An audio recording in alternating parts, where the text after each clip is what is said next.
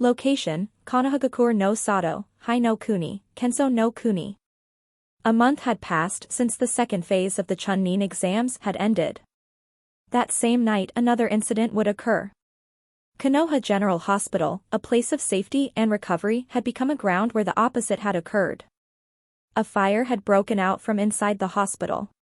Reports had stated that oxygen cylinders inside the building had exploded due to excess internal pressure and coupled with a gas leak had set the flames that engulfed the building. A total of 33 people had lost their lives, which included doctors, nurses and patients. Some of the victims' bodies had been burnt beyond recognition.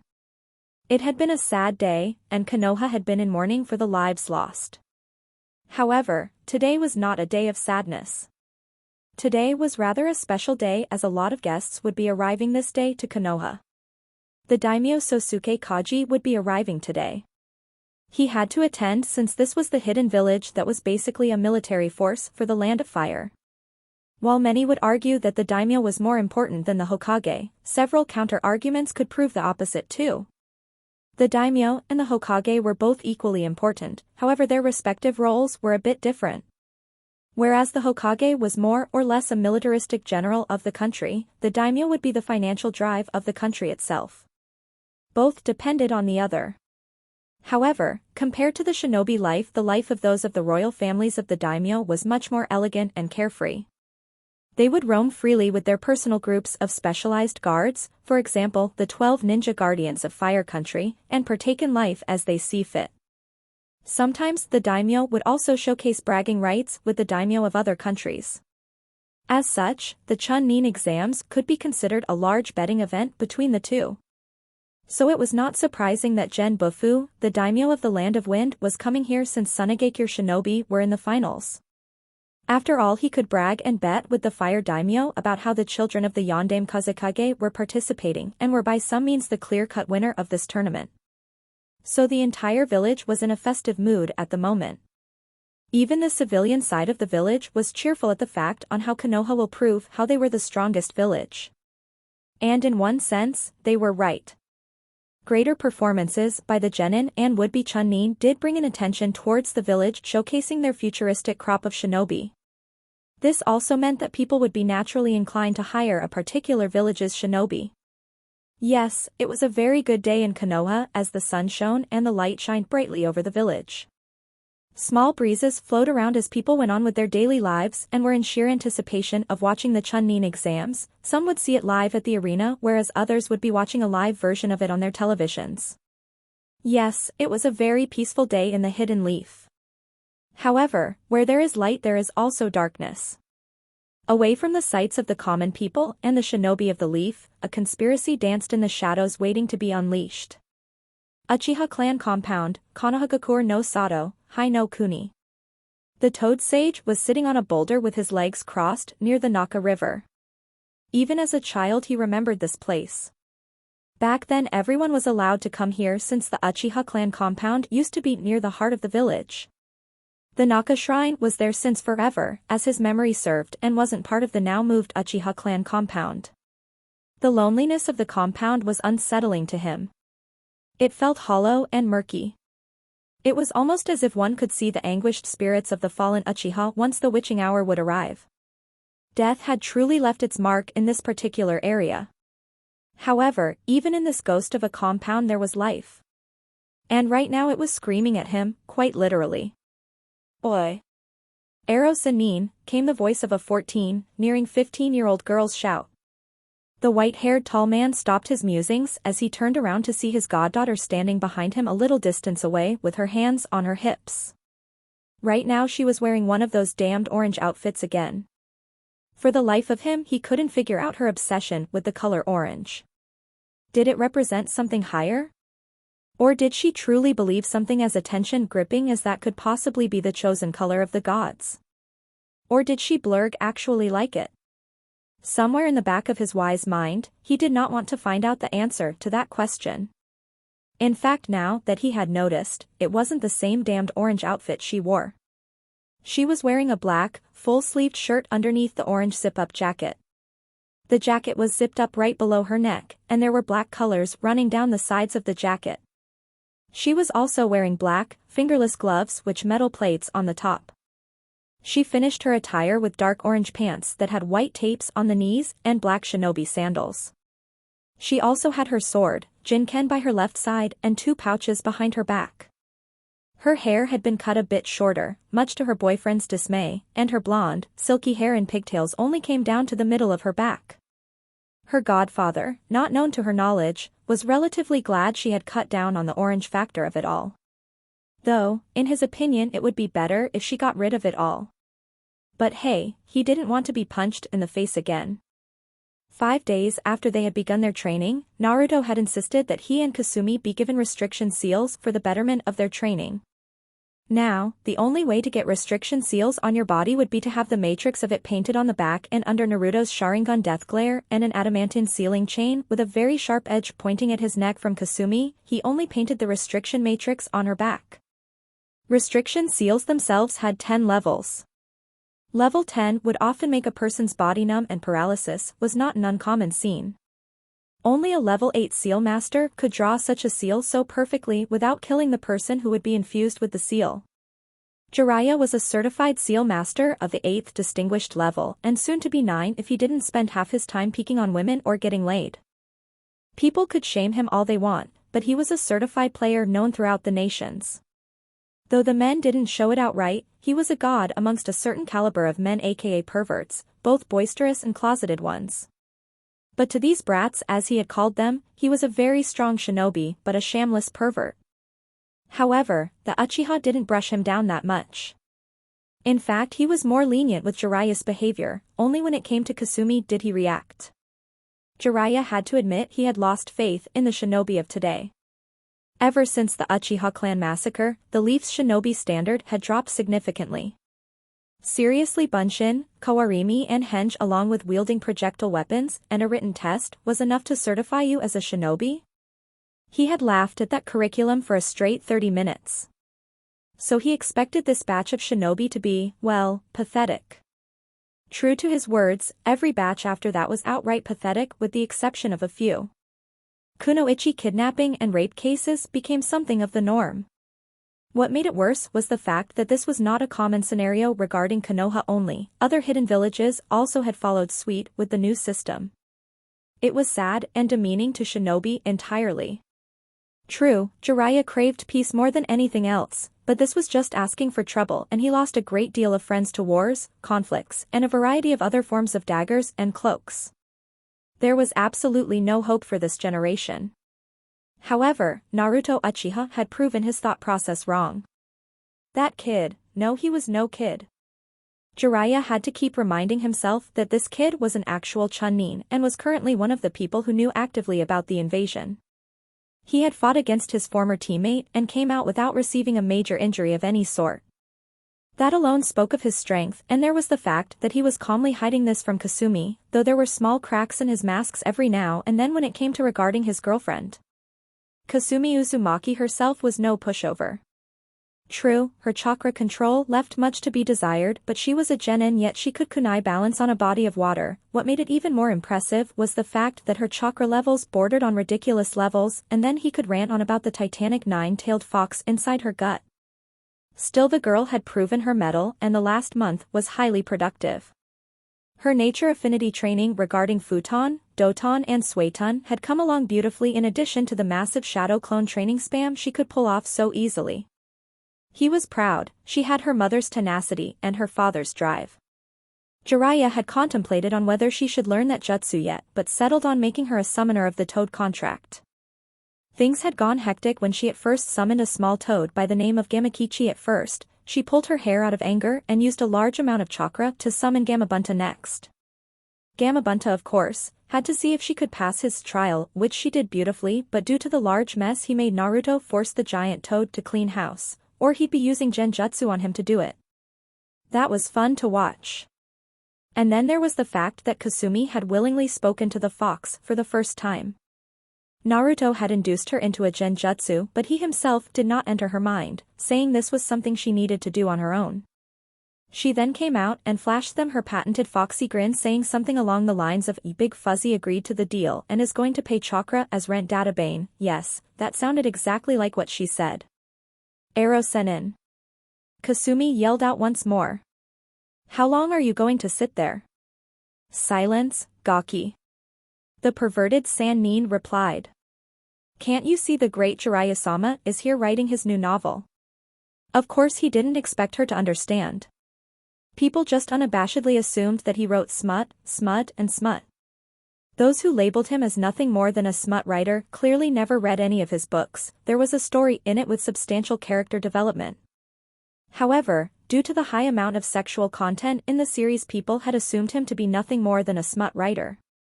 Blame his publisher Kishimoto for making his novels that way. People want to read about sex. He said, and he wasn't wrong. Jiraiya was fucking loaded ever since the debut of the Ika Ika series. Now if only his first novel had sold this much. Then again, people will never like what they don't understand, and his first novel was by no means an easy one to understand. However, he was shocked to find a copy of his first book in Naruto's house. The young Uchiha simply explained to him that his mother had decided to name him after the main character in his book for his sheer tenacity and unwavering will. The Toad Sage was genuinely shocked at that fact. Someone other than Minato and a few of his closer colleagues took his book that seriously. Speaking of which, the boy still hadn't returned from his little training trip. Is the Gaki back yet? The Sannin asked the blonde-haired girl who shook her head. Not yet, I'm getting a bit worried. Kasumi said as her violet orbs flickered with tension. For the last month, Naruto had upped his training schedule more than she could imagine. What surprised her the most was the fact that he was already on level 2 restriction seals from 5 days later on. His spars with both Jiraiya and herself made them see how much in tune he was with his restricted movements. Everything was going well for him, as Jiraiya stated that the brat was better than him regarding Katon. As for Futon and Sueton, the Toad Sage helped him in that regard greatly, as he too applied the shadow clone method. With Raitun, the Gaki was a natural, and Kakashi's scrolls on that particular nature release was. Of course, that all changed 13 days ago. After Kasumi had gotten the Kasumi Toad contract, Garujin, the dire wolf cub that he had saved in the ruins of Yuzu, had appeared in a puff of smoke. Garujin arrived here saying that since he really did not get a chance to be properly initiated as a summoner of the direwolf contract properly, he would have to be reverse summoned to Cabe no Kita. Apparently not only would he be properly initiated as a direwolf summoner, but also, after Garujin went back to confirm it, the direwolves would also teach him how increase his fire affinity. Direwolves were naturally adept at using fire. Also among the direwolves was a rare breed that used ice. Naruto, after assurance from both Jiraiya and a lot of lashing from Kasumi, agreed to go there. Both said that due to his unnatural high affinity for fire, he would be perfect for it. And so, Naruto Uchiha had gone with Garujin. He came back 30 minutes later freezing to grab some clothes. Most of them were for the winter season. Apparently, nearly all of Cabe no Kita was an island of never-ending winter. That was why fire was a specialty of the dire wolves. Their intense flames could melt down solid ice on that island when they wanted to. Direwolves also had no problems with heat in general, because apparently there was a level underground that was called Hai no Fukami that had grueling temperatures. He had not come back since then. Don't worry, that Gaki will be back. Jiraiya said, quite confident in the young Uchiha.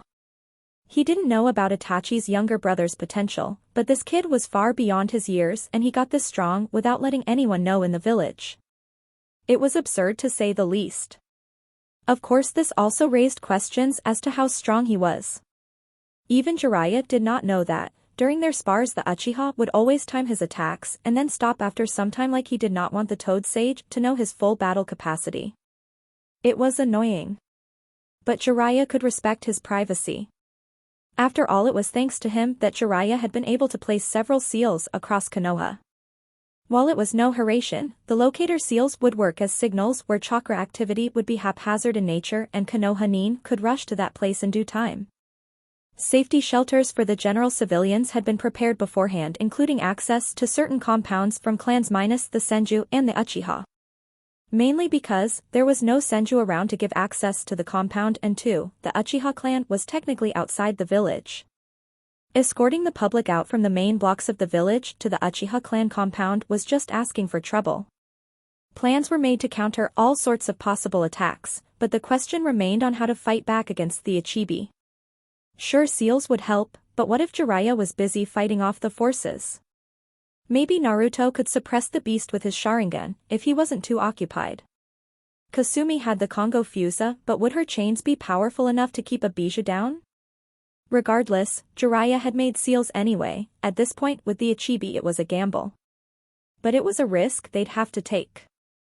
Maybe if there were 4 Kage-level shinobi with them to perform a 4-ray crimson barrier, then it would be possible. But fate never really tends to favor one side, she would always change her sides. I know. The voice of his goddaughter broke him from his current train of thought as she spoke. She was worried. Not just because of the impending invasion that would soon be unleashed, but also because of Naruto. To be honest, this was the first time since she started living with him that she was apart from him for such a long amount of time. She didn't sleep for the first 3 nights until she collapsed. Jiraiya, despite being a grade A pervert, actually scolded her like a parent, or what she thought how a parent would scold a child. She frowned at him, but welcomed it nonetheless. It felt weird yet giddy at the same time. Still, she continued as she looked at the direction their house was in. She was half expecting the blue-eyed near 15-year-old to appear and pull her into a hug. She sighed and continued, I'm worried about how much torture he'll put himself through. He can get carried away when he trains. I don't know about that, Jiraiya said. Honestly, he did not know what the black-haired boy's limit was. He always made sure that he never got fully exhausted. He always liked to maintain some energy. Like it was some form of insurance. He was very shrewd. Jiraiya had found level 5 explosive tag seals all drawn by him, and it was planted around the house and the lawn. It would be activated on his signal, of course, or as he understood later, Kasumi's orders. Brat had learned how to make a level 5 chakra recognition seal. Talk about extreme measures. But I wouldn't worry about him. Besides, I'm sure your boyfriend will be back and kicking ass soon, Jiraiya said, and he watched the blonde girl perk up at that sentence. She even had a toothy grin, and Jiraiya noted just how much she resembled her mother during that small moment of fleeting nostalgia. If her hair was completely red, she would have looked just like Kushina. He thought sadly. Yup. Neru's going to face me at the finals, and then one of us will win the tournament, Databane, she said, and slammed her right fist into the open palm of her left hand to emphasize the fact. Then we're going to go after Hebe team for trying to attack us and planning an invasion. When I get my hands on him, I'm going to make me some leather belts. Ho! Jiraiya said with a haughty expression. You make it sound like you're going to the finals, and you're going to beat the Gaki. Of course I am, Databane, she said with confidence, and the Toad Sage put his hand on her head as he was standing nearer to her. We'll see then, Gaki. If you do well enough, I might even teach you a jutsu that the Yondaime was famous for, the Toad Sage said. It is your birthright after all. He added the last part in his mind. Sugoi, Kasumi said as she thought about herself, more specifically her abilities. She was fairly confident in her abilities. She was faster than before, much faster, and her strength was overall more. Her Neru always did tell her that physically she may be stronger than Sasuke. When she added that why she wasn't muscled up like a freak, Naruto told her that due to her large reserves she was more or less seeping chakra into her blows unconsciously, and due to the large reserves such usage did not let her feel drained. That and she previously used to jump around all over the village without molding chakra, so some form of brute strength was already there despite her figure. The restriction seals helped too, she was on level 2 after 1 month. Kage Bunshin were the best, and anyone who said otherwise would incur her wrath. Her skill with the sword was, well, as she put it, naturally awesome, and true to her words, she was adept with a blade. And to top it all off, Ero Sennin was going to teach her a jutsu the Yondaime used.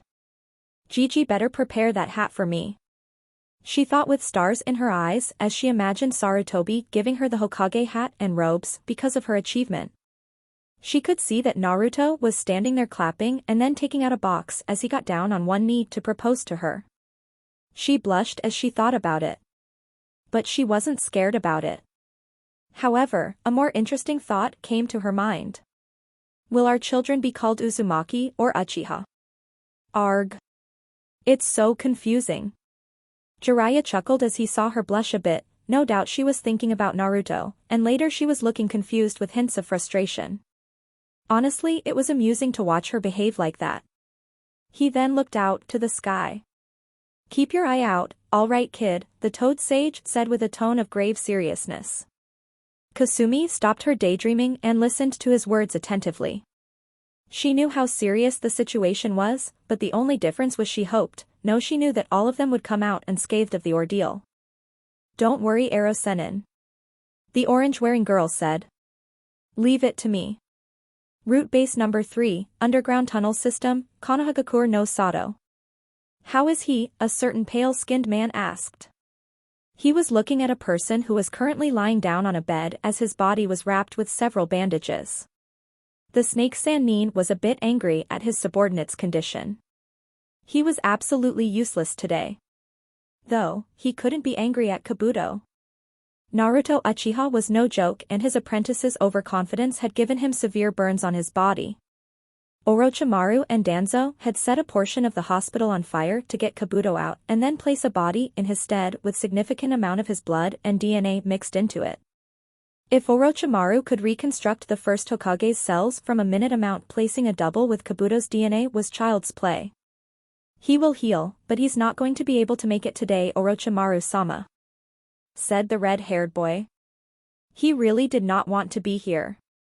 He would rather get out of Konoha as soon as possible. Hopefully he could get out with the excuse of getting Kabuto to a better facility. In fact, why isn't he saying it now?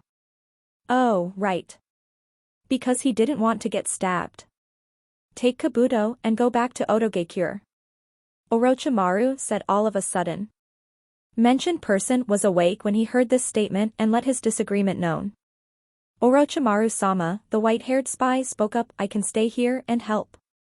You need someone to assist you later on.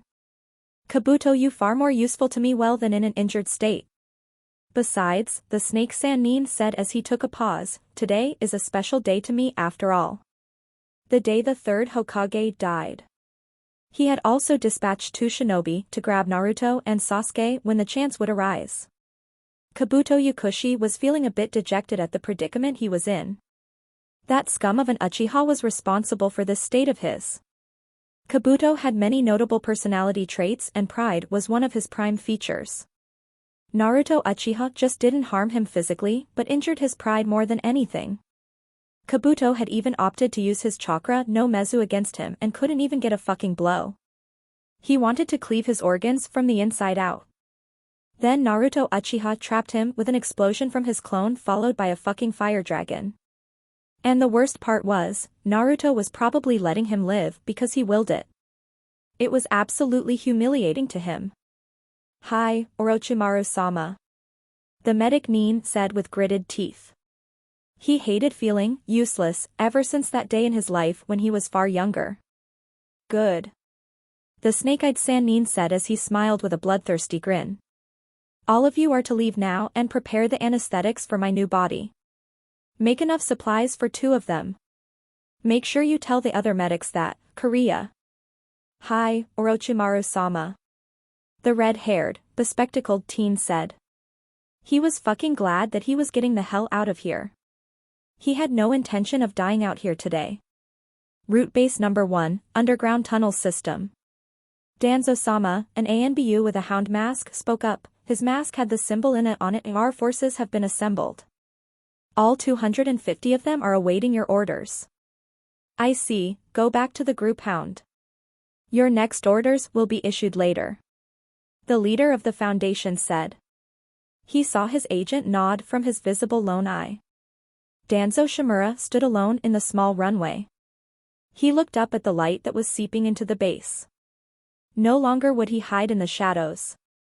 He could finally crawl out of this hole that he had gotten so accustomed to. Hokage. A position he had strived for, a designation he deserved. He had Koharu and Hamura's support. They did not know about him being acquaintances with Orochimaru, but they were his puppets more or less, and they would dance to the tune he would play. He smiled a bit. A genuine smile of satisfaction. Finally, he would be the leader he was born to be. He would make Konoha the greatest hidden village again. Today he would get one more bijou and then make both of them loyal to the village. Today an old tree would be cut down and a new seed takes its place. Its roots will be strong, stronger than it ever was. Chunin Exam Arena. The people were flocking to the stadium with cheerful faces. Children ran about in excitement and kept discussing with each other on who would win. It was not surprising that most of the Konoha civilians were fawning over the two Uchiha. They had every right to. And Uchiha was no ordinary shinobi, and the fact that both of them were in the finals of the tournament was no surprise. The surprise came when some of the people were actually curious on seeing her battle. Mostly out of curiosity though, they still resented her, but hey, she must have gotten this far for a reason, right? And she was a kunoichi of the leaf, so some of the loathing had decreased, even if for only today. The same could not be said for the competitors though. This is frustrating. Came the voice of one lazy Nara who was standing in the competitors section. Alongside him were his other comrades of the leaf. Kasumi Uzumaki had a shit-eating grin on her face, eager to show off her skills, while Shino Aburame was, while maintaining his stoic expression without any problem. The high-collared jacket also helped conceal the lower part of his face, so any chance of seeing his expression was next to nothing. However, one could tell he was serious. The same could not be said for the Nara who was, as he stated, frustrated. I could have been at home sleeping. Shikamaru said as his eyes threatened to close down and just be rid of this damn affair. Why did you bother coming, you lazy jerk? The question came from none other than the bubbly blonde of Konoha. For the life of her, she did not know why Shikamaru was always this lazy. At the academy he was always doing everything with half the effort. Well, that assumption was made because he always fell asleep during one of the tests or spars for half the duration. I didn't have a choice. Otherwise, my mom told me I'd be getting introduced to friend of hers. And no, the friend is not a real person, it's metal frying pan. The Nara said with as less energy as he could spare. Even Gaara of the desert looked at him with a raised eyebrow. And people call him weird. Nara-san. Shino spoke and everyone looked at him with widened eyes, minus Gaara of course. He just glanced at the Kakachu user as if he had grown a second head. You should be a bit more serious with your career. Being a shinobi is not a trivial matter, and if you get promoted to Chunin, your duties will become that much more important. You can talk? Kasumi said with an awestruck expression. The Aburame for his part didn't look surprised. He merely looked at the others who were staring at him. I can talk. What gave you that impression, Uzumaki-san? The Kakachu user asked with a raised eyebrow. Gomen, it's just I never heard you talk before, ever, the blonde Uzumaki said with a sheepish expression. But we did talk before, once in the academy. Shino said, and the person he said it to put her hand under her chin, trying to remember said incident. You don't remember? No, not really. Kasumi replied. Did something memorable happen or? Are you okay? She asked with a confused expression. I see. Shino said as he was now standing in the corner away from everyone. Dark shadows hung over him as his voice remained neutral. He pressed his black shades further up against his eyes, and spoke up. I am not that memorable. What the heck? Why did he get depressed so easily? Kasumi thought with a sweat drop on her head. Seriously, why was everyone in her class so weird? Sasuke was stuck-up emo obsessed with revenge, Sakura had a banshee voice and was way too into Sasuke, Ino was fucking annoying but definitely not because she had a large crush on her boyfriend, Kiba was a borderline sexual deviant, Shikamaru was lazy, Chuji was, well he's fat, Hinata was way too shy and Naruto dazed off way too much in his thoughts. She was the only normal one. Well, in her mind anyway. Mendokusei. Shikamaru said as this one phrase, his favorite one, described his entire peril of taking part in this affair. He furrowed his brows as he thought, and automatically he cancelled out all the noises around him. Despite his lazy exterior, the young Nara was one of the most intelligent people in the village. His father had informed him that something big might go down at the finals, but his old man didn't specify what it would be, saying that Shikamaru was not qualified in rank to know what it was. He was already making plans on what to do with his fight against Sabaku no Temari. His scenarios included winning, losing, and even drawing the fight. The endgame should include him retaining a fair amount of chakra, and the girl was dangerous with that troublesome fan of hers. The Nara and the Uzumaki weren't the only Leaf Genin that knew about the invasion plan. Sasuke Uchiha did know, but he was nowhere near the stadium right now. Sakura Haruno was there, and she was ready with her weapons. She had learned another Doton Jutsu in the month and didn't stop her training there. She was a kunoichi and would live up to the name of it. Shino Aburame was also one of them, his father had told, but the message was also nearly open-ended in nature, similar to how the Nara heir was told. The Jounin, Tokubetsu Jounin, and some ANBU were stationed in the stadium. They were aware of what was going to happen today, but were keeping up their masks. They couldn't afford to let anything happen today. Unconsciously, all the trusted Jounin and Tokubetsu Jounin in the village hidden in the leaves had one collective thought. Orochimaru will not succeed today. Uchiha clan compound. Poof. A cloud of smoke settled in the middle of the Uchiha compound. The smoke conjured from the summoning slowly began to dissipate as it disappeared into the air. The person in question was wearing heavy clothing. He was wearing something akin to a cape that thick animal skin on it. Wolves were predators. The cape he wore had a significant amount of fur around the shoulders, and it kept him warm. But right now, he was feeling a bit hot. He took off the cloak and was wearing a full-body suit that the dire wolves had made for him. Even that suit felt constricting because of the rising heat he could feel trying to explode out of his body. But business beckons first. His training had actually been finished 3 days ago. He had gone to the Land of Tea to meet his contact and to learn a few more things he needed to be aware of. Contingencies were made with the instructions he was given. It seems that there was a new player that would take his place on the board for now. Though the young Uchiha found him a bit strange, the other man also let him know that he found him equally strange. And Naruto Uchiha was a bit worried about that man. Not just because of his appearance but also because of the power he held. It was almost terrifying. After getting the information he needed, he went back to Cabe no Kita. He wouldn't lie, he actually found the place interesting. For training purposes, it was nearly perfect. Harsh winds of winter bite down your bones as you try to move around in a never-ending hail of snow that felt like stones being rained upon him. The direwolves themselves were no pushovers when it came to training. To them, their manipulation and mastery of fire was their pride. And then he would be sent down to Hai no Fukami, or as he had started to call it, the Abyss. The place was hell in short. He wondered how it was possible for such a bone-chilling island to have such a place underneath that housed flames hotter than he could make. However, due to the slave-driving training he was able to take his flames to a much more acceptable a level, as the direwolves had pointed out. Each time he entered and left the abyss, his body instinctually ran away as fast as he could and then proceed to jump into the cruel and cold blankets of snow that covered the island, which comforted him as the heat from his body would evaporate. Duality was in perfect symmetry on that island. Perhaps an act of kami, he mused. Up until now, his eyes were closed. He slowly opened them and his blue eyes scattered around the area to see familiar lonely place. Oftentimes he would merely stand still in the compound as he reminisced. He tried to remember the place when people used to walk around. True, the Uchiha were not all gumdrops and ice cream compared to the other clans of the Leaf, however they did know how to smile. He could remember how the general populace used to smile, and Naruto was pretty sure that Sasuke remembered it too. Now that he really thought about it, he could understand Sasuke's hesitance and antisocial behavior to an extent. However, the fact that he was generally an ass sometimes was different.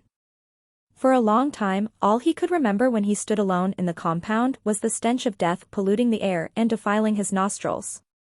Blood painted the streets, walls and windows of nearly every house along with their floorboards. Corpses lied here and there as he could remember some of their arms twitching, a final reflex before rigor mortis took over their bodies. His fully matured Sharingan was activated when this scene had been imprinted into his mind. Due to the eidetic memory the famed dojutsu provided, the scene of the clan's genocide was something similar to the phantom pain sensation. He had nightmares nearly every night. He would wake up with a cold sweat and find himself drained of energy as the adrenaline left his body. He could remember the hellish genjutsu of seeing the members of his clan being slaughtered by the genocidal Prodigy. 2 deaths stood out more than anything else. His Makoto Obasan's death as he remembered her being stabbed through the back and his older brother Shirsue's way of dying. Still the very image of his brother being killed had been traumatic enough for him to awaken the Manjikyu at such a young age.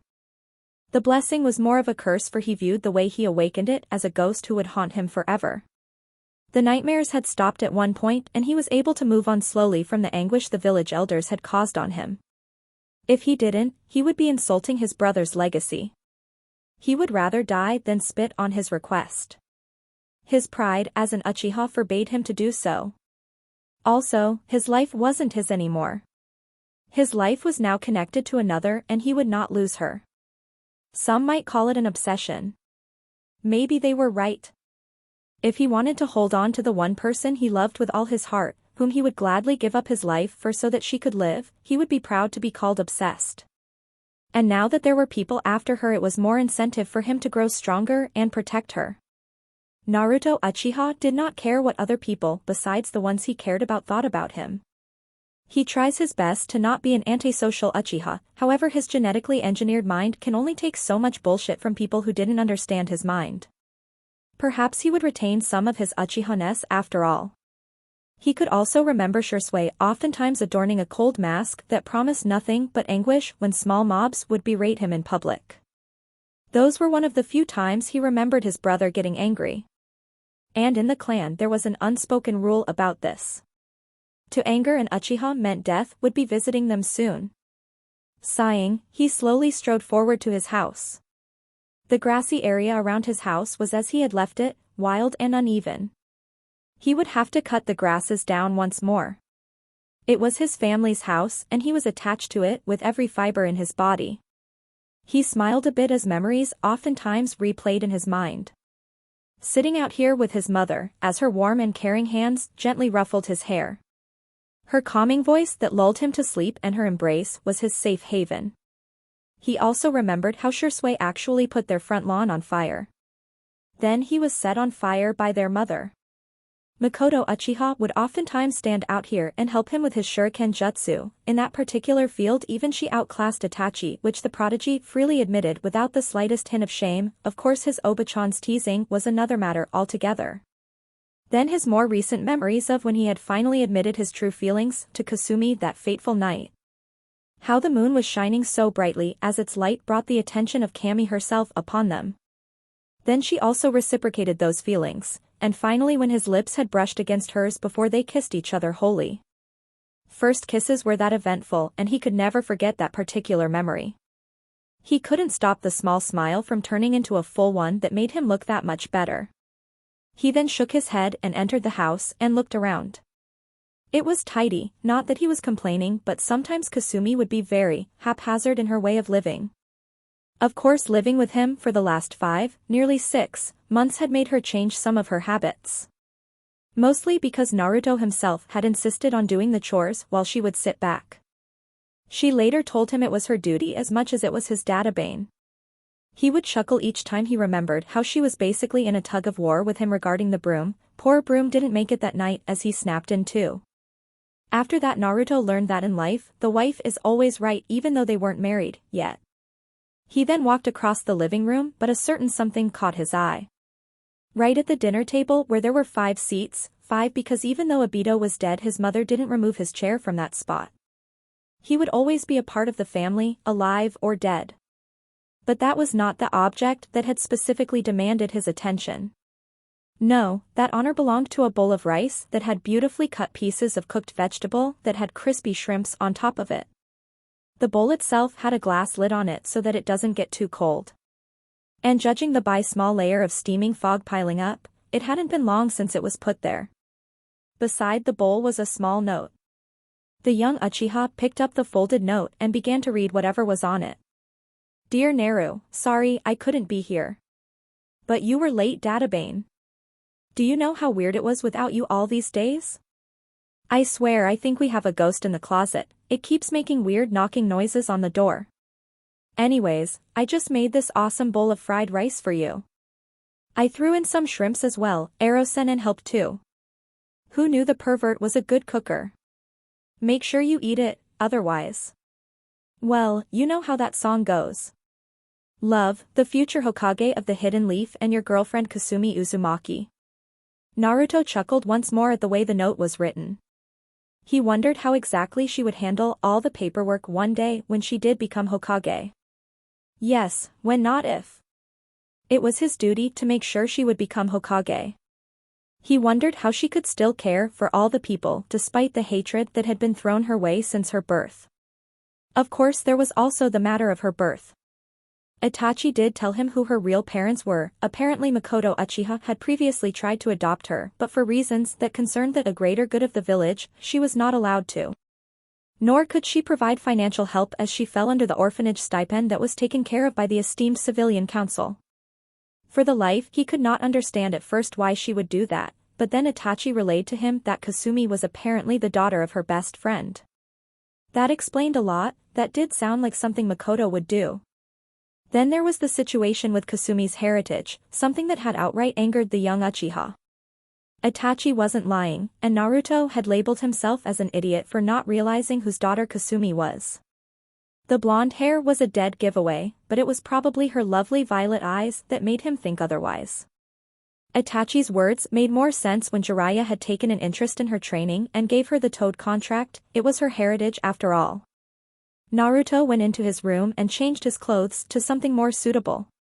He was now wearing an attire that his brother had been seen sporting every so now and then. He wore a black high-collared shirt, a dark brown, midriff-exposing flak jacket, and light blue pants. He wraps bandages around his ankles that were exposed previously and the standard shinobi sandals that left his toes visible. The jacket he wore had a harness for his tanto which ran across his chest and fastened over both his shoulders. Since there was a harness he placed a tanto to make it look complete.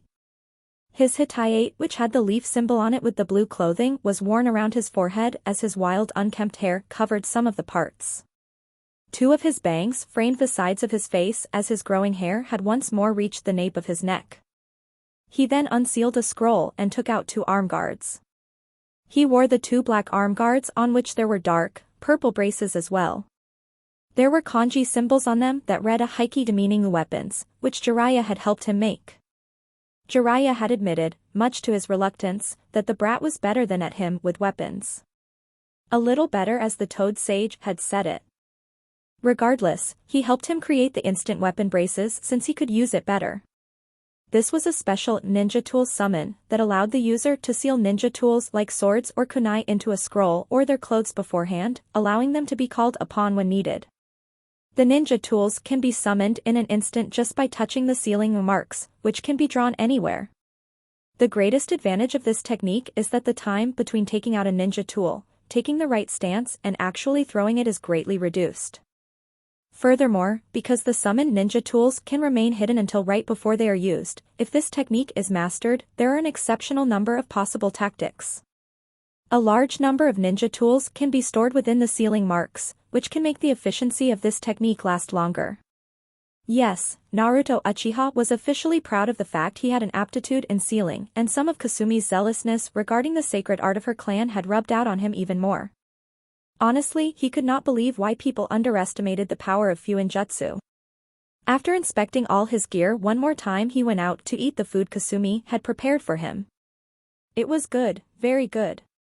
Seems that Jiraiya had taught her some good things while he wasn't around, but then again she did know how to cook good food even before the Toad Sage arrived on scene. It was only because of those damned merchants she wasn't allowed to buy the proper groceries and had to live on ramen from Ichiraku's and ramen cups. Naruto had carefully sealed all of her previously empty ramen cups as nearly each of the ones had important notes and dates written on it. The cups served as diary of her life and Naruto didn't want her to lose them. After finishing his food, Naruto carefully washed the dish. The main reason he wasn't rushing was because he knew that his match wasn't going to start yet. If anything, Kasumi's match would begin now, and if the Hyuga was as good as Naruto measured him out to be, the match had not reached a good pace yet. Stepping out of his house, he saw a crow sitting out on the power pole. The crow's red eyes were gleaming as the sunlight reflected off it. The young Uchiha could also feel a few chakra signatures outside the compound. Those worthless mongrels weren't even suppressing their chakra properly, and they were here to kidnap him, probably for Orochimaru. How laughable. The crow came flying forward on its own, opting to sit on his shoulder as it awaited instructions. Naruto took out a piece of parchment from his pouch as the black-feathered bird took the parchment and gripped it with its beak. "You know what to do," Naruto said to the crow as it flew away into the endless blue sky before it disappeared in smoke. The Uchiha's vision was also focused on the sky itself. It was perfect Konoha weather today. It was such a shame that a lot of chaos would be taking place on such a lovely day. This fueled his anger even more. He generally didn't complain, but the traitorous snake had left a bad taste in his mouth. And his problems wouldn't end there. He had to deal with 8 similar problems that were as strong as the rogue Sannin. Naruto soon reached the end of the compound, and he could sense 5 chakra signatures perfectly. He scoffed in annoyance. Here he was trying to reserve his chakra for when the invasion went down and the snake Sannin had sent 5 Chunin-level shinobi to possibly abduct him. No, he thought in his mind as his eyes darted around the surroundings. He just sent them here to drain my chakra a bit. Too bad, he didn't know exactly how much I improved in 1 month. The Uchiha finished his thoughts. He stood still for a while and then, he stepped out of the compound. He could only take 9 steps before standard ninja wire wrapped itself around him and he looked bored. 5 weak shinobi appeared wearing the standard Otogekure shinobi outfit. Their flak jackets were black, and for a single moment the black-haired boy praised Orochimaru for actually making their attire look something not to scoff at. However, their abilities left much to be desired. He could hear them saying something about that their mission was complete. How the heck was their mission complete when this was just a clone, a rare type of clone, but it was just a copy of the original? The real Naruto was looking at the group of 5 currently surrounding his clone and resisted the urge to facepalm. True, he had learnt to conceal his chakra signature from Jiraiya, who as per his reputation was a master of stealth, but at the very least they shouldn't be gloating so much. He made the tiger hand seal and saw his clone was standing still. Then fire burst forth from the clone as it turned into bright orange flames that spread like wildfire in the wind itself, as the ones holding the wires were the first ones to get burnt. Skin was melting off, their flesh was burning, and screams of anguish were heard as the real Naruto stood behind them. Only 2 of them didn't fall for the high bunshin/fire clone, although in his defense they were a bit far from the clone to be caught in its range.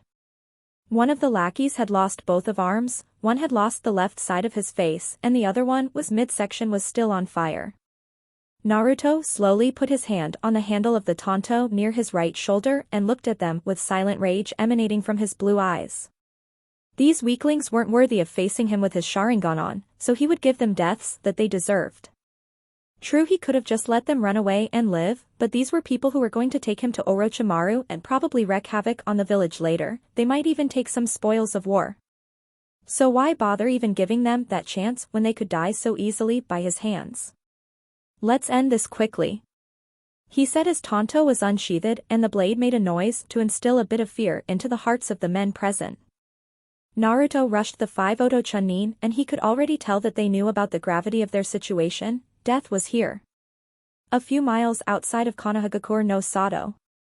"Are you sure you want to do this?" asked a certain raven-haired shinobi who was currently sitting against a tree. His red eyes were focused on the man who stood a little away from him. "This truly doesn't concern you." "True, but you also know I don't like to pass up a good fight," the man said as he grinned. His grin was one that showcased his sharp teeth. The bloodlust in that grin was clear as daylight. The man's eyes then went to the sky as a poof noise was heard and he could see a crow flying towards them. "Looks like it's time." The crow diligently flew down and then settled near the ground where Itachi Uchiha was currently resting. The crow kept twisting, bobbing its head as it beckoned for its summoner to take the parchment of paper from its beak. The former ANBU captain took the piece of paper and read the note. It's time. Itachi stood up and started walking. The man behind him started to walk on the same path as him. I'm telling you once more. This really doesn't concern you. It's a personal matter I wish to settle. Itachi said. While he did trust this man to cover his back during a battle, not that he needed someone's help, he did not trust him completely in this matter. This was something he needed to do. A life of deception, lies and murders had been bestowed upon him and he gladly shouldered the burden if it meant keeping his younger brother and Naruto safe. However, even he knew that with the invasion things would run amok and the last two, loyal Uchiha of the Leaf would be in danger from both Orochimaru and Danzo. He'd be damned before he let anything happen to those two or let the Leaf suffer like that. However, his organization would surely catch wind of his sudden choice to not gather funds right now and take a vacation all of a sudden. Then again Akatsuki was a bit lenient these days, and maybe Madara wouldn't catch wind of it. Naruto's information on Zetsu did help and he had out of great secrecy placed a genjutsu on the white half of Zetsu. It was just a precaution. After Naruto had told him of the curse that stains the Uchiha, Itachi was a bit skeptical in believing a story like that despite having read the stone tablet himself and witnessing Leader-sama's Rinnegan.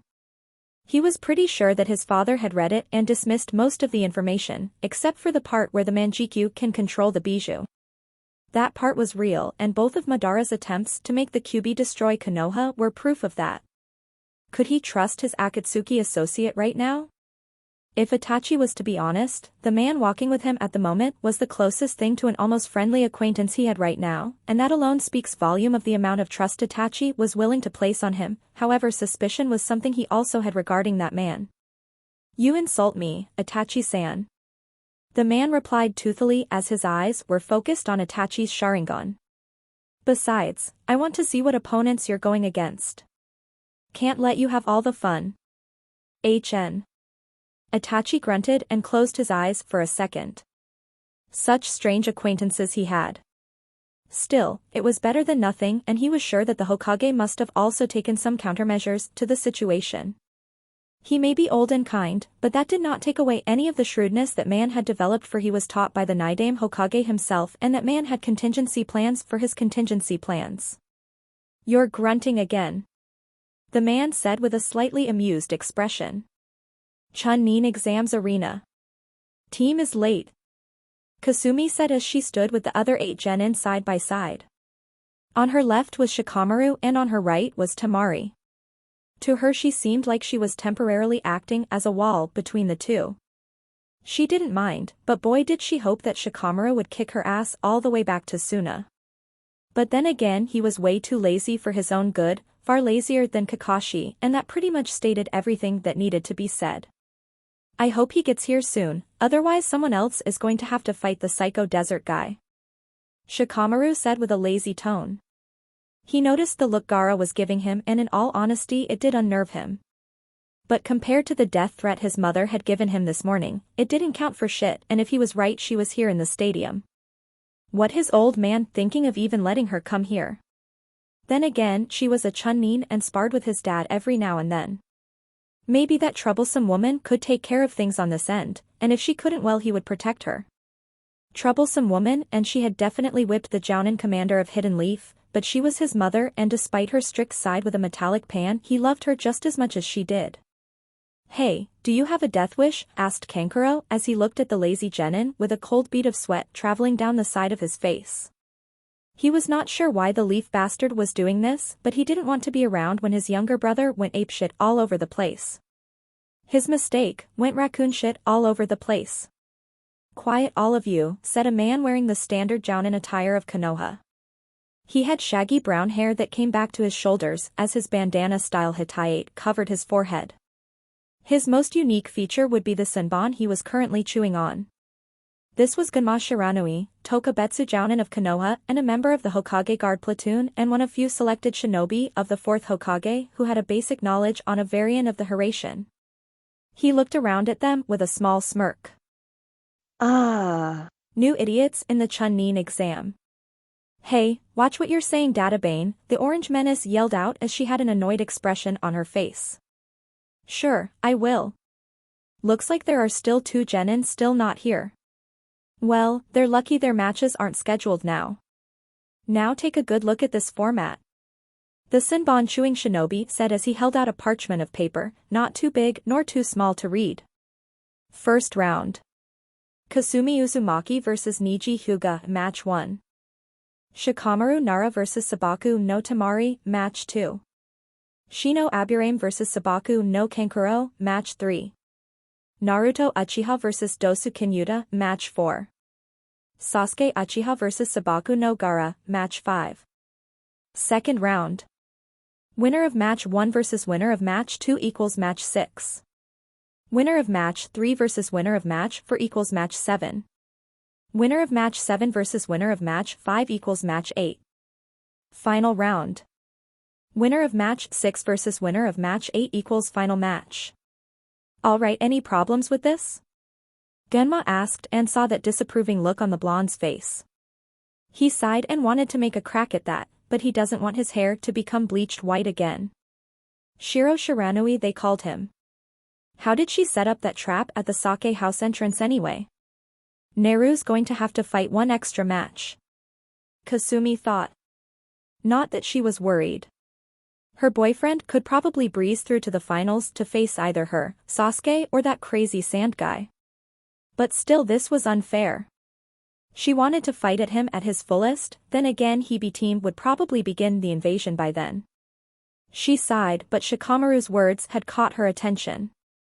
Does one have to win the tournament to become a Chunin? Shikamaru asked. It was just a hypothesis, but he needed to confirm it nonetheless. For the first time he willingly asked his mother about something regarding his shinobi career seriously, and she had shot him down saying he needed to find out the answers for himself. Damn parents and their habits for making their children independent from a young age.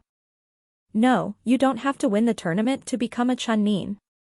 Being Chunin means taking up the role of a higher-ranked shinobi who is often seen as a leader. Quick thinking, strategizing and deduction skills are also needed.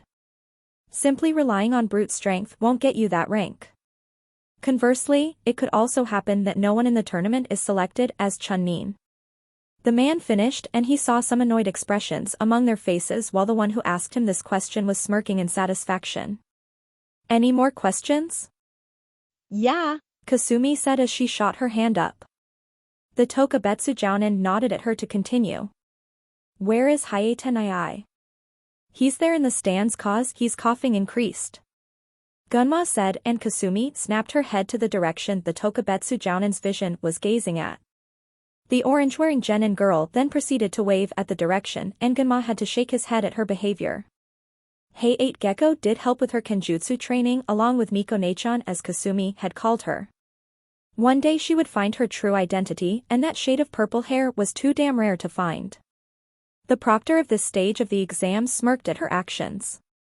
Honestly speaking, it was kind of infectious and made him feel there was no slithery snake lurking around in Konoha, more specifically in the Kage box where the Hokage was sitting with the Ikazukage beside him. Gunma had a deep hatred for the snake Sannin. His teammate, a girl he had been friends with ever since he was a genin, was a victim of hers. However, even he knew he couldn't kill him, that honor belonged to Enko or one of his other victims. Enough, Blondilocks. The proctor said. Yup, there was that annoyed expression again, but something in the back of his mind told him that things would play out well for him despite the Orange Menace's track record. Everyone except Niji Hyuga and Kasumi Uzumaki leave the field and proceed to the stands. The tournament will officially begin now. Stands. The stoic Hayashi Hyuga sat with his younger daughter in the stands. His older daughter, the weak one as many had called her, was currently sitting with some of her classmates who did not manage to get to this stage. The head of the Hyuga clan was worried about his daughters. Yes, daughters. He loved Hinata, but he could not outwardly show it as much as he wanted to. His daughter was a reflection of his late wife. She had also inherited her mother's kinder side of not bodily harming others and trying to help others as much as she could. However, he was a stern man as well. And for the life of him he could not understand why his daughter was so shy all the time. She had absolutely no confidence and even now held back her true potential. Had Hinata Hyuga shown her true prowess with the gentle fist, the clan head doubted whether the clan would be able to look her in the eye without bowing their head. Her fight against his nephew, Niji, a prodigy amongst the Leaf Genin, had proven that she was strong. In all honesty, he had expected his firstborn to end up in the hospital with severe wounds due to having her Tenketsu points damaged by older Genin. However, she had come out of the encounter with minimalistic wounds and had even pushed Niji to the extent even he admitted that she is far stronger than before. Now his younger daughter, or as Hinata had often liked to call her as Firecracker for all the right reasons no less, was much more different than his eldest. She was a true Hyuga, composed, stoic, proud and confident. Nearly the complete opposite of his eldest, still that did not mean that even Hanabi did not have a weaker side, i.e., kinder side to her personality. However, over the years due to the distancing relationship between the sisters might go as far as estrangement. If this kept up, then at one point the clan elders might propose for Hinata to be marked with the sealed bird cage.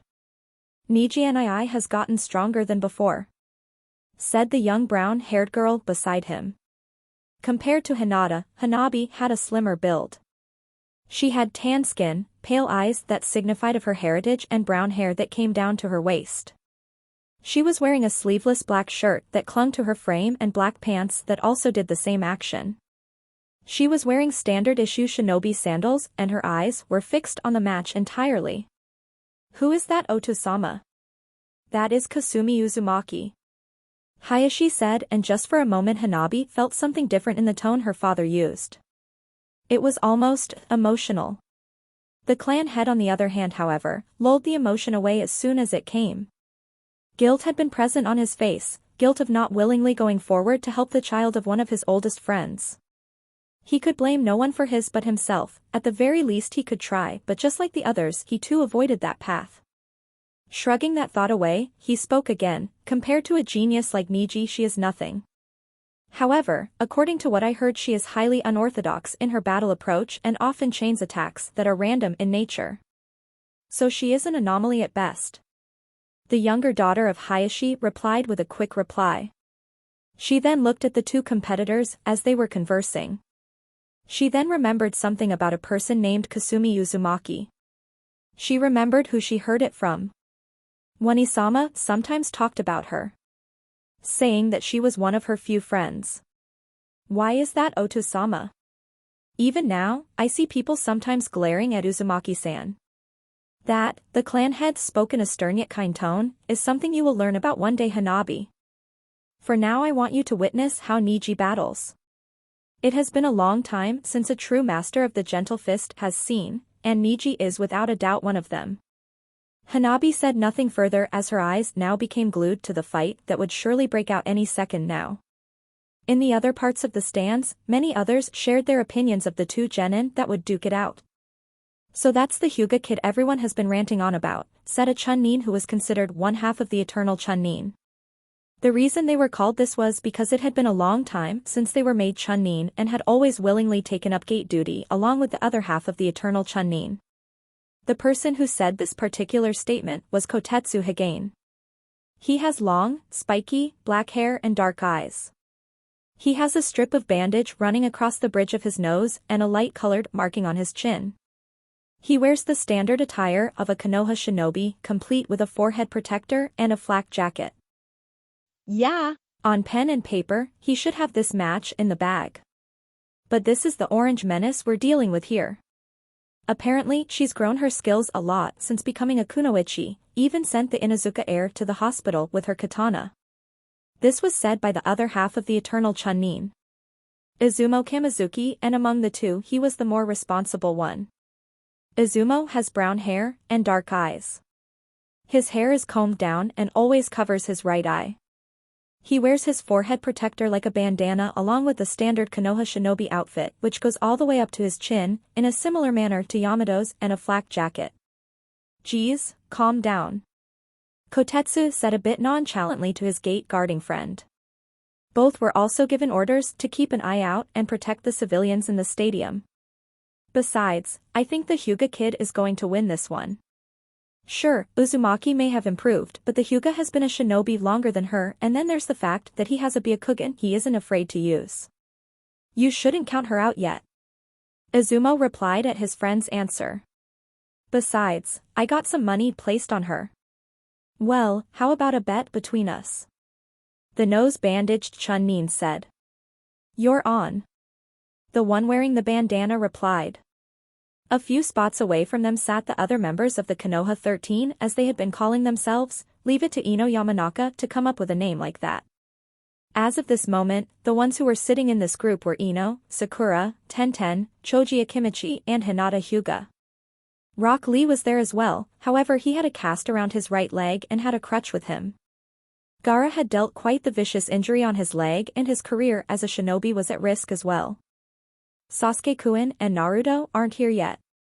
The pink-haired genin of Team 7 said.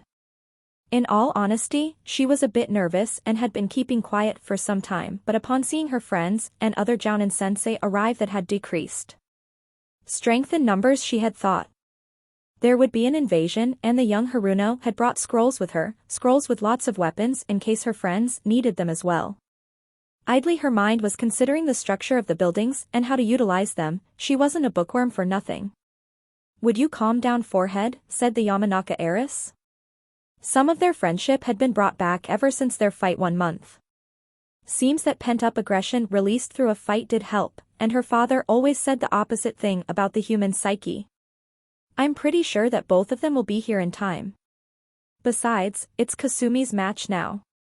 You're right. Naruto will probably be here in time. As for Sasuke-kun, I hope Kakashi-sensei isn't too late in bringing him here. Sakura said with a deadpan expression. Ano, Hinata said with a meek tone. Is Kakashi-sensei that bad? It thought Kurenai-sensei was exaggerating. He is that bad. This time it was Tenten who said it. Guy-sensei keeps telling us that his eternal rival is way too tardy. The weapons expert Kunoichi said. That's not entire false. He'd probably be late for his own funeral if he could. Sakura said. The arena. Niji Hyuga stared at his opponent. He had first labeled her as nothing more than a failure.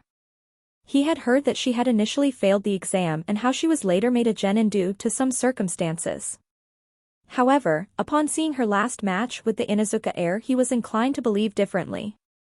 She had large amounts of chakra, it was proof from both the other Uchiha's words and the fact at how she used shadow clones in combat. 2. She was good with a sword. 3. She could use elemental ninjutsu. 4. She was highly annoying. That did not sit well with the Hyuga branch member. You should give up now. The Hyuga spoke with the stoic demeanor fitting of his clansman.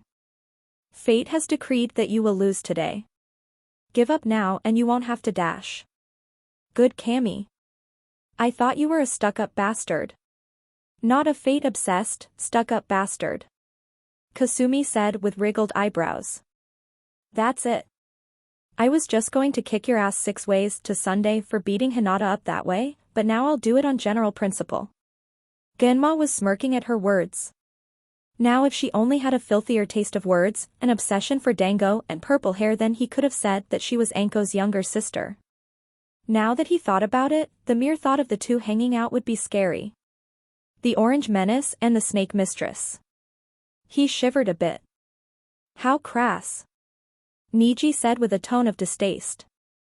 Being a Hyuga required you to have proper decorum, and the Hyuga revered decorum. How some people praised the log. Very well then. I'll merely have to beat you to prove how wrong you are. No one can win against fate. I don't need someone like you to talk to me about fate. At the end of this I'm going to prove to you how fate doesn't determine everything. Databane. Kasumi said with determination as her usually cheerful demeanor was replaced with a mask of seriousness. Naruto had repeatedly told her not to underestimate the Byakugan wielder and to keep a distance from him. Jiraiya added that his vision nearly extended out to 360 degrees. Blind spots were something he didn't have. Still, she was Kasumi Uzumaki. She had a mountain-sized beast in her gut, fought a Hayatan using Hunter Nin, managed to get a few blows on Orochimaru and had survived Naruto's training. What was this guy compared to that? All right then. Genma said as he raised his hands. The two genin were getting ready in their respective stances as the proctor brought his hand down. Hajime. Two kunai had been launched.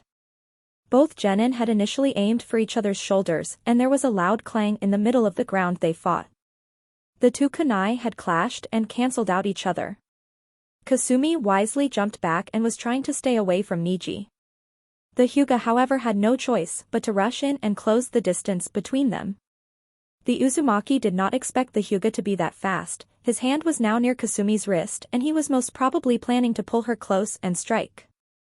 Kasumi however acted like a slithery snake and twisted her arm out of his grasp as her foot tried to hit his face at an awkward angle.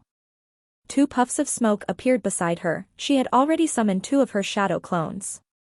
As Niji blocked the kick with his hand, he did not expect the clones to already come into play, as one of them kicked him in the side of his left knee and the other one punched him in the jaw as he skidded back. Kasumi did not waste time. She unsealed the Jinken from her wrist and laced it with Futon Nature Chakra. She couldn't do it from a great distance, but good ol' Niji was in perfect range. She slashed the sword seemingly at nothing, but Niji was smart enough to duck at the last moment due to the noise he could hear. Some strands of his hair got cut off as he activated his Byakugan. His all-seeing vision was now in play and instinctively he rolled away as the sword strike hit nothing. He took the stance of the gentle fist and was now waiting for her to strike. He could counter her attacks now. He's already using the Byakugan. Kasumi thought. Close-range fighting should be avoided now and she really did not feel like using her chains. But first she needed to see exactly what he could do. Reaching for her pouch she brought forth a couple of shuriken and threw them at Niji. All of them aimed for the Hyuga. Instead of showing his hand, Niji used a kunai to deflect all the shuriken hurled at him. Niji once more tried to close the gap between himself and his opponent as he once more engaged Kasumi in taijutsu. For some time the two were tied. In terms of pure strength Kasumi was ahead, but Niji had a flawless flow in his style and was cancelling out her attempts with his own blows as he rapidly increased the succession of his strikes. Kasumi barely made 3 shadow clones due to the fact the Hyuga was not giving her leeway of any sorts. Despite that, the all-seeing vision of the Byakugan was allowing him to see from nearly all the angles the clones would attack from. Niji ducked and spin-kicked one of the clones away. He then struck the other two as they also went up in puffs of smoke. Then he saw that Kasumi Uzumaki had unsealed her katana and was coming to strike him. He would not get hit.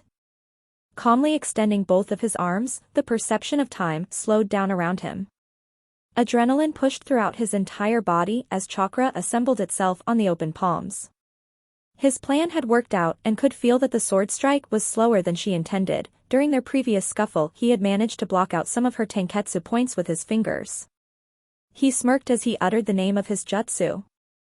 Hakusho Kaiten /8 trigrams palms revolving heaven. Niji then began to release chakra from his body, his physical frame also began to rotate. The rotation increased to great speeds in the small time frame as a dome of rapidly spinning chakra surrounded his body. Kasumi's katana clashed head-on against the dome of defense and almost immediately she felt the recoil of such an attack as she was flung back. Due to the rotating nature of the jutsu, her sword had been disarmed as it lodged itself into the wall. Not only that but the defensive attack also made her feel a bit wobbly. However, she could not recover from the attack soon enough as Niji had rushed in and his plan was to make sure that Kasumi does not reach for her sword and block off her tenketsu points. The Hyuga then kicked her away but Kasumi had managed to throw a kunai in the confusion grazing his cheek as some blood leaked out to travel along his jawline and then drip from his chin onto his shirt. Niji idly touched his cheek and saw the blood on his fingers. He had been marked and he took this as a blow to his pride. Not only had the girl forced him to use the Hakusho Kaiten but also managed to make him bleed. It reminded him of the times when the branch members would sometimes be obsessed by the main house members and his anger was boiling at the memories. "Is that it?" came the voice of one stubborn Kasumi Uzumaki. She was standing up and was finally taking her boyfriend's advice into account, albeit in a highly risky maneuver. "I thought you were going to prove that a fate had wanted you to win. Someone like you could never understand what I mean by those words." The Prodigy said as memories of days gone by flushed back into his system. His face showed the whirlpool of emotions: anger, sadness, regret, and angst. The more emotions he showed, the calmer Kasumi grew. She summoned more clones and sent them after him. Niji cleanly cut through all the clones that had been sent his way. The more clones he destroyed, the more frustrated he got. The moment a shinobi shows his emotions on the battlefield, that is the time to take advantage of it. Of course, there were other ways to do that, but Kasumi Uzumaki never was one for twists and turns. You're right. Someone like me couldn't understand a person like you. I heard about the caged bird seal. Kasumi said with a tone of genuine sadness, and her opponent looked at her with wide eyes. Among his myriad of emotions, shock was now present. In the past month, Jiraiya had revealed that her opponent was from a branch member of the Hyuga clan. Unlike the Uchiha clan, who treated their branch members more humanely and made it a policy to make sure they wouldn't be clan heads, the Hyuga clan went further and developed the caged bird seal for a twofold purpose. Firstly, the seal would activate after the bearer of the seal would die, and the Byakugan would be sealed forever. However, the other purpose was to keep the branch members in line, and she remembered how Naruto scoffed at the purpose of the seal. Some main house members even abused the power to control the jutsu and oftentimes activated the seal to induce skull-splitting headaches within the branch members. True, she was planning to distract Niji, but remembering that fact made her feel guilty, more so because she was doing it despite knowing that he would be distracted. I see. Niji said as one of his hands took the stance of the gentle fist once more. His head was not in the cool and rational part, he had always kept it in. Why did this girl care? He could tell she was not lying, but why? Why did she care? It didn't matter. Fate had written all its stories, and the ink was dry. He would end this now, he was getting distracted. This match is going to be over now, quit while you can. No one will hold it against you. You were the dead last, the mere fact that you've gotten this far is impressive. However, that is all you're destined for. He said no further words as he would let his finishing technique do the talking. For her part, Kasumi tried to get away, but Niji's previous attacks, where he had been tactically using his strikes to slowly close some of her tenketsu points, were finally beginning to act up, and not releasing her restriction seals was starting to sound like a bad idea at this point. The weight in her arms and shoulders was increasing, and Niji had finally appeared in front of her. You're within the range of my divination. Niji Hyuga said as he prepared to thrust his open palm against the diaphragm of Kasumi Uzumaki. The target was within sight, and the strike would follow. Hakro Kujuyan. Shh. Ah/8 trigrams, he said, and struck her at last. 2 palms. 2 strikes came. 4 palms. Followed by another 2. 8 palms. 4 consecutive strikes. Each time between the strikes was decreasing while the pace of the strikes increased. 16 palms. 8 more strikes of the palms hit Kasumi Uzumaki as the tally raised to 16. 32 palms. Niji struck 16 more times as he was away from finishing his jutsu. 64 palms. He said as he delivered 32 strikes to Kasumi Uzumaki's frame, as 64 tenketsu points in the chakra pathway system were now essentially blocked. His own chakra was injected through the strikes and was restricting not only the flow of chakra, but also caused muscle damage as well. Mobility essentially became next to nothing when the Hakro Kujuyan was delivered perfectly, and the young man was sure that he had not made a mistake. He had won. Fate, once more, showed why she was the cruel mistress of the apocalypse. He was right and she was wrong. Stands. Kasumi-chan. Hinata said with a tone of great concern and nervousness. She knew exactly what that attack was, but did not know that her cousin had known such an attack. This, along with Hakusho Kaiten, were considered main house descended techniques. She never heard of branch members learning the technique. This was a devastating attack, and the clan heiress was getting extremely worried about Kasumi. The Jinchuriki of the Kyubi no Kitsune was one of the first few friends she had, and she could say that the orange-clad Kunoichi had been a large attitude booster for her. Before Hinata met and started to get acquainted with her, she realized how wrong people were in judging her and for some reason hating her too quickly. Kasumi was a person who never gave up and had openly told her that one day she would make the entire village acknowledge her, and her infectious spirit had in turn made her confidence increase in spades. On the other hand, she was also proud. The conflicted clan heiress was proud of the fact that her cousin had learned such a technique at a young age, and flawless might she add. Her father was right, Neji truly was a prodigy and would no doubt be one of the greatest Hyuga shinobi in recorded history. Her father was also having a similar train of thought. He knew the young man's progress rate was absurd, but this was unheard of. Judging from the way he delivered both attacks, this proved that he was right in praising Neji all those times. Hanabi had no words to say at what she had witnessed. Her grandfather Goro Hyuga was also in the stadium and observed the young genin's actions with his own eyes. To think such a talented member of the Hyuga bloodline had been born into the branch side of the family. The arena. It's over, Proctor. Neji said to the curiously looking Gunma Shiranui. I've blocked off all her Tenketsu points. Call the match. He said and was walking away. This was not a matter of overconfidence or vanity. No, he knew the match was over. True, she did have a lot of chakra, and the way she even distributed it amongst her clones was also impressive. However, the only way to get rid of her current predicament would be to overflow her blocked Tenketsu points with a different source of chakra. There was no point in him staying here anymore. Just where do you think you're going? Came the defying voice of the girl known as Kasumi Uzumaki once more. I've got a few things to ask you, and then I'm going to proceed to kick your ass. Humph. Neji scoffed at her words. The fact that you are still standing is proof that I held back a bit.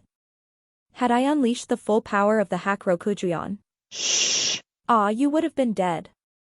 You deliver empty words, Kasumi Uzumaki. Fate is something you can never fight against. Like I said before, I'll prove you wrong, but before that I want to ask you something. She said, and once more Neji could not believe the gall at her words. Did she not realize the situation she was in? Or was she doing this to perform false bravado? However, he was anything but worried. Annoyed and frustrated, yes, but not worried. He had successfully performed his strongest attack, there was nothing to worry about. So he might indulge her in whatever she was going to ask. Why do you hate Hinata? She asked in what could be registered as a whisper. However, a lot of people who were lacing their ears with chakra heard that sentence. Why did you try to injure her badly in the last match? If Hayatenei didn't interfere at the last second, you probably would have hit her with your last attack, injuring her badly. Silence. For a few moments Kasumi expected to hear a lot of things about fate, followed by an introductory course on bullshit. However, she did not expect him to slowly reach for the back of his head as the hitayate on his forehead became slack and the headband fell off. On the forehead of Neji Hyuga was a X-mark-like tattoo that was a bit tilted, and there was a wave-like marking on each side of the tilted cross. The orange menace was now staring at him with wide eyes and realized this was the infamous caged bird seal. It is true. I tried to injure Hinata-sama during our fight. I told her to give up already since she is weaker than me. No chose to go against her rationality and face me. To me something like that is insane, and she went against the flow hoping she would get a different result. Pathetic. He said with a tone filled with anger and disappointment. Kasumi for her part stared at the words he said. Even Kasumi knew that she wasn't the sharpest kunai in the pouch, because she was not stupid. Neji wanted to injure for a reason like that? Kasumi Uzumaki once more called the bullshit in that sentence and spoke. She smirked a bit as she chuckled at her answer. As if I would believe something as shitty as that. Her violet eyes then looked at the pale-eyed Hyuga. The prodigy for his part could not move his eyes away from his gaze.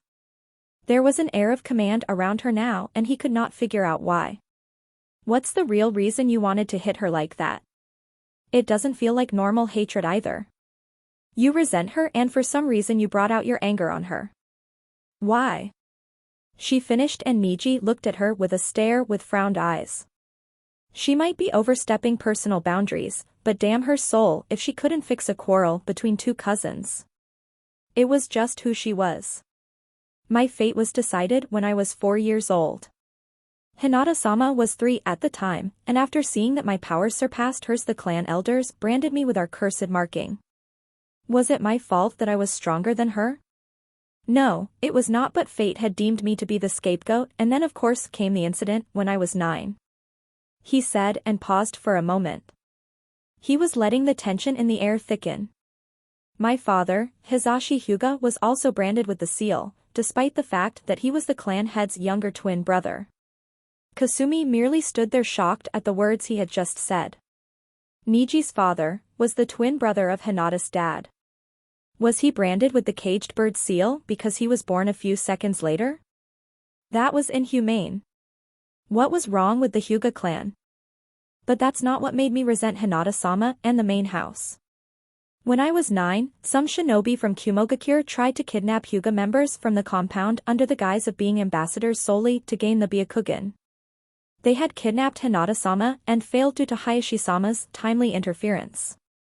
However, Kumo was enraged at the death of their comrade and demanded blood for blood, more specifically the person who killed the ambassador, or we would be taking the risk of war against the hidden cloud. However, instead of Hayashi-sama, it was my father who was sent to be a sacrifice to them. Both my father and him are identical twins, as such they wouldn't even be able to tell the difference. After he was killed, the caged bird seal activated and his dojutsu was sealed forever. Niji finished and he was letting the words sink in before he continued once more. You see what I meant? You can never fight against fate. It had chosen my father to be a scapegoat from the moment he was born. And that is also the reason why you will lose. You're not strong enough to take me on. The branch member of the Hyuga clan finished and he was planning to walk away once more. However, to his utter shock, he saw that Kasumi was moving her arms and was planning to make the ram hand seal. Was she crazy or was she deaf? Stop doing that. I sealed off all your tenketsu points. You can't mold chakra unless someone else undoes the blocked pressure points. Niji said as he looked at the proctor. The match is over. This match is far from over. Kasumi yelled out as she finally managed to make the ram seal, and the Hyuga stared at her incredulously. Why was she still defying the fact she had lost? What could she gain from it? I'm going to show you just how wrong you are about fate. I get that you're angry about your father being used like that, but that doesn't give you any right to tell me what I think. And if I have to beat into your head that fate can be defied, then so be it. She then began to focus and tuned out whatever else Niji was saying. She did feel sorry for him, but she was not going to play by his rules. If fate truly had decided her fate, then the last 5 months of her life wouldn't be the greatest. She would still be living alone and would have been a ridiculously dense kunoichi who knew nothing but the basic 3, and maybe the Kage Bunshin no Jutsu. However, she had fought against her own destiny in a tug of war and was proud. She would show him how wrong he was. Focusing calmly in her head, her inner voice echoed with the chambers of her mind. Foxy. Kasumi said, and she could hear a growl from inside her mindscape. I need some chakra now. Now give me your fucking rent. Fine, you brat. Said the 9-tailed fox from behind the seal as he began to unleash some of his potent chakra. Entertain me for a while. Kasumi opened her eyes and then she felt it. Power slowly gathering at her stomach, and then it spread like wildfire across her chakra pathway system. The wind around her picked up as everyone stared in shock as a layer of reddish-orange hue of visible chakra surrounded her body and was acting like a beacon. The volume of chakra being released was scaring Niji due to the potency of it. With his Byakugan, he could see how all the blocked tenketsu blows were being undone. This was unreal to him. The chakra itself was so dense and large that he could not possibly consider it chakra as well. Even standard jounin didn't have this much chakra. He raised his arms in front of his face to make sure no dust enters his eyes, and saw that whatever superficial wounds she had suffered at his hands had also disappeared. She has a healing factor as well. He thought as he watched her make the cross-hand seals once more. She smirked as she uttered the name of her jutsu. Kage Bunshin no Jutsu. She said, and immediately 30 clones had been summoned and they all rushed at him. Niji was gracefully dodging and countering all their moves, but the real pain was that they were not going out with the normal one-blow routine. Instead, their longevity had been reinforced and took 3 blows before they puffed away. All of the clones then rushed together as some blows registered on Niji's face and arms, but then he quickly took the stance of the gentle fist before extending both of his arms out with open palms. Hakusho Kaiten. He yelled once more and a rapid rotation of his body began. Chakra flared out of his system as the blue dome of spinning defense once more surrounded him. This time all the clones were dispelled and the cloud of smoke covering the both of them disappeared, and he saw Kasumi standing a bit away from him with one hand on her chin and the other had 4 kunai on them. So those 2 are your most powerful techniques? Kasumi said as she tightened her grip on the kunai. Kaiten serves as both offense and defense. And that other annoying move you have is for blocking down multiple chakra points or whatever you call them. Other than that, the only moves you have are close-range taijutsu. Looks like I was right. So that's what she was planning. Genma thought as he heard the words from her mouth. Well, looks like the Orange Menace isn't entirely a knucklehead as we thought. Still, getting hit by those blows was pretty stupid. You planned this, Niji said with some anger. At the same time he was a bit impressed, but he would still win. Kasumi then rushed forward as she jumped up and threw the 4 kunai at him. Throwing it like that was a risk, and 2 of them would sail past him. However, there were 2 that were currently aiming for him. He saw her making hand seals. Kunai Kage Bunshin no Jutsu, she said as the 2 kunai became something around 12. Niji didn't need the Kaiten for this. He took some of his own shuriken and knew what trajectory it would take if he could hit them properly. He did. All the shuriken flung from his end had hit the kunai and all of them missed Niji entirely. His eyes then saw that Kasumi was still in the air and was rushing at him. Attacking me from the front is point dash. He couldn't finish his thought as felt a kick against his spine. He had been kicked in his only rare blind spot. True, the degree was very small, but he had been hit. He then felt another kick delivered to his back as his vision saw 2 Kasumis standing behind him. She disguised the clones as kunai. Then more clones appeared near the 2 as they puffed into existence, kicking him further in the air. The real Kasumi was nearby and she was spinning in mid-air. Then her foot extended out and delivered an axe kick to his midsection, making him plummet to the ground. A crack of webs appeared on the ground where Niji was, and using the Kaiten 2 times already followed by the Hakurokujuon. Awe was already taking a toll on him. Now a barrage of blows had increased his pain, but he could still fight. He would not give up. Once more getting up, he took the stance and saw all the clones along with the original rushing at him. Hakusho Kaiten, he yelled out, and the puffs of smoke surrounded him once more. He could only do this jutsu one more time. That was his limit for now. He had put a good amount of chakra in the 8 trigrams 64 palms, betting that attack would be enough to work. He did not expect his opponent to be something like a chakra battery. And the worst part was she was starting to do hand seals right about now. Kyuso, she still has enough chakra for elemental jutsu. Futon, Datopa/wind release, great breakthrough, Kasumi said as she brought her hand near her mouth as she had breathed in previously. Then she exhaled out blasts winds from her mouth as it rushed at Niji. Niji, being smart enough, dodged the hell out of there as fatigue was taking more toll on his body, and then once more Kasumi had rushed him with a kunai and he was able to counter it with his own kunai. Then Kasumi kicked him away with brute force as his arms were already reeling from the previous attacks. He saw her going through more hand seals as she once more inhaled a large amount of breath. Futon, Kaze Bakuhatsu/wind release, wind explosion, she thought as she exhaled once more, and a swirling ball of chakra made of pure wind formed in front of her before it rushed at Niji. However, Kasumi had already started going through hand seals once more. This would take a bit more chakra than she thought, but it would be worth it. Doton, Doryu Taiga/earth release, earth flow river, Kasumi said as she slammed her hands on the ground, and the area surrounding her and Niji turned into muddy grounds as Niji realized the situation he was in. She had backed him into a corner and he had no further choice. Hakusho Kaiten, he yelled with all his might and pumped further chakra into it as the swirling ball of wind collided with it. The mud that was trying to entrap him also became a victim of the jutsu as a moderate explosion occurred in the middle of the arena due to the colliding nature of the futon jutsu and the kaiten followed by the mud, which actually helped repress the explosion. Niji stood there panting as he saw a clone of Kasumi running at the wall where the sword was. He needed to move. He had to move. He could not lose. It was not in his fate to lose. But he could not move.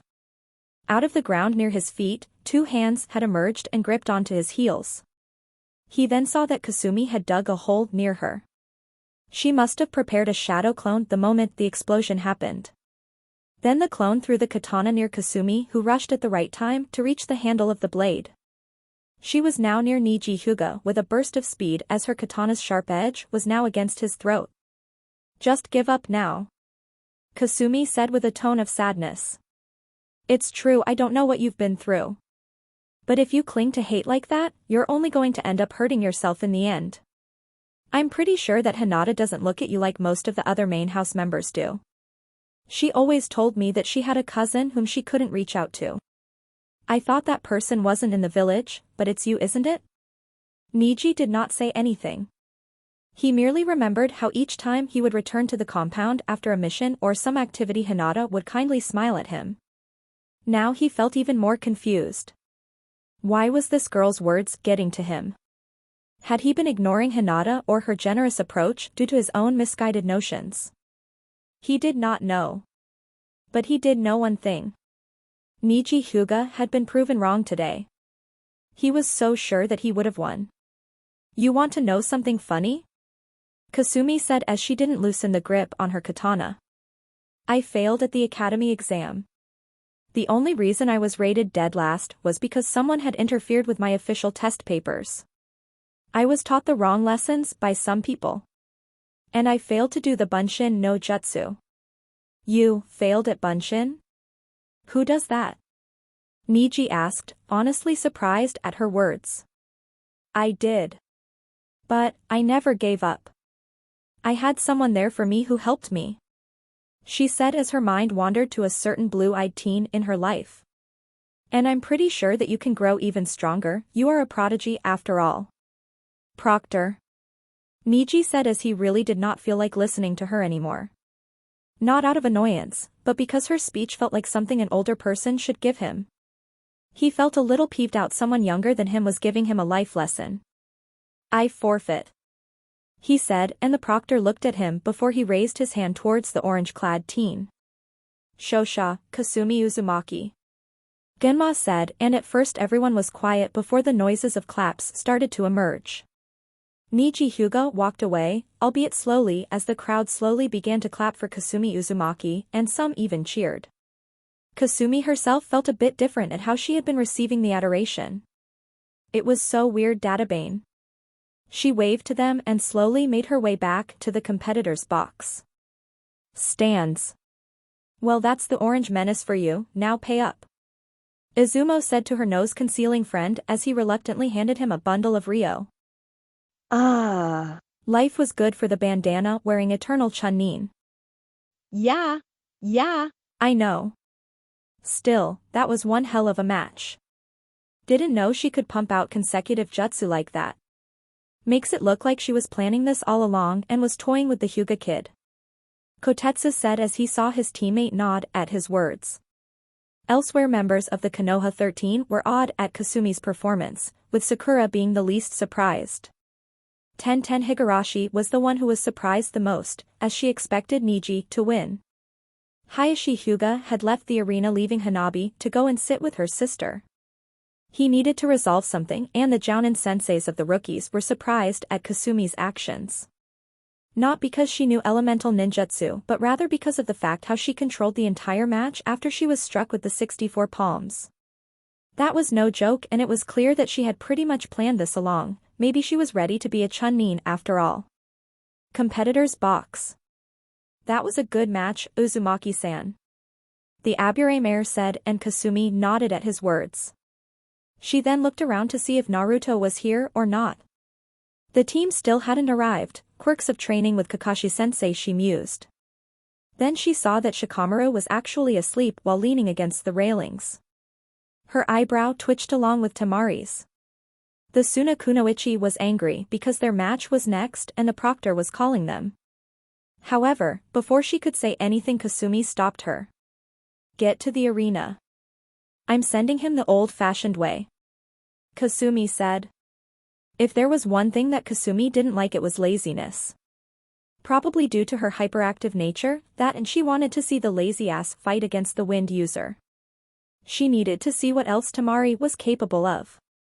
Fine, but you better send him down, crashing. Tamari said as she made her way down, and Kasumi was brainstorming on how to get him up. Screw that. Shika, your mom's here. She yelled, and the Nara immediately got up only to see Kasumi's fist aiming for his face. Wait, what? He said, and then his cheek got acquainted with her fist. He went over the railing and fell comically on the floor as he looked up at the orange menace with a twitching eyebrow. Arena. Troublesome blondes. Why do all women have to be so damn annoying? Hey. He heard from the voice of Tamari, who was quite angry with him, specifically the women apart. Are you looking down on me, you sloth? You wouldn't understand. I'd really rather spend my time watching the clouds than fight anyone in particular. The Nara heir said with a tone of resolved laziness. He even yawned. The only reason I'm here is because otherwise my troublesome mother would eat my brains out later if I quit now. Something tells me she and I are going to get along fine. Tamari said with a smirk. Shikamaru groaned at such an aspect. His troublesome mother meeting this troublesome blonde with her troublesome fan to make his life even more troublesome. Troublesome. He muttered with extreme dislike. He looked up behind him to see Kasumi Uzumaki giving him the thumbs up. Well, she was one of his friends. Well, he thought they were friends, he always did have lunch with her and Choji. For some reason his father always told him not to avoid the girl like the others. He didn't know why she was ostracized, but she wasn't a bad person in general. Hyperactive, loud, and brash, certainly.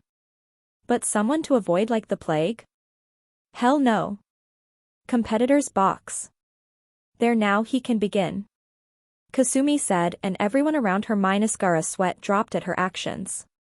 The Jinchuriki of the Ichibi had a small smirk of insanity on his face. His mother had been raging for blood for some time, and this girl's previous fight against the Hyuga had piqued his interest. The girl whom he thought was a moderately good genin had turned out to be a surprising dark horse in the tournament. He had been labeled a monster ever since he was a child. Like any other child at first, he too was scared and wanted affection, but at one point he accepted what he was, a monster. He was always out to prove his existence against strong opponents. Maybe one day, some human would dare to defeat this monster. Only a human could hope to do so. 3 people in the hidden leaf had been on his mind. Kasumi Uzumaki, his next opponent Sasuke Uchiha, and finally, Naruto Uchiha. He had caught on to him when he had carefully hidden himself in the tree. His sensory skill was good enough to pinpoint his location, and Naruto's particularly brutal performance against Kabuto had made him feel that much more willing to fight against the blue-eyed shinobi. Where is Naruto-san, Uzumaki-san? Shino asked, and Kisame looked at him with an owlish expression, blinking her eyelids every now and then. Why do you call Naru Naruto-san but you call me Uzumaki-san? Kasumi asked. Did she look old or something? True, her figure was more developed than her contemporary Sans Hinata, who also had a good figure, just a few curves shy of hers, but did she look old as an old? She may not be a fangirl, but like every other female human being in every universe out there, she did care about her figure and looks, even if only at a base level. That's because Naruto-san told me to call him that during the academy days. He was quite adamant in me not calling him Uchiha-san. The Aburame replied, and that was not entirely true. Shino had often used his Kakechu to spy on others like any good and true shinobi would do. Naruto had caught on to him and subtly told him not to spy on him, and for some reason he had also mentioned not to spy on Kasumi back then, though he could now understand why he did. I see.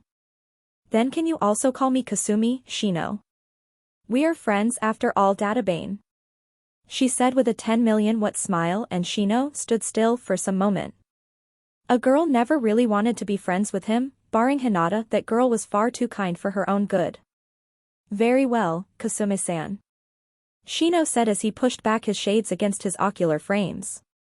He smiled a bit at the prospect of having another friend. However, no one could see the smile as the high collar of his shirt was concealing the lower part of his face. Kasumi was then paying attention to the match. The girl was good with the battle fan. In fact, Kasumi could say that the girl was almost as good as her and Naruto. Almost, Kasumi Uzumaki was sure that he could kick her ass any day. And both of her brothers' collective asses.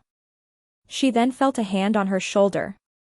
She recognized the touch and turned around to see Naruto standing there with a small smile on his face. She hugged him immediately. She wasn't going to cry or anything. Yeah. There was just dust in her eyes. She then felt him slowly rub the back of her head. Sorry for arriving so late, he said, and she took in his appearance. It was his brother, Shirsue's old clothes. They fit him really well. Did he grow taller in a month? Why did he look so much more mature all of a sudden? Maybe it was the vest. If it was, she would be getting one. His next words brought him out of his musing. The rice was really good. Arigato, Sumi, he said, and slowly kissed her forehead. She blushed a bit, not because of the kiss but rather because it was a public spot and Hinata had surprisingly come up to the stands and eeped. Congratulations on winning your match. She said as she crossed her arms and smirked a bit. Of course I was going to win, what did you expect? I beat that Niji team and now I'm going to win the tournament. By the way, why are you here, Hinata-chan? Ano, I was wondering if I could undo all the Tenketsu points. The clan heiress asked meekly. She still remembered how Kasumi had rushed to the Hyuga clan compound and was waiting outside for her friend. She had come to tell Hinata that Naruto felt the same way about her and the Byakugan wielder was happy for her friend. She also wished that she could find someone like that, but where could she find someone like that? Unknown to her, a person currently in the village nearly sneezed at the moment, but didn't due to his self-restraint and control. Shug. You can do that, Hinata-chan? Kasumi asked with stars in her eyes. Her friend nodded. Hi, but it will take a few minutes, she said, and activated her Byakugan and the nerves around her eyes became more prominent. She then extended her index finger to jab at Kasumi's frame. She didn't do it in repeated successions as it would have some physical backlash on the orange-clad teen. Thanks for doing this, Hinata, Naruto said, and she nodded a bit before going back to poke at Kasumi's body. True to his thoughts, Kasumi did beat Niji in the first round and was pretty sure that elemental ninjutsu must have played a large part in that match. No offense to Might Guy, but taijutsu master like him was also no professional at elemental ninjutsu and Naruto had banked Kasumi's advantage on that. His eyes now focused on Shikamaru's match with Temari. To Naruto, someone like Shikamaru was terrifying. His mind was able to process and plan around things so smoothly it was unfair. Shursui always did tell him that a thinking Nara is a dangerous Nara, and judging from the match in which he was holding his own against a futon user like Temari, that was enough proof. The fact that he was sitting down and thinking in a stance like that showed the calmness of his mind being reflected by his body. His attention went to the Kage's box for a moment and saw that a puff of smoke had appeared near the Hokage and the Ikazukage. Judging from the ridiculous kabuki noises emerging from there, yes, they could be heard even from that distance, the Toad Sage was there. Good, Naruto thought. Now I don't have to worry about Orochimaru for a while. He then saw that Hinata was done with Kasumi's Tenketsu unlocking. Generally there would be rules to bind medical treatment in a tournament, but then again that rule was not mentioned or even specified, so Kasumi merely took advantage of that fact. Soon enough the clan heiress had left and Naruto saw that Shikamaru's match had ended. In the end he had realized that his chakra was running low and he backed out. But Naruto felt like that Shikamaru could have fought a bit longer, it seemed too quick for the Nara to give up. He saw the Nara get back up into the competitor's box and was sitting down on the floor while leaning against the wall.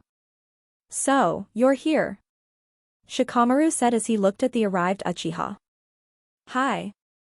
Naruto replied as he took out something from his pouch and threw it to the Nara who caught it. Shikamaru opened his hand to see a small pill. These pills were called military rations pills, which could replenish one's chakra and nourish the body. It is made up of powerful stimulants and nutrients, said to allow the user to keep fighting for 3 days and 3 nights without rest. At the end of the 3 days' effect, the shinobi is brought to the point of complete and utter exhaustion. In case you need to avoid some troublesome affairs. Naruto said with a small smirk, and Shikamaru's eyes widened in realization. Thanks, but still even taking this pill is troublesome. The lazy shinobi said, and now saw that Shino would be taking on Kankuro now. Naruto wanted to see Karasu in action once more, but to his disappointment, the puppet user forfeited the match nearly immediately. This was fork in his path. Naruto wanted a bit more time. Hopefully, Sasuke would be arriving a bit late. He didn't expect Kankuro to throw his match away immediately. Naruto then heard his own name being called and saw that Dosu Kinyuta was already making his way down to the arena. He felt a tug on his sleeve and saw that Kasumi had pulled it. "You better get back soon and one piece," she said, and Naruto nodded before he made his way down the stairs. The Uzumaki then turned around and looked at them all. She knew that Suna was trying to employ an invasion, but Jiraiya had told her to keep up the mask of indifference to the situation. So who wants to make a bet? Arena. Dosu Kinyuta was enraged at the moment. He would finally get to fight the Uchiha. Zaku's arms were broken by Sasuke, and Dosu had contemplated the thought whether he should attack Gaara or not to face the Sasuke. Even if he was a scum amongst shinobi, Dosu was rather close to Zaku, known him since he was a child when the place was still called Ta no Kuni. Then Orochimaru came and formed the village hidden in the sound, while he knew he was not as strong as the sound for, the bone freak and that woman, he was still strong as some Chunin, and considering that Sasuke, the heir of the clan from the main house, had to rely on the cursed seal of heaven to defeat Zaku, and this guy according to intel was a branch member. However, his impression had changed with the last match when he took on Kabuto. Dosu would have to be careful around him. Naruto stood in front of him and looked at him with a blank expression. His blue eyes seemed dull and bored as he looked at the sound shinobi. "Hajime," Gunma said, and Dosu hurled some shuriken at the Uchiha. Naruto evaded them as he rolled away and had engaged Dosu in a taijutsu match. Each strike that Dosu was throwing his way was being dodged or blocked by Naruto. Every single punch, kick or an attempted stab by his kunai was being used to cut thin air. Naruto then grabbed his left hand, which held the kunai, and spoke. "You seem to be on edge," Naruto said before he applied force in his grip as Dosu felt the pain on his wrist. Naruto then yanked his arm forward before he kicked Dosu square in the chest, making him fall back for a moment as he got up. Naruto was slowly going at Dosu and was wondering how he should take him out. From Dosu's match with Choji, the man depended on the metallic gauntlet on his right hand. It sent off high-frequency sound waves that could cause nausea and induce migraines. So manipulating the wind around him was one option and breaking the gauntlet was another. Naruto never was one to prolong matches without a specific cause, but he needed to waste some time. So he took out one shuriken and threw it at him while making hand seals. "Shuriken Kage Bunshin no Jutsu," he said, and one shuriken turned into 12 as Dosu used his own shuriken to deflect them. Naruto breathed in and then ran towards the sound shinobi and was now going to attack him of his own accord. Hokage platform. The Ikazekage was irritated. He had thought that Jiraiya had come here to speak with Sarutobi and then would leave to do some research. Everyone knew how much he loved that, but much to his ire the Toad Sage instead sat down and was chatting with the Hokage like it was any other day. Of all days for Jiraiya to come and speak with the Hokage, it had to be today. This would prove to be a problem as he wanted to face his former sensei before he brought out 3 of his trump cards. "So Kazekage-sama," Jiraiya spoke with a cheerful tone. "Who do you think will win the tournament today?" "Honestly speaking, my son Gaara will," the Ikazekage said, and Jiraiya looked at him with a sheepish tone before scratching his chin. "Do you want to bet on that?" Jiraiya said, and this time Sarutobi spoke up. "Jiraiya," The third Hokage said with the tone of a stern father, and both men present had to look at him with a sight of nostalgia. As much as Orochimaru would become evil or hate the leaf, he could not deny his skills had grown in part to Sarutobi's training. This was a tone he hadn't heard in years and reminded him of a time he used to be loyal to the village. You shouldn't be disturbing the Kazekage like that. My apologies, Kazekage Dano. Jiraiya can still be childish despite his age, he said, and Jiraiya cringed a bit at his sensei's statement. Forget about the invasion, where did that come from? He was a Sannin, damn it.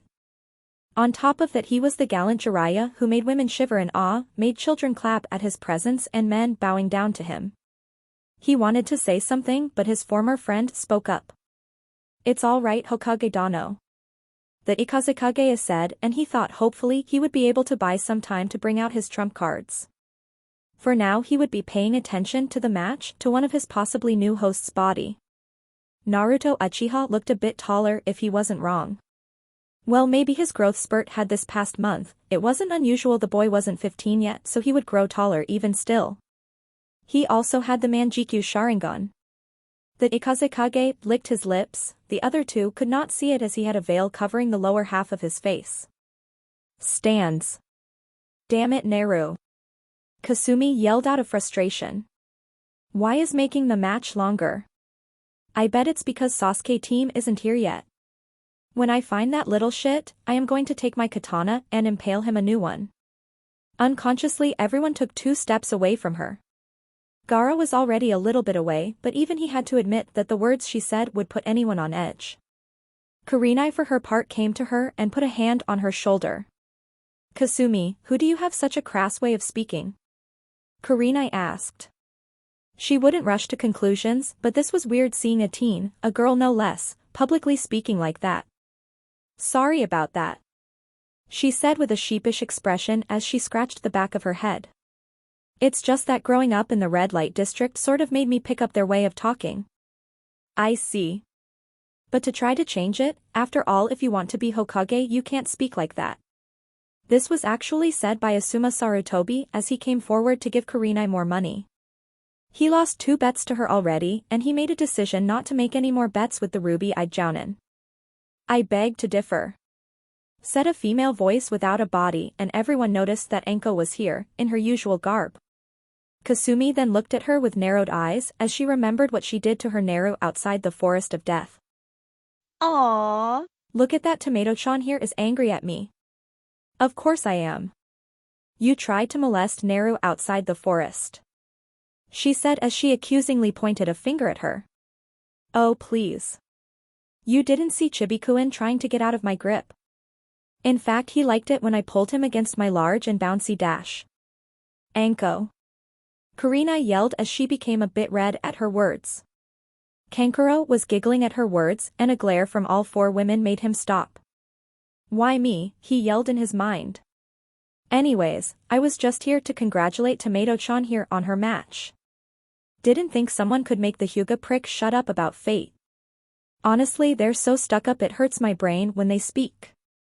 Formality is just another fancy word for bullshit. The snake mistress of Konoha spoke and everyone once more sweat dropped at her words. But one person found them enlightening. A sniff could be heard from the group and everyone including the mad Tanuki wielder looked at Kasumi who was leaking tears of joy looked at Anko. You too feel the same way, she said as tears did not stop falling from her eyes.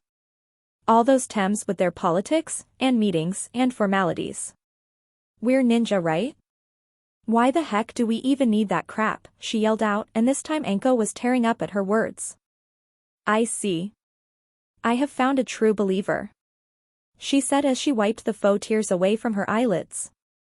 She then got near the orange menace and sat down on one knee.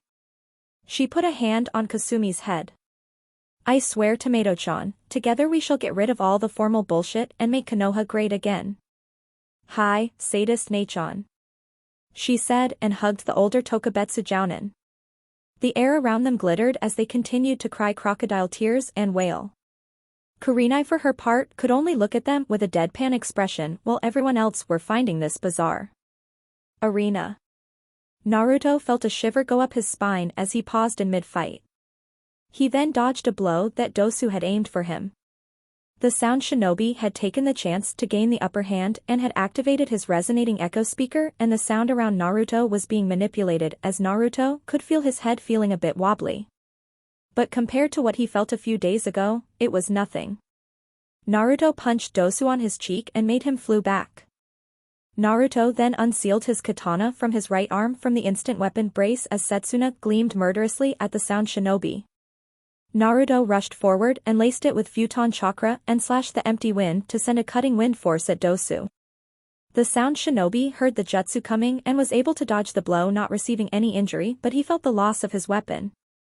The resonating echo speaker was damaged and his weaponized sound method was now useless. Dosu glared at the Uchiha. He had timed that slash perfectly. His weapon was now out of play. Naruto put his katana back in the seal as he looked at the sound shinobi with a condescending look like a true Uchiha. "Is that all you have to offer?" Naruto asked. Dosu glared at him and then took off the metallic brace that covered his arm. He then also took off the bandages that covered his lower face and revealed it to be perfectly normal. He then tore off the cloth that covered his right arm and showed it to Naruto. There was a seal and the design of it looked like a green skull with an open jaw. The inside, however, consists of various ducts and slots, leading to a bottom slot at the jaw. He then performed some hand seals and stopped at a unique hand seal as the seal glowed.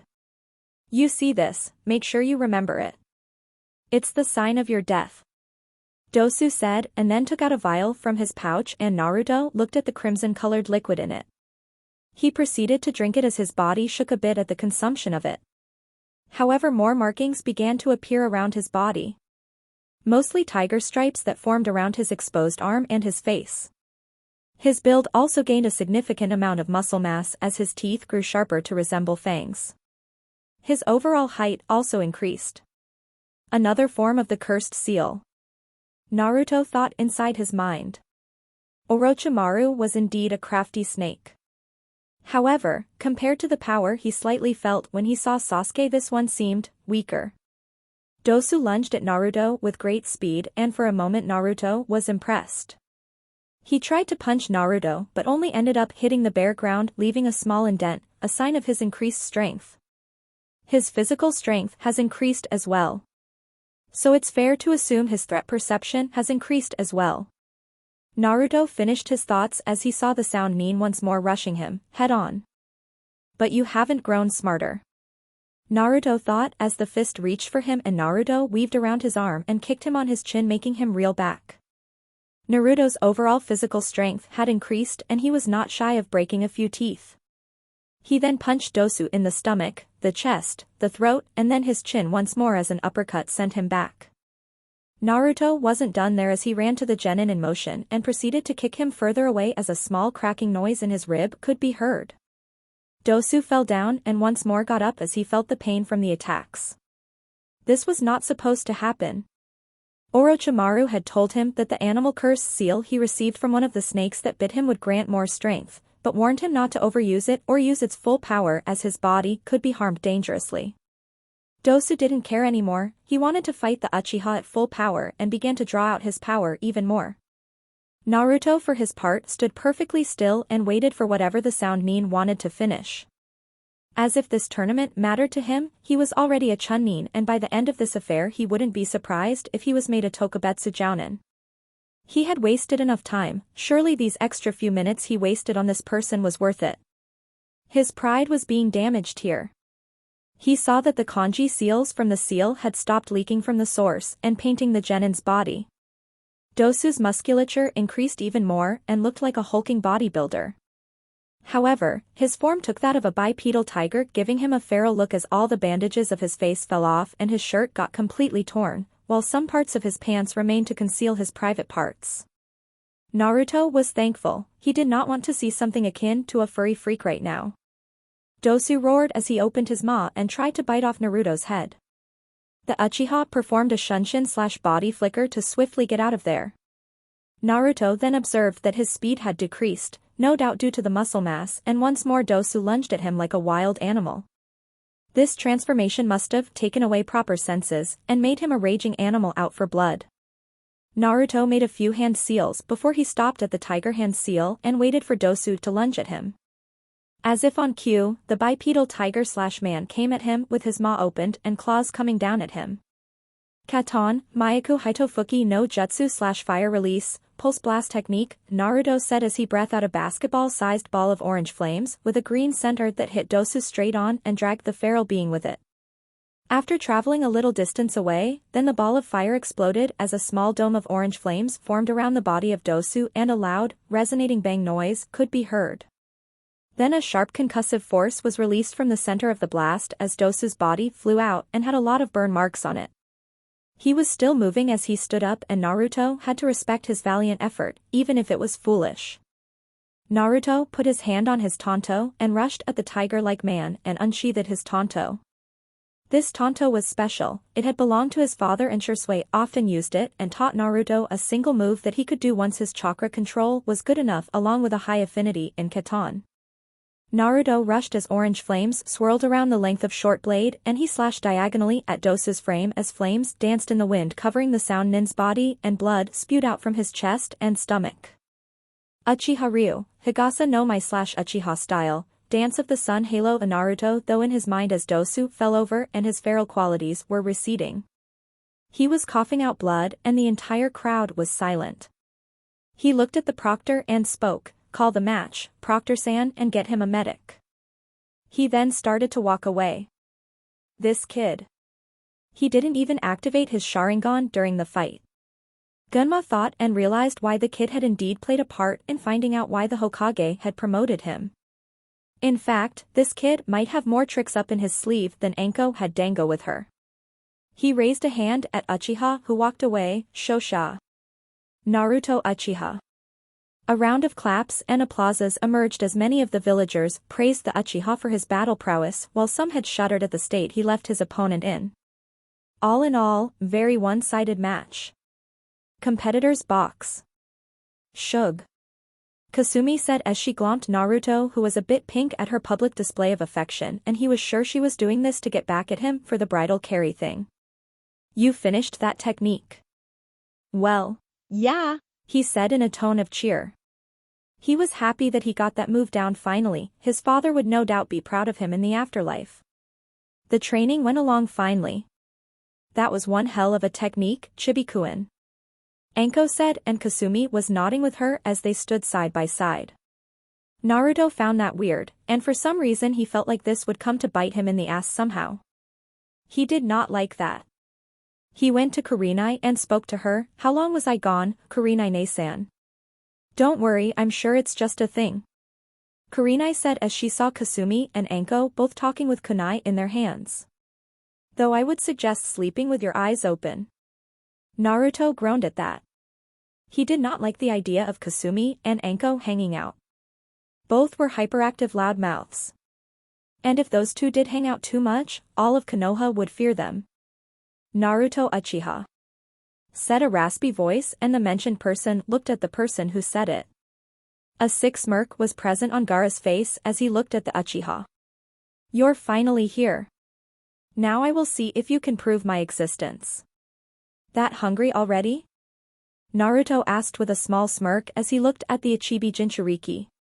In all honesty, he did want to fight Gaara. The Uchiha side in him told him to provoke the boy and fight him head-on, but he was not fighting for himself. He was fighting to protect the village and its people. "Calm down. We'll have our match. Besides, you have to fight Sasuke first." "Don't worry. I'll kill that Uchiha first. He's piqued my interest just as much as you and Uzumaki have," Gaara said, and this time Naruto narrowed his eyes at him as Kasumi clenched her fists. The jounin around them were idly preparing to interfere if Gaara did something crazy or worse, let loose his power of the sand due to his tenant. "You'll be dead by my hands, but first I'll kill Sasuke, then that taijutsu user who should have died, and then I'll kill Uzumaki before I..." Gaara could not speak as he felt the wind leave his throat. Sweat poured out excessively from his head as his body shivered at the killing intent directed at him. Naruto Uchiha was outright glaring at him with his Sharingan activated. Gaara was surprised because this was the first time that someone had made him feel the promise of death in such a manner. The tomo lazily spun as everyone around them, even the jounin, felt the pressure of the killing intent. It was dense and overwhelming. Kasumi herself was getting unnerved at it and was tugging at his shirt to make him lessen it. The tactic worked as the pressure decreased and Naruto Uchiha looked at the Ichibi Jinchuriki with a cold glare. If you want to live, never even think of that even in your wildest dreams. The Uchiha said as Gaara could not look away from him. Now go the arena and face Sasuke. He's here and if you can't beat him, don't think you have a chance against me. He finished as a swirl of leaves had gathered around them and the duo appeared. Sasuke had slightly changed his appearance as he wore a black short-sleeved shirt with the Uchiha crest on the back. He also wore beige-colored shorts that came down to his knees and had bandages around his legs as he wore black shinobi sandals. Kakashi was as usual nose deep in his smut as he looked at the scene. "We're not late, are we?" Kakashi asked in his usual uncaring tone while Sasuke glared at him lightly. "We would have gotten here sooner if you weren't so late, sensei," Sasuke said and Kasumi looked at him like he grew a second head. "User Itanki, what are you looking at?" "Team," she responded gracefully while gritting her teeth. "I was just wondering what Kakashi-sensei taught for you to call him sensei." "Wouldn't you like to know?" Sasuke said with a smirk that basically said, Ha! "I got a cool jutsu, according to Kasumi." Now behave, Sasuke," Kakashi said as he looked at his two students with his iconic eye smile. "So you two already won?" "Yup, what else did you expect, sensei?" Kasumi said while pumping her fist in the air. "We are the best team, Databane." Yeah. "Right," Kankuro muttered. "Says the makeup guy who forfeited the match." Kasumi replied cheekily. "It's war paint, damn it," Kankuro yelled out. "Shut up, Kankuro. You're embracing yourself," Gaara said with a cold tone. He did not like how the Uchiha had downplayed his power. He would show his power soon enough. Kankuro said as he backed away and Naruto had to sweat drop at the puppet user's reaction. Who said "I" out of fear? It would have to be someone very stupid. Someone so inanely dumb that he would do things recklessly and was responsible for more trouble than giving solutions. Unknown to him, a certain pink-haired teen sneezed while he put a few curtain drapes on fire in a theater. Soon enough Sasuke spoke up and the other members of Team 7 looked at him. "So you two made it," Sasuke said with a smile. He was genuinely looking to fight against the two. Kasumi because she had improved rapidly ever since joining Team 7 and Naruto because well he had something akin to a rivalry with him. What Sasuke didn't realize was that slowly but surely, he was starting to respect Naruto. Not only as a rival, but as a friend as well. Almost similar to how Shisui and Itachi had, but they weren't there yet. "That's right, team," Kasumi said with a smile of her own. "You better haul your ass to the next round so I can kick you out." "You wish," the clan heir said and he looked at Naruto who had deactivated his Sharingan. He began to spoke, "Just wait, I'll show you how much I improved." "All right then," Naruto said as he closed his eyes and smiled. Two Uchiha clashing, now that was a prospect that Kakashi hadn't taken into consideration. Still their rivalry was healthy and he was glad that Sasuke's behavior wasn't as volatile as before. Sasuke had improved and now both he and Gaara had reached the arena and everyone began to notice how Sasuke's speed had improved to a great extent and his moves were seeming similar to a certain green spandex wearing genin. "He's moving like bushy brows," Kasumi said and nearly everyone except the Jounins and Naruto nodded. "Not quite. The Sharingan can only take you so far, and doing this is placing a large strain on his body. I am assuming that you gave them permission to use that style, Gainai-san?" Naruto asked as Might Guy smiled his flashy smile. "Yes, Kakashi himself came to ask and seeing his youthful way of asking for permission made me do it." "Nah, Kakashi?" he said to see Kakashi reading his book. "Oh, did you say something?" the masked Jounin asked and Guy's form crumbled. His eyes narrowed slightly at Sasuke's direction as the fight was picking up pace at a deadly speed and Gaara had finally resorted himself to protecting himself in a sand orb. Then Sasuke ran up the wall and stood there as he made the hand seals necessary. By now all of the Konoha 13, barring Kiba who was not there for other reasons, had rushed to the competitor's box as the Sand siblings moved away to get a better view. The chirping of birds could be heard as Sasuke's left hand was cackling with blue-colored lightning.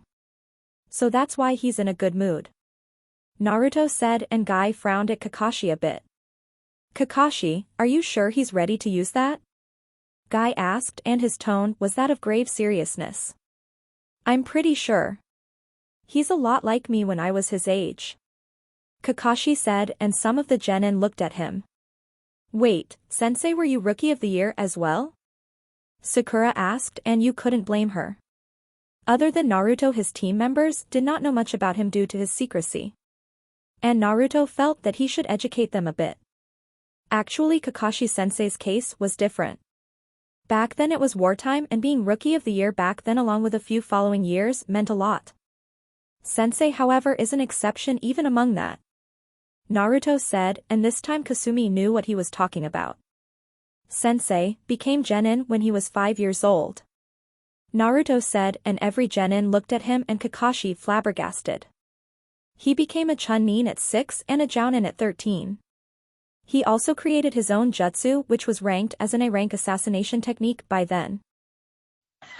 All of the genin said except Shino, who sweated a bit, and the Sand siblings were quite astounded at his words. That's the same jutsu that Sasuke is using. A jab with Raitun chakra, made specifically to pierce through your opponents, Naruto said. Indeed, that's the Chidori. 1,000 birds, Guy said as Sasuke rushed at a breakneck speed, avoiding every spike of sand that was trying to stab him, and his lightning-covered arm peered through the sand ball of defense as a yell of pain emerged from it. Blood could be seen on Sasuke's hands as feathers fell from the sky. Naruto saw it immediately. Ki came the collected calls of every Jounin, Tokubetsu Jounin, Chunin along with Shino, Sakura, Kasumi, Shikamaru, and Hinata. The rest of them were woken up from their sleep-induced state by the others as swarms of Suna and Oto shinobi were swamping the area. Sensei, Naruto said as he looked at Kakashi, who had already raised his Hitaiate, I'll be taking care of the ones outside the stadium. Jiraiya-sama has made a Bijou chakra repression seal. It's with Kasumi, leave the others to me. All right then, Kakashi said, and Kasumi looked at Naruto before hugging him once. Come back safe, all right? Kasumi said to him, and she felt him nod. Don't worry. Go and help Sasuke to take care of Gaara, Naruto said. I'll be back. He disappeared in a shunshin as there was no trace of him left, and the Kage platform had been the source of an explosion. Underground Route Base Number 2. 100 na ANBU were stationed here in this base as they prepared for their orders. Soon they would be taking part in a coup that their leader would be orchestrating. 250 strong would be fighting for Danzo Shimura. The most beautiful thing about the underground bases of the Foundation was that they were linked, and only a few people knew where the entrances went to when regarding the exits of the village. Then something bizarre happened. Crows began to emerge in the underground base as the Black Ops were momentarily stunned at how so many crows had entered this place. Then the crows multiplied, and a few of them were too late to realize that this was a genjutsu. A large ball of fire emerged and caught 10 ANBU immediately as they broke the genjutsu. Standing before them in a black cloak with red clouds on it was the S-ranked criminal Itachi Uchiha. His Sharingan eyes were looking at them with a blank tone. Then a large tidal wave of water was set loose in the tunnel as a man was seen riding the top of the wave. He too was wearing the same black cloak. His build was large and his had spiky dark blue hair, and his skin color was light blue. There were gills around his eyes, and his sharp teeth were grinning in line to form a murderous smile. On his back was a giant blade wrapped in bandages as it shook every now and then. My Itachi. You didn't tell me there would be this many in one spot alone, he said as he undid the bandages of his sword as the shark-like scales could be seen clearly.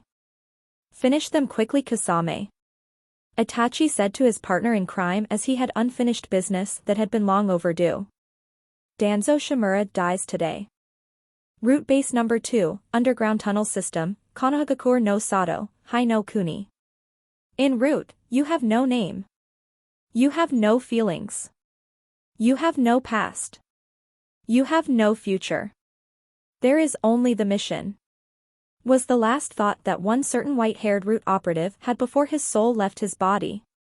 This was the same thought many other bodies lying beside them had as they departed for life after death. Screams of pain could be heard as a shark scale being in the form of sword giggled with delight. His frame was bathing blood as more of the tapes that held back its power was coming off. To the sentient blade this was exhilarating to the point a lust-induced human craved for sex. Samahata had been shaving off chakra for some time now. His current master, Kasame Hashigaki, was living up to his name as the monster of the hidden mist as he literally tore through the ANBU with the most powerful of the 7 revered blades of the mist. You know, Itachi. The blue-skinned rogue Nin said as picked up one of the ANBU by his throat before making his trusted and living sword cleave cleanly through his then threw the ANBU away like a doll before he spoke. If I didn't know any better I'd say you're making me do all the work. I thought Konoha Nin prided on teamwork, you usually are more helping when we face great numbers. He said and turned around as all 100 of the Black Ops shinobi they had faced when they entered were lying everywhere. Kasame Hashigaki alone had killed more than 60 of them with just his blade and a handful of Suetun jutsu, he didn't even need to use the ones that cause a flood in the entire hideout. Did these foolish ANBU think they were a match for him, a chakra freak of a shinobi that even Yugura the Mad Kage tried to get on his side? What foolish hopes. Their fates were sealed before they even had the chance.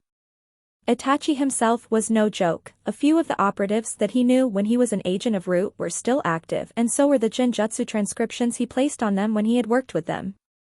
Itachi was probably the most shrewd shinobi in the history of Konoha and he had contingencies for even long-running plans. Sure O Namuru, Sharingan/Sleeping Death, Sharingan, and a ranked genjutsu that lasted for a horrendously long time. Genjutsu in many aspects was like Fuinjutsu. Whereas the art of sealing dealt with mostly physical aspects, genjutsu in both theory and application was intangible and lived up to its name. This was why he had created that genjutsu when he was 13. When he fled from Konoha, a few root agents were sent to kill him but ended up killing each other as he had placed that genjutsu on them along with on a lot of other agents when they so unwisely looked into his eyes. I have to conserve my strength for the upcoming fight. The Uchiha who massacred his own clan replied swiftly. While he did have a plan to counteract Danzo's Izanagi, but for him to follow the plan they made he couldn't use that. That wasn't the only reason though. He had something else to do, something that was very important to him. He looked around and walked to one of the four-armed statue and pressed the lower left arm as the gate near them opened. So, how many do we have left? Samahata seems to be very excited today. He said and the sword giggled as it nodded with its master's words. Itachi said nothing but watching a sword having a mind of its own made him look at it with a raised eyebrow. Around 150. Itachi said and strode forward. He forcefully extracted the information from the ANBU's mind. He knew about the curse tags on their tongues, and used Shishiki Kasetsu/knowledge parasite to extract the information. Unlike a certain blue-eyed Uchiha who needed to use his Manjikyu to get the full usage, he could do this easily with his normal one. Not that he would label his pseudo-younger brother as weak, he was just not there yet. But something in the rogue Nin's mind told him that the day he does wasn't too far away given his unnatural growth rate. Jijijijijijijai, it came the loud bloodthirsty giggle of Samahata as the scales of the sword were sharpening out more. Kisame petted the blade as if trying to calm him down. There. Don't worry. We'll get more victims. The sharp-teethed man said to his living sword. HN. Itachi said as he walked forward with Kasame. He could tell there were traps laid throughout the place. But none of them would work, he already knew the layout of this place and the intel he had extracted would come into play. Thankfully having a pseudo-tailed beast did help his cause, now all that was left was to make sure that the Akatsuki don't exactly catch wind of this. And as Naruto told him, should Zetsu appear or is alone in front of Itachi, he should be taken care of immediately. Stadium. The masked one-eyed Jounin thought out loud as he slashed an Odo Nin's throat open with his kunai. The reason he did this was because he noted how the young genin of Konoha from this batch were actually holding their own. This was surprising. It seemed that the Chunin exams had been something of a wake-up call for them as they were fighting the enemy shinobi head-on, with the exception of one Rock Lee.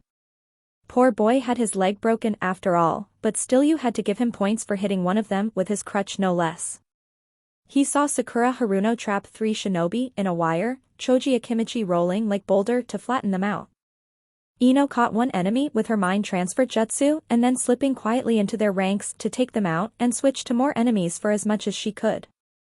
Shino Aburame was using his bugs to torture his enemies as they entered their ears, now that was painful to imagine. Hinata Hyuga was surprisingly taking out all the vital points of the enemies as she disabled their Tenketsu points.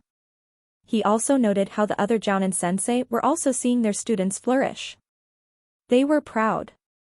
However, the impressive feat came when a large water dragon formed in the middle of the attending area and took out a lot of shinobi with them.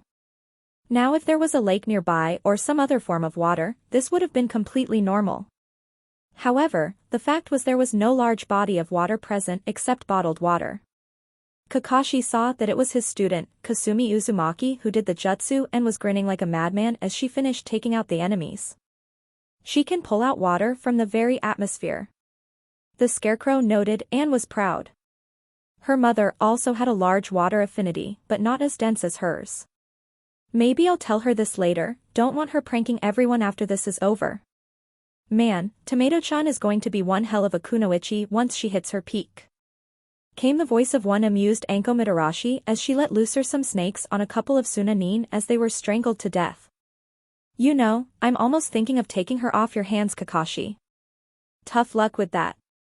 Kakashi said as broke a man's neck with his bare hands and lifted the Hitayate off to use his Sharingan. He disappeared out of everyone's sights only to reappear as he killed a few more shinobi.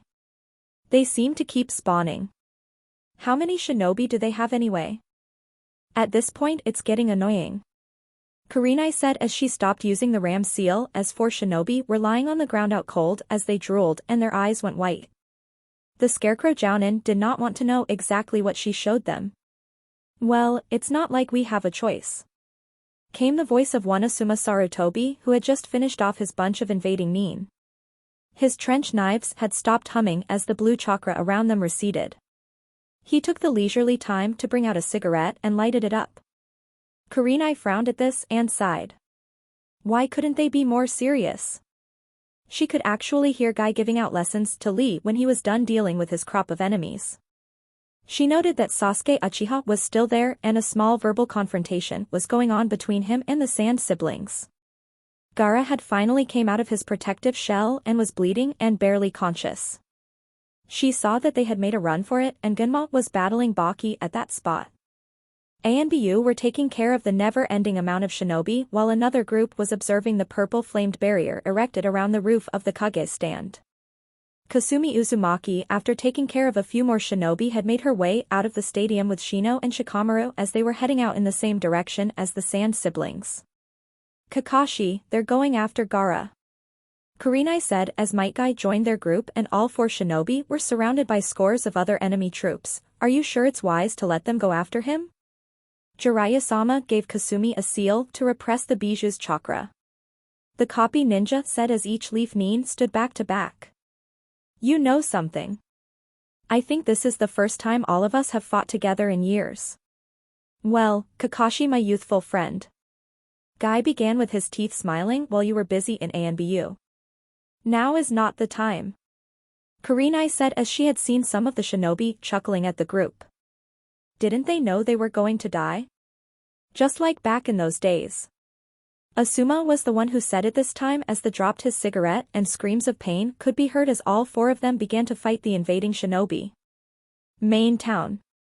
Scores of shinobi wearing the attires and Hitayate of Suna and Odo could be seen flocking across the buildings of Konoha. It was a strange sight to see indeed. They held their weapons in their hands as their eyes searched for general life to destroy or at the very least hold some hostages to gain some sort of psychological advantage over the leaf. Konoha always did preach camaraderie and teamwork above all. That was why the other villages used to call them tree huggers, because of their stern belief in teamwork, their drive for protecting the innocent and general love for peace. This was why a lot of nations viewed them weak. However, those who had been in altercation with the leaf previously knew exactly what distances the hidden leaf would go to fend off their enemies. However, the bizarre factor in all this was that the invading enemies of Chunnin's squads did not find a single person to kill or kidnap. It was a ghost town to say the least. "Hey, did you find anyone?" asked one Kosaku Chuko to his Odo squad. "None, sir," came the reply from one of his subordinates. "Stick together and keep searching. There's no way so many people can vanish all of a sudden." He ordered and they complied. Each of the groups of 3 were moving together and he decided to ask one more question before they left. "Where's that squad that was supposed to get the Uchiha?" "They haven't come back yet, sir," once more getting an answer from his subordinates. This was strange. According to the intel he had, they should have come back. It was 4 Chunnin level shinobi going after 1 genin, strong genin or not 4 against 1 were odds even he wouldn't want to fight against. However, he could not finish his thoughts as he heard a noise in the air. It sounded like a high-pitched frequency of something coming in fast. He turned around to see something shimmering as his vision realized that it was a sickle, a very large sickle that was aiming for his head. "Oh sure dash." Squelch. The words died in his mouth as his face was cut cleanly in two. Blood showered everywhere as the people around him realized what had happened. One of their own had killed the squad leader. The perpetrator held the weapon as he looked at them with a bored look on his face. "Ki," came the collected yell of all the shinobi around them, and they all saw the genjutsu around the traitor fade to reveal the person for who he really was. Cold blue eyes were the first thing they saw. The kama in his hand, still fresh with the blood of their leader, resonated was in his hand and was shivering with eager excitement to kill them all. The Uchiha looked at them and raised his empty left hand as some strings appeared at the end of his fingers. He raised it up and the sound of various collected wires coiling winding up came. The invading shinobi realized why he had been among their ranks for such an amount of time. However, their minds could not react quickly as thin 0.2 mm standard ninja wire sharp as the day it was made came flying in from every direction as it closed off all paths of exits and their bodies were trapped by the machinating wires. The razor-thin wires bit into their bodies to the extent that they could feel their blood trickling out of their bodies. Their eyes darted around, all 14 pairs of them, and saw the Uchiha tug on the wire as bit on it with his teeth and made the tiger hand seal. Katon, Ryuka no Jutsu/fire release, Dragon Flame Jutsu, the last words they heard as it left the Uchiha's tongue, and fire scurried along the lines to kill the 14 shinobi that were looking to take advantage of the situation. The young Uchiha looked around, he could not feel any chakra signatures around him at the moment. Looks like the civilians were cleared in due time. Naruto thought in his mind as he heard large crashing noises a fair distance away from him. Summons probably. I can feel 2 squads nearby, probably A and BU. I'll leave the shinobi to them. Those snakes can be more annoying. Naruto rushed in the direction where the large crashes were becoming more imminent and saw that 5 large snakes had been summoned. He could see more operatives with large sealing scrolls. Naruto had miscalculated on his part. He did not expect that there would be these many summons around, or of this scale. Perhaps if Jiraiya was around, his toad summons could have helped. But, precautions were his specialty and he had just the plan for this. Ibiki Marino spotted him and Shunshined near him. "This is a bit of a bind," said the head of torture and interrogation to the young Chunnin. Of course Ibiki was in on the information from the beginning and knew by the look on the blue-eyed teen's face he was planning something. "It is. But nothing we can't take care of." Naruto bit his finger as blood came flowing out ever so slowly, which he then rubbed against the palm of his right hand, staining with it with his genetic information, and started making hand seals. So he has summons. Ibiki thought as he looked at the hand seals being made.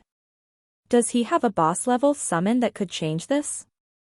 Then again, what exactly will he summon? "You might want to stand back, Marino-san," Naruto said, and the scarred sadist did so at the prospect of what large summon he would see. Naruto slammed his hand on the ground as the black lines of kanji spread on the bare ground. Kuchios no Jutsu. said the young Uchiha as a cloud of smoke surrounded him. Then as the smoke dissipated and the tension dissolved, the summon was revealed. A near human-sized looking wolf whose ebony-colored fur that seemed to be drawing in the attention of the snake who spotted him. Ibiki tried to get rid of whatever genjutsu the Uchiha was using to trick his enemies, making them think that it was a small summon, but in reality it was a boss-level summon. Putting his hands in the ram's seal and muttering Kai, Ibiki saw that this was not a genjutsu but rather a real wolf that was half as tall as the boy himself. This is what he told him to move away from? Was he in a gaming mood in the midst of an invasion? Oh, Naruto. Is it that time already, the wolf? Gurujin asked. The growing cub was strong, but not strong enough to take on scores of enemy by himself yet, much less take down a few boss-level summons. Hi. Is your father coming? Naruto asked the wolf clad in black as he shook his head. Naruto was a bit disappointed but he realized why Garagenki wasn't coming. Simply put, Garagenki was a beast of destruction, and having heard that it would be a populated area he had already opted not to take part. Don't worry though. Someone else is coming, and those snakes are going to be in one hell of a surprise.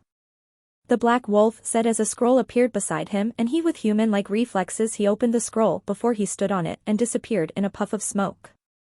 Two of the snakes seemed to have acknowledged the presence of Naruto Uchiha and the foreign smell of wolf that had previously entered their menacing nostrils. The Uchiha in question crossed his arms as he looked bored, however he was getting impatient. He didn't have time to deal with this shit, however he had to keep a cool and collected mind despite how ridiculous the situation may become. Then he saw the circular kanji on the open scroll glowing. This was a plan he made with the direwolves of Cabe no Kita. He had informed them of the impending invasion of his village. At first the direwolves did not want to come, however the prospect of a good fight was what tempted them to agree to his plan along with the fact that they heard that snake summons would be there. They hated snakes for some reason, apparently it was some old feud between them. That or they hated snakes, either way worked for him. So the direwolves gave him reverse summoning scroll that allowed the summon to pinpoint the location and be present there. This also meant that Naruto would not have to use chakra to summon such said beast. Gurujin had just done that and a large, very large body of smoke erupted to cover the entire area around them to the point the buildings were also covered. Then the smoke faded and Naruto Uchiha stood proudly on top of the head of the beast. Gray fur could be seen on the creature's body. His teeth jagged and drooling for flesh of his enemies. His golden eyes were looking at the snakes in front of him as he prepared for battle. The Uchiha looked down and realized that it was none other than Sif, the great grey direwolf as he liked to call himself.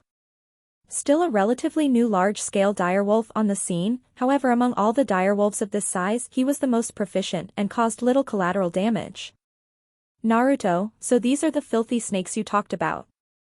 Sif spoke with a dissatisfied voice. Oh yes, he forgot. Sif was also a direwolf of battlethirst and had a skeptical mind. Each of them had their quirks, however Sif was no stranger to combat and Naruto knew that all too well. Yes, there are about 5 now. But judging by the ceiling array scrolls they have, there might be more.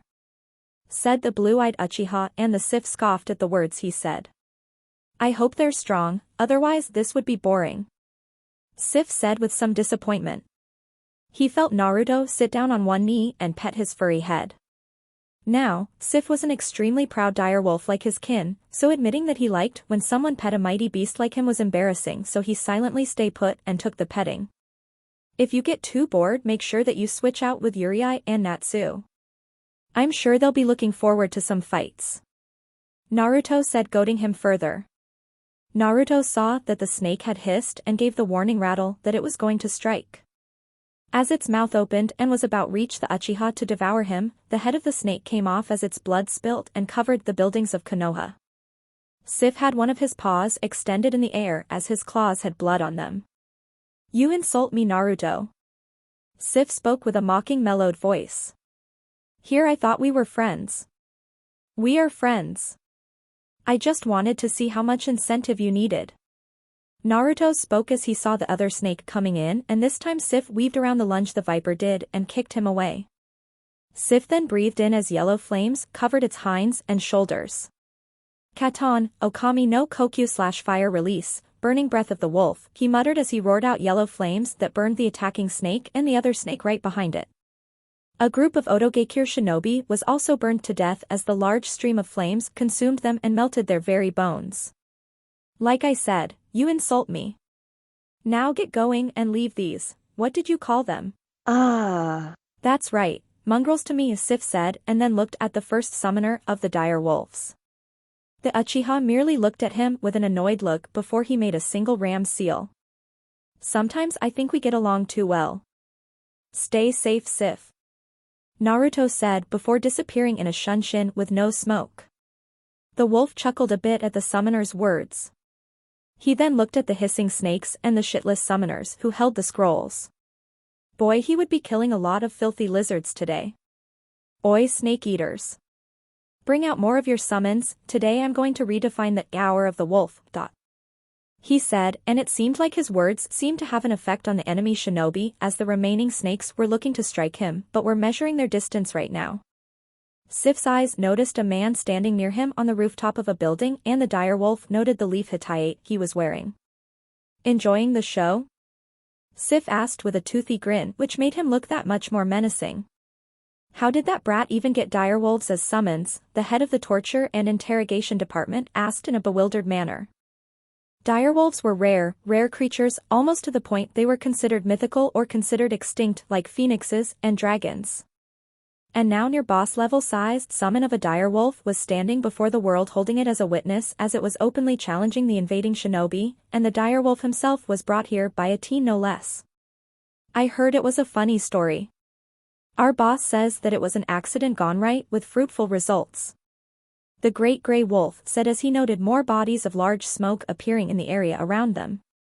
Okay, maybe he'd go a little berserk when fighting, it wasn't like there were any people around otherwise Naruto would have told him. His paws caught flames as he jumped up in the air and slammed them against each other. Flames danced in the wind from the collision and he laughed like a true battle maniac as he descended down to wreak havoc. Entertain me, maggots. Crash.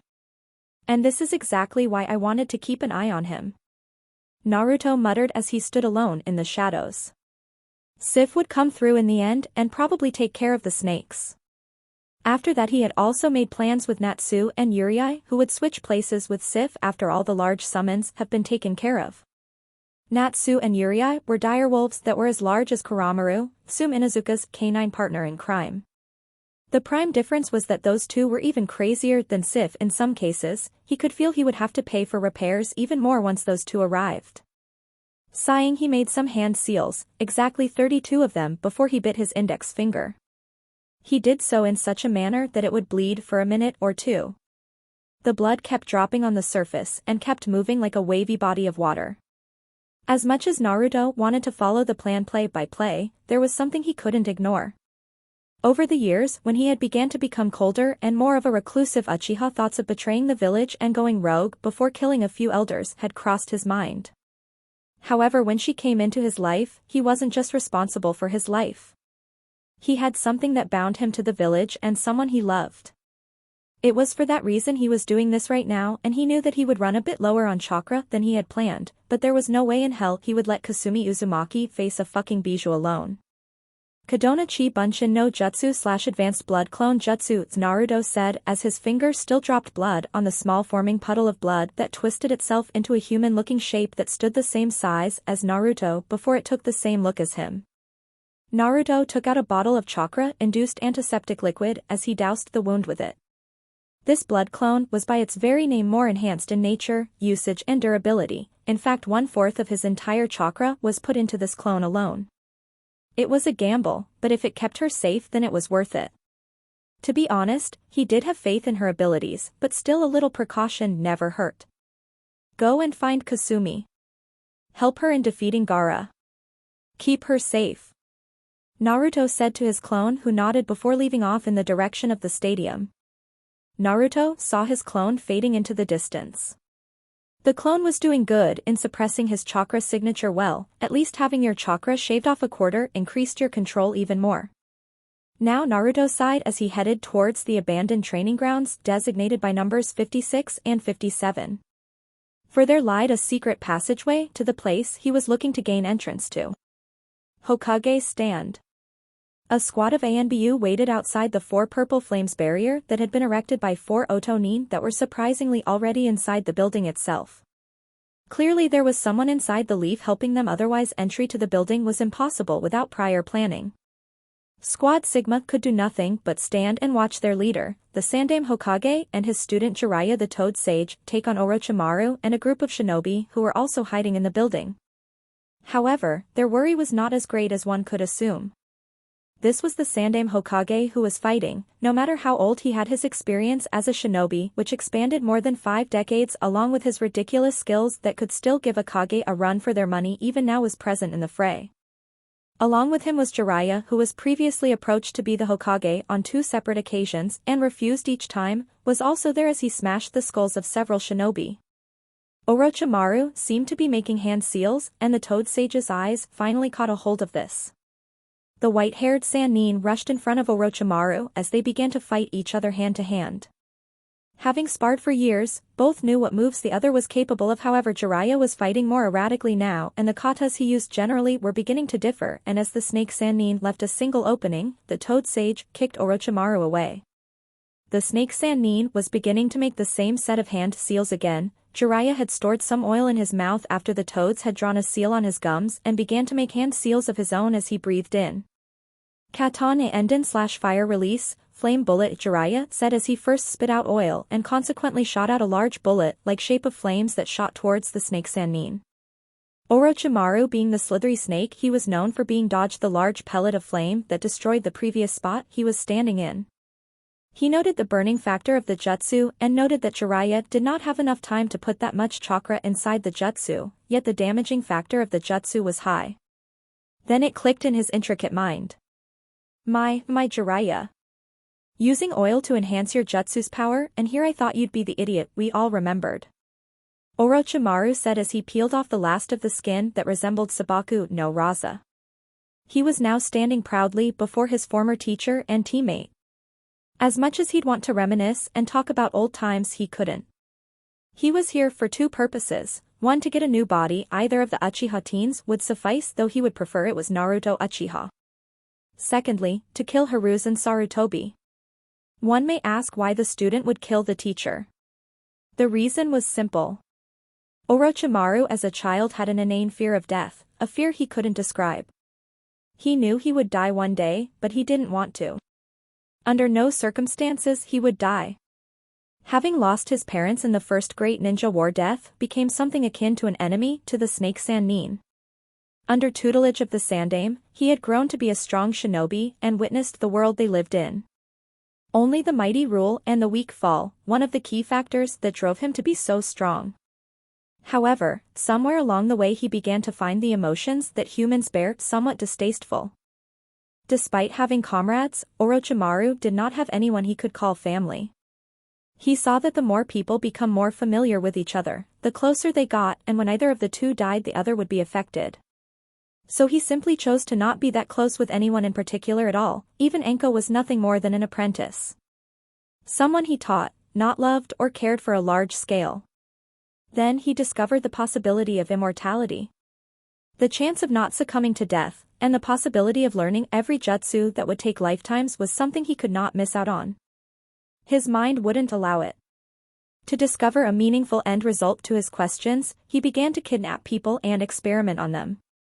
Danzo Shimura was one of the people who, strictly speaking, agree with some of his methods and provided him the resources. Orochimaru was a former ANBU after all and knew all about the Shinobi of Darkness.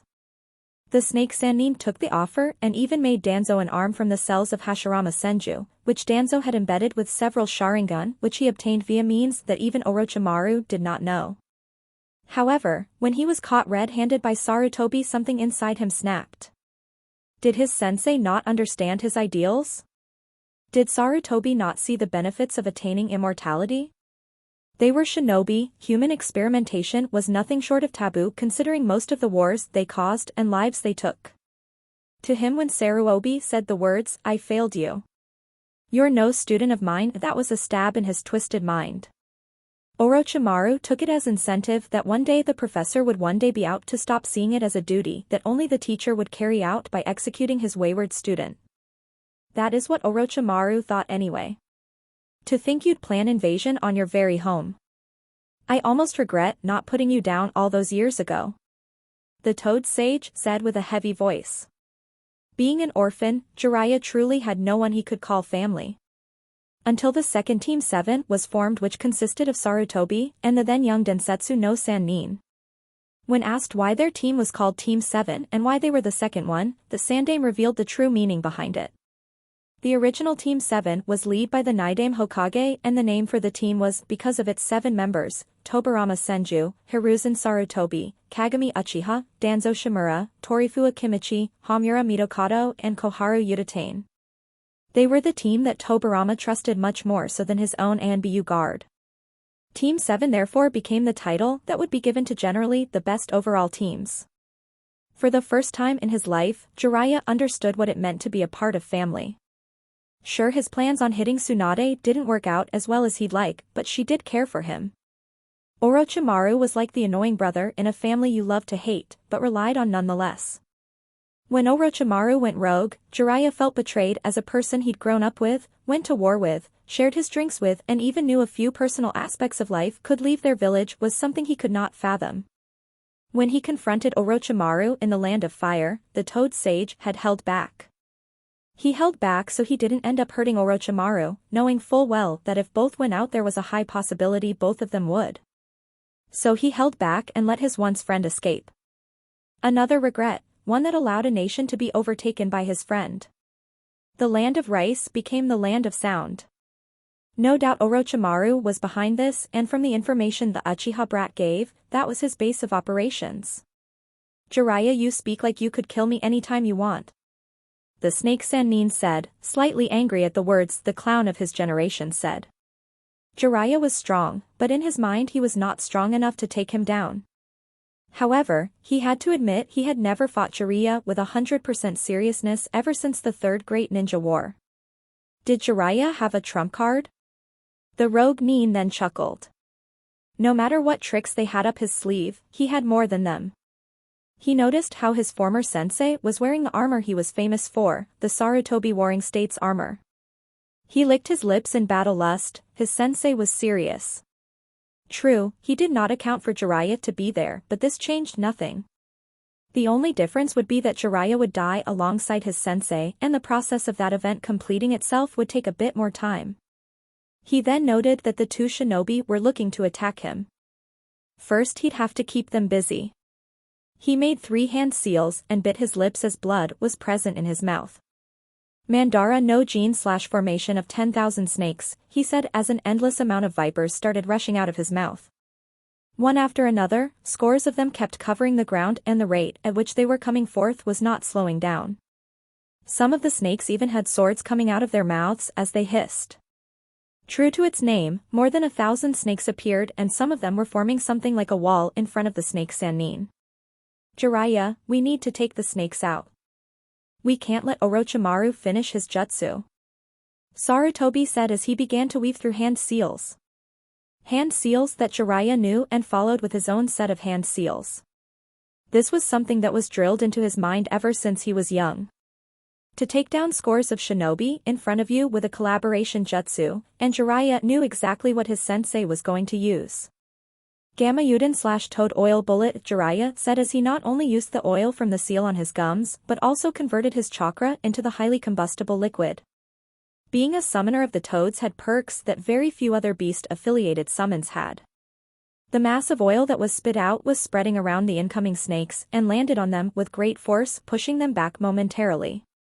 Sarutobi finished his hand seals as he spoke the name of his jutsu. Doton, Doryuden/Earth Release, Earth Dragon Bullet, Sarutobi said as a muddy dragon head formed from the residue mud of a jutsu Jiraiya had used previously to shoot out earthen bullets towards the snake that were coming to rush them. However, the Sandaime did not stop there as he kept making more hand seals and stopped once more. Katon, Karyuden/Fire Release, Fire Dragon Bullet, the Sandaime Hokage said as he exhaled a breath of flames that covered the bullets of muddy earth to make searing fire bombs.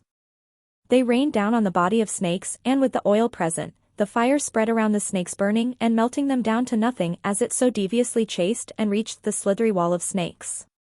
They fell, each and every one of them, as the defensive form of living organisms became nothing but rotten flesh. Orochimaru was a bit annoyed at the fact that all of the snakes had been killed. Manda would be bothering about this and would ask for a large amount of tribute. However, that was the least of his worries, as right now he was that much closer to killing them. For beside Orochimaru stood 3 wooden coffins. All 3 stood there and waited for the person who summoned them to do something with these. On each of the coffin was a piece of paper. However, each paper had a different initial on it, or rather a different number on it. 1, 2, 4. Both the Toad Sage and the professor were feeling awry at the presence of the coffins.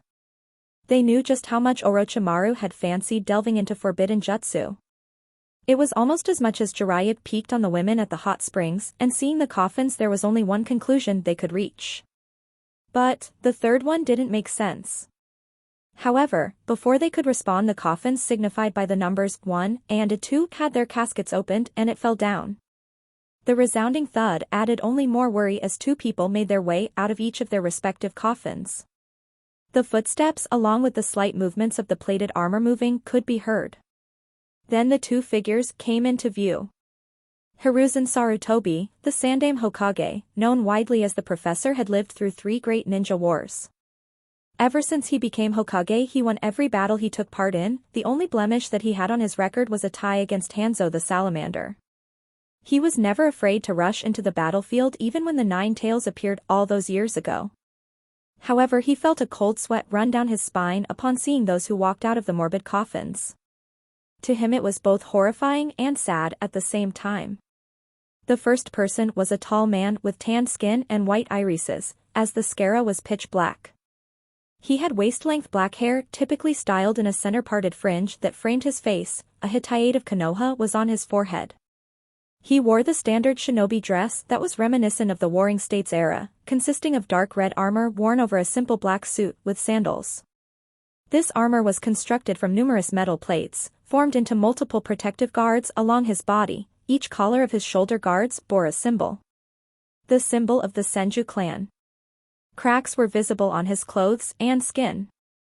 Jiraiya couldn't say anything, his mind was still absorbing what was happening before him. Hashirama Senju, the first Hokage, stood before him. He was dead, yet he here was. A victim of the Edo Tensei no Jutsu / imperfect reanimation jutsu. A forbidden jutsu that takes away chakra from the caster of the jutsu, but also brings back people momentarily from the dead so as long as the caster wills it so.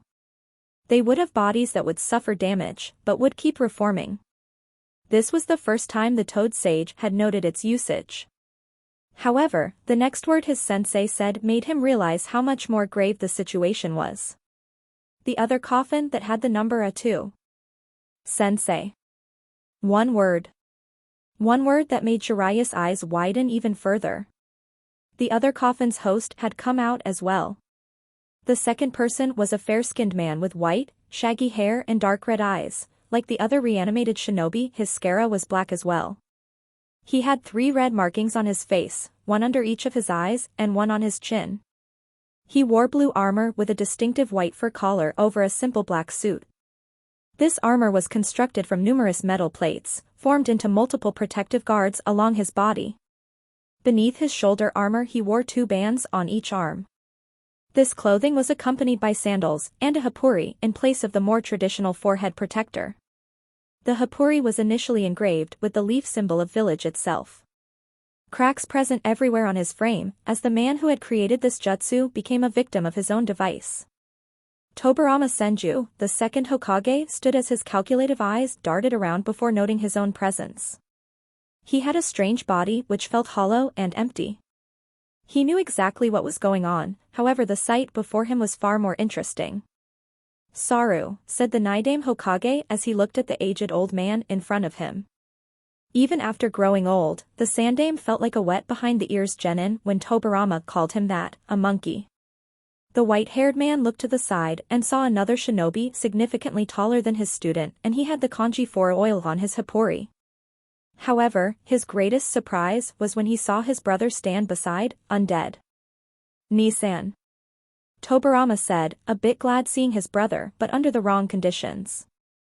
Before he could say anything he felt something foreign enter his nape. It felt disgusting and there was a smell of snakes around the source. After the foreign sensation exited, he spoke again. It seems we've become victims to the Edo Tensei, the Nidaime said in quick manner. His face no longer showed emotions, for whatever little he showed previously. The man beside him spoke up this time. This was one of the reasons why I didn't want you to complete this jutsu. Something as dangerous as this always did have drawbacks. The Shodaime Hokage said with a neutral expression. He then noted the person who was behind them and took in his appearance. Very bizarre indeed. I take it you are the one who summoned us, the Shodaime asked as the probably caster giggled at his words. Of course. It's an honor to meet you. Shodaime-sama. Nidaime-sama, said the snake Sannin with delight, and this time the blue-armored Hokage spoke. To think a jutsu I created would be used on me. Tobirama said and then spoke while looking at the pale-skinned man. You put binding talismans as well, didn't you? Doing that you made sure we obeyed your orders. You're just as perceptive as Sarutobi-sensei told us. Orochimaru said, and this time both former Hokage looked at him with a neutral stare. If they had their emotions then Hiruzen probably would have felt worse. I never thought I could pull off a Tobirama, but you really messed up with your student Saru, the Shodaime said with a straight face, and had the seriousness of the situation not been grave, the Sandaime would have laughed. Hashirama Senju had the worst poker face in the world. I don't believe how you even managed to say that. Tobirama added his 2 cents. He then looked at the man beside Hiruzen and spoke to him, who are you? This is Jiraiya, sensei. He's another one of my students, and a much better one than the one standing behind you, said Sarutobi as he had a stern look on his face. Whatever tears he had to shed already been done with. There were some things that could not be forgiven. Desecrating the graves of his former teachers and mentors was something that Sarutobi would not take lightly. Orochimaru was going to be dealt with today. But another worry was on his mind. 4. The coffin with that number was worrying him. It couldn't be Minato, could it? That's not Minato, said Jiraiya as he spoke with a tone that reeked of anger and fueled with malice. Minato was indeed the closest thing he had to a son, and if that was Minato the Toad Sage would not hold back. History between the two former teammates would be just that, history. However, there was a reason why Jiraiya was so confident behind his statement, and he was pretty sure that Orochimaru couldn't work his way around that jutsu. The Shiki Fujin/dead demon consuming seal traps the caster's soul in the gut of the Shinigami. Jiraiya said as he remembered how his apprentice's soul would forever be trapped there in that unforgiving limbo, unable to move on to the next cycle of life. He's right. Hashirama was the one who said it. The Shiki Fujin is a seal that cannot be tampered with, not without extreme measures anyway. I assume that you brought us here to fight Sarutobi and his student. You flatter me, Shodaime-sama. While you're right about the Shiki Fujin not being broken, I will find a way around it. And yes, you are going to go and kill Sarutobi-sensei along with Jiraiya. Ironic, isn't it? You killing the current Hokage in Konoha no less. Orochimaru finished with a sickening smile, and if they had the ability to show their emotions they would have. Jiraiya was not saying anything. However, he had clenched his fists had enough to draw out blood. The fight that was going to break out was no joke. He and his sensei would have to fight 3 Kage-level shinobi. For if the last coffin was opened, he drew out blood so that he could summon 2 toads, 2 particular toads that could help him change the tide of his battle. But he would need some time, just enough time to bring out his full strength. You're going to lose. Tobirama said all of a sudden as everyone's eyes were focused on him. I taught Saru from the day he graduated from the academy. My brother instilled his ideals into him. And there's the fact that both of us are heavily powered down because you're controlling our actions strictly with those binding talismans. Had they not been there, both of us would rescinded the contract already. That's right, the Sandaime said with a tone of reassurance. Had I been alone, then this fight would have been one-sided even if Sensei and Shodame-sama were powered down along with you attacking me. Having Jiraiya here changes the situation just that much. Do you take me for a fool? Said the snake Sannin, clearly some anger was present. This was something that Orochimaru had in spades, something that Jiraiya and the Sandaime were privy to, arrogance. Orochimaru did not like to be lectured down, mostly because of the fact no one ever did. Everything he ever did was perfect, he never left room for errors. Criticism was something he was not used to taking, and that too at this age, Jiraiya thought it would wound his pride more than anything else. Enough. Orochimaru said as he made the ram hand seal. The first two Hokage were now staring at Sarutobi and Jiraiya. Then the snake Sannin smiled once more. I really do have another plan. Sure, it may take away a bit more of my chakra. However, with this I can easily take care of you all. For against our overwhelming odds when you're fighting Kage-level shinobi. Even if they're powered down. Then the final thud came. The door of the third coffin fell down. Once more all 5 Kage-level shinobi looked at the coffin. More specifically the person who came out of it, and upon his appearance both the Sandaime along with the Toad Sage cursed their luck. The newcomer, the final linchpin in Orochimaru's execution plan, had stood still beside the first 2 reincarnated Hokage. He was a fair-skinned man with spiky, black hair that had a blue tint to it and was tied in a ponytail. His bangs parted down the center of his face to frame both sides of it. He wore a high-collared, blue shirt with a crest on his upper back and blue pants which were wrapped up in bandages at the ends. On his waist, he had a bandage belt that held a sack which presumably held ninja tools. In his eyes were 2 black scara like the other reanimations, however his irises were red. Red orbs that had black epicenter as 3 tomo lazily spun around. His face was blank, and for a moment confused. He looked around to see the Sandaime Hokage standing before him, much more aged than he remembered. Jiraiya was there as well, but he too seemed much older than he remembered. He looked to the sides and blinked only once. The Shodame and Nidaime Hokage were beside him. Cracks were visible on the face, skin, body and armor of the previous dead Kage. He looked down at his own hands and his frame to see those familiar cracks on him as well. His mind raced and found the answer, but he wasn't fond on what he had concluded. He turned his head a bit backwards to see the snake Sannin and immediately realized that he was the caster. But, no matter how much he wanted to maim the pale-skinned man he couldn't. Something didn't allow him to do the deed. You should have left the dead alone, the Uchiha said with a heavy voice. The baritone of it was deep and commanding, and the Nidaime Hokage noted his general appearance. There were some similarities to some of the Uchiha he respected and had to ask. Were you related to Kagami Uchiha? Tobirama asked, noting the similarities between this man and the one Uchiha he trusted unconditionally. He received a small nod. Yes. He was my father, Nidaime-sama, said the man who turned towards the Sandaime and his student. Forgive me, Hokage-sama. Jiraiya-sama. But I don't have control over myself, best to brace yourselves. How far will you fall, Orochimaru? Asked Hiruzen Sarutobi as he looked at his former student for some answers. Not only did you defile the graves of my teachers, but you couldn't leave Tsukumo's student alone.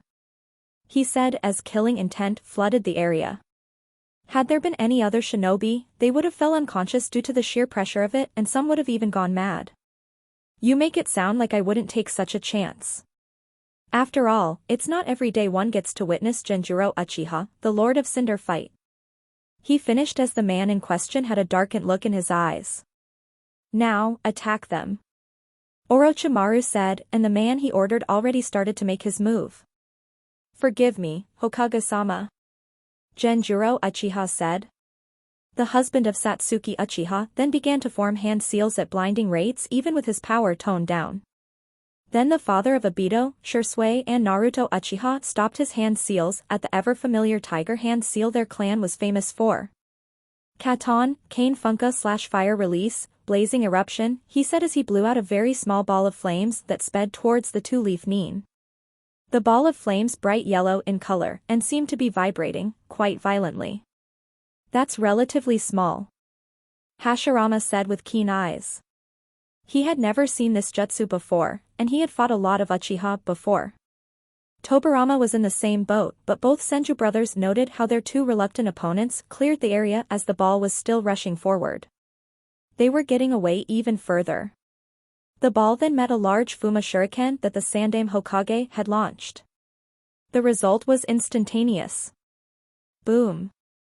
An explosion, no, a small firestorm erupted at the point of collision as everything around it in 20 yards was being reduced to ashes and embers danced in the sky. The Senju noted the destruction capability of it, and if there was any doubt about him being the child of the heir of fire, it was gone now. I'm glad you and Minato are dead, the snake Sannin thought. Had Genjuro and Minato were alive, then he would have never thought about entering this place. Still, it took literal squads of Iwa Jounin to put Genjuro Uchiha down in Nami no Kuni. Though the Leaf lost their ground later on, Nami no Kuni was free because of Genjuro Uchiha, and with this one jutsu he shown why he was the Lord of Cinder, and one of the top contenders for the position of the Hokage. The Shodaime Hokage also began to make hand seals as sadness clenched his non-existent heart at the moment. To think he'd take part in something that would harm the village. He stopped at Snake and said the name of his jutsu. A jutsu from a bloodline a majority of people had forgotten about. Mokuton, Jukai Koten / would release, nativity of a world of trees, he said as trees forcibly began to form on the surface of the tiled roof the fight would take place. They thrashed around as soon the entire stand would become a miniature forest where a battle amongst monsters would take place. Deepwood Forest, northern training grounds of Konohagakure no Sato. Deepwood Forest was just another forest inside the Hidden Leaf. Planted and nurtured by the Shodaime himself, while it was an impressive and vast forest, there was nothing too special about it. Nothing notable also ever happened in this place. Except now 3 shinobi could be seen leaping across from branch to branch. They needed to reach the northern exit. The Sand siblings had escaped from the arena and were looking to make a mad dash for the exit. They were leaving out of fear, the two of them. Temari and Kankuro did not want to see that monster again. Gaara was injured and bleeding. His second skin, the Suna no Yoroi / armor of sand, had been damaged heavily and was slowly slipping into unconsciousness. As much as they wanted to obey their father and follow through with the invasion, they had other concerns. They cared about each other, and though it may not seem like it, they cared for Gaara. He used to be a kind and timid child when he was young. Temari was particularly fond of him and used to dote on him. Kankuro often used to joke around, and the then shy Gaara would often hide behind his sister.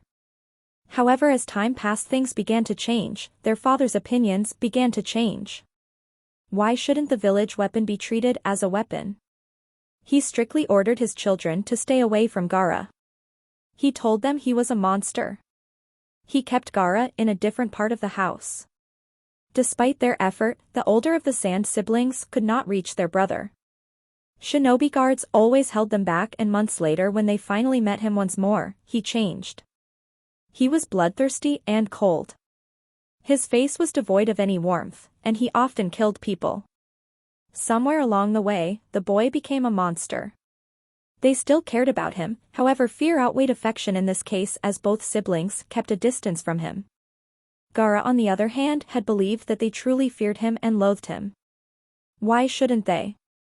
And now the Jinchuriki of the Asahibi had one resounding thought in mind. Why, he thought. A single word that echoed deep in the caverns of his mind as it resonated the inner walls of his mind. We've got to pick up the pace. Temari said as her teal-colored eyes darted around to see any incoming enemies. Thankfully they had met a shinobi squad from their own village who had volunteered to stay back, and they had some time before any Leaf shinobi could catch up to them. I know. You're not the carrying Gaara, so stop complaining. Kankuro said as he carried the nearly unconscious Jinchuriki on his back.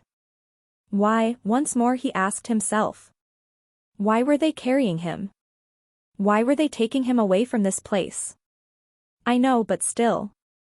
We have to make sure that Gaara is safe. I don't want anything to happen to him. Temari said, and if both of the elder siblings could see it, they would have seen their youngest brother's eyes widen in surprise and shock. They care, he asked himself. Thud. The Sand siblings stopped. A kunai had been lodged on the next branch they had been planning to use. A single kunai that came in from behind them and aimed at their path specifically with accurate precision. One needed to have a very good aim or a very good set of eyes. Turning around they saw two orbs looking at them. One had one tomo in it, the other had two tomo. He was very close to having a total of 4. He could taste it. Only battle experience would make his eyes evolve now, and right in front of him was a battle he could not afford to miss out on. I have something I need to finish with him. Sasuke Uchiha said as he stood and his blessed eyes looked at the company of 3. This wasn't about the sake of the Chunin exams anymore. This was war and right now, he needed to take some prisoners.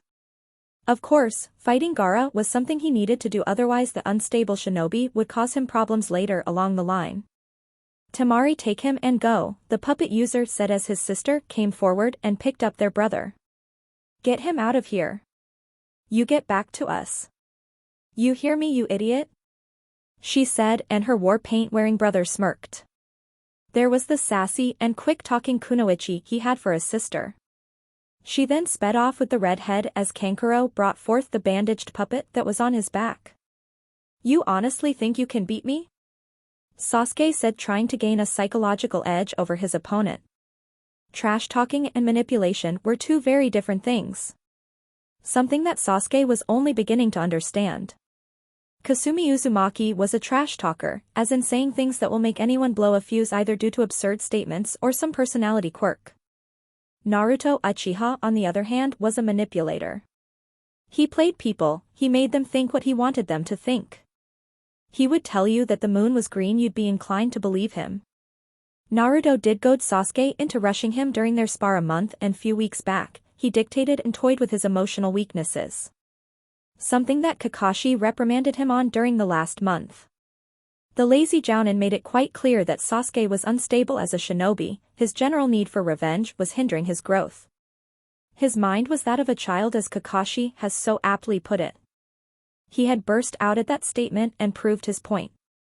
After that, Sasuke tried to control his emotions more. Tried. Please. Don't talk like you're that Naruto guy. The full-body suit wearing Sunanin said with disdain. If it was that guy I was facing, I'd be a bit worried.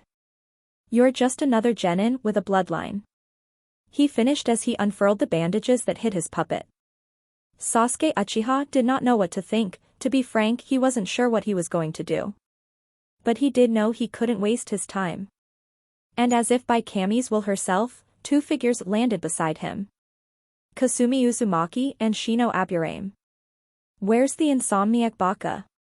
Kasumi asked immediately, and despite the severe nature of the standoff, everyone had to sweat drop. Sasuke looked at her with a twitching eyebrow.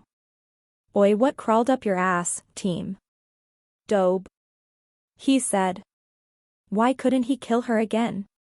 Oh right, Naruto would fucking bury him in a second. While Sasuke didn't outright fear Naruto, he was wary of him and knew that in a fight there was a large chance he would come out on top. Well, for now anyway. I suggest you two move forward. Shino spoke up as both members of Team 7 looked at the Kakachu-wielding shinobi of the Aburame clan. I was scheduled to face him either way. So I hope you understand my request to face him. Fine then. Kick makeup boys, asked Shino. Kasumi said as Sasuke grunted at the leaf genin. The shade-wearing boy nodded at their words as they proceeded to go forward. Kankuro snorted and was half tempted to go after them, but he knew that the insect user would come after him. Essentially speaking, they were equals. Neither of the two actually had to make contact with their opponents. Kankuro could poison his enemies, and Shino could infect them with his friends. Both prepared to battle as lunged forward. Near the forest, outskirts of training grounds 56 and 57. Naruto Uchiha was going as fast as he could. He needed to get out of this place as he felt several chakra signatures closing in on him. Did he not cover his tracks properly? As if things couldn't get worse, he felt several more chakra signatures ahead. Instinctively he stopped and jumped back as a tiger had pranced on where he previously stood. It was black and white, but not only that, it wasn't a white tiger. No, he couldn't sense anything except chakra from this tiger. It seemed more like something you would see in paintings. Then he saw it. Around 35 ANBU landed in front of him. All of them had the symbol of an on them. Naruto cursed his luck as he realized that Danzo had taken some countermeasures already. They would take away some of his chakra, and considering how he needed to conserve a large portion of it, this would be a problem. Unsheathing his tanto, he dodged a slash that came his way from a root operative who decided to strike him first. He fought as his blue eyes noted the converging of the other shinobi around him. Dodging more slashes coming at him, he jumped a fair distance back and made 5 quick hand seals. Usually it would require 7, but for him it was applicable. He unsealed a dozen shuriken from his left arm's instant weapons brace as he threw the volley of shuriken forward with rapid speed and performed the jutsu in conjunction. Katon, Hausenka Tsumabini / fire release, Phoenix Sage Flower Nail Crimson, he said as he breathed out fire of sun-kissed yellow as they ignited the shuriken and increased the overall speed of the projectiles fired. The flaming shuriken rushed forward and managed to hit 3 ANBU operatives as they suffered from the singes of the shuriken. However, made the ram hand seal and spoke. Kai. He said as the small symbols on the shuriken began to glow and all 12 of them exploded at the same time. He had killed about 4 of them and one of them was injured. Drawing seals on the shuriken was not an easy task. It required extreme precision and 2 more seals needed to be drawn on it before the letters that signified explosion could work. He then felt 3 chakra signatures rush in from behind. He had felt or rather met whomever these signatures belonged to. Probably more of Danzo's lackeys in the leaf. He would have to fight more seriously as he began to activate his Sharingan. However, he was not allowed to as a giant Zanbatsu was hurled at one of the ANBU and had beautifully tore him half in a Gorwai fashion. Naruto looked at the giant hunk of a blade that was there and realized why it felt familiar. Hayatan, Samui Hanabira / ice release, cold petals, came the voice of a girl as leaves made of pure and cold ice were targeting the ANBU operatives as they scattered and broke their formation. Squelch. Ah. MMPH. Snap. Ah, haven't killed someone like that in a long time, said the voice of a man whose presence was only felt by the sensor types, including Naruto. The man who had been first stabbed as a kunai cut his nape and then had his neck twisted to the point it snapped was not that lucky. The man who brutally murdered the ANBU operative picked up his hunk of metal that he called a sword, rested it against his shoulders. Been some time, Uchiha Gaki, said the man. Wearing a sleeveless black shirt and camouflage pants, the man smiled underneath the bandages he used as a mask. Zabuza Momochi. Naruto said as he felt the Hayatan user land and she was wearing the Hunter-nin attire once more. However, the third person, who made his entrance was wearing a sleeveless, high-collared violet shirt and gray pants, was standing with an equally ridiculously sized sword that was covered in bandages. He was wearing a Hanya mask of all things as his shoulder-length whitish-blue hair moved in the wind. What are you all doing here? The blue-eyed Uchiha asked as the last person to arrive spoke up. Well, I wanted to settle my score with you, so I was thinking of ways to get in contact with you. Then, Zabuza-san was hired by the Hokage as he's a mercenary for hire. Hakuchan followed him, I followed her sweet ass and voila. Here we are, the person said, and if there was any doubt the person beneath the mast was Mangetsu Hozuki, it was all washed away now. Mangetsu, you son of a bitch. How dare you talk about Haku like that? Zabuza yelled with rage and the Uchiha was surprised at his fatherly defensive instincts. Naruto wondered if all fathers were like this. If they were, he was glad that, well, a certain blonde-haired man wasn't alive, or worse, a certain red-haired woman. They would have probably maimed him a few times for even sleeping in the same bed as their daughter. Tusan. Mangetsu-kun. Not now. Haku said with a loud voice. Clearly the girl was flustered with all the attention. She noted that one of the ANBU decided to take advantage of that, but Zabuza's eye caught up and he swung his executioner blade like a bat, cleaving his head off as blood spewed everywhere. Go on ahead, kid. We'll take care of whatever the fuck is going on here. Though it looks like you've got an internal problem. The demon of the hidden mist said and was preparing to make the hand seals as Mangetsu formed a small lake with his Suetun Jutsu. Yeah. And later we'll take care of the other shinobi. From the looks of it, that gray wolf was tearing through snakes and buildings like they were butter. The Hozuki clan member said, and Naruto internally groaned at that. Sif had probably started going rampant. As long as Natsu and Yuri weren't here yet, he could deal with it. He nodded and left in a smokeless shunshin to gain a fairer distance before the ANBU could rush after him. All three former shinobi of Kiri made their respective hand seals.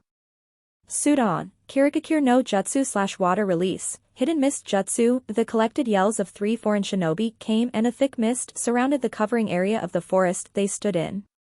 Like a miasma of death it spread as the three silent killing technique users prepared to take down the ANBU. Haku would probably make them unconscious and leave them with numb body parts, but 2 of the 7 ninja swordsmen would kill all of their opponents. Kage's stand. Genjuro Uchiha dodged the punch that the Toad Sage had aimed for him and let his open palm rush forward to strike the jaw.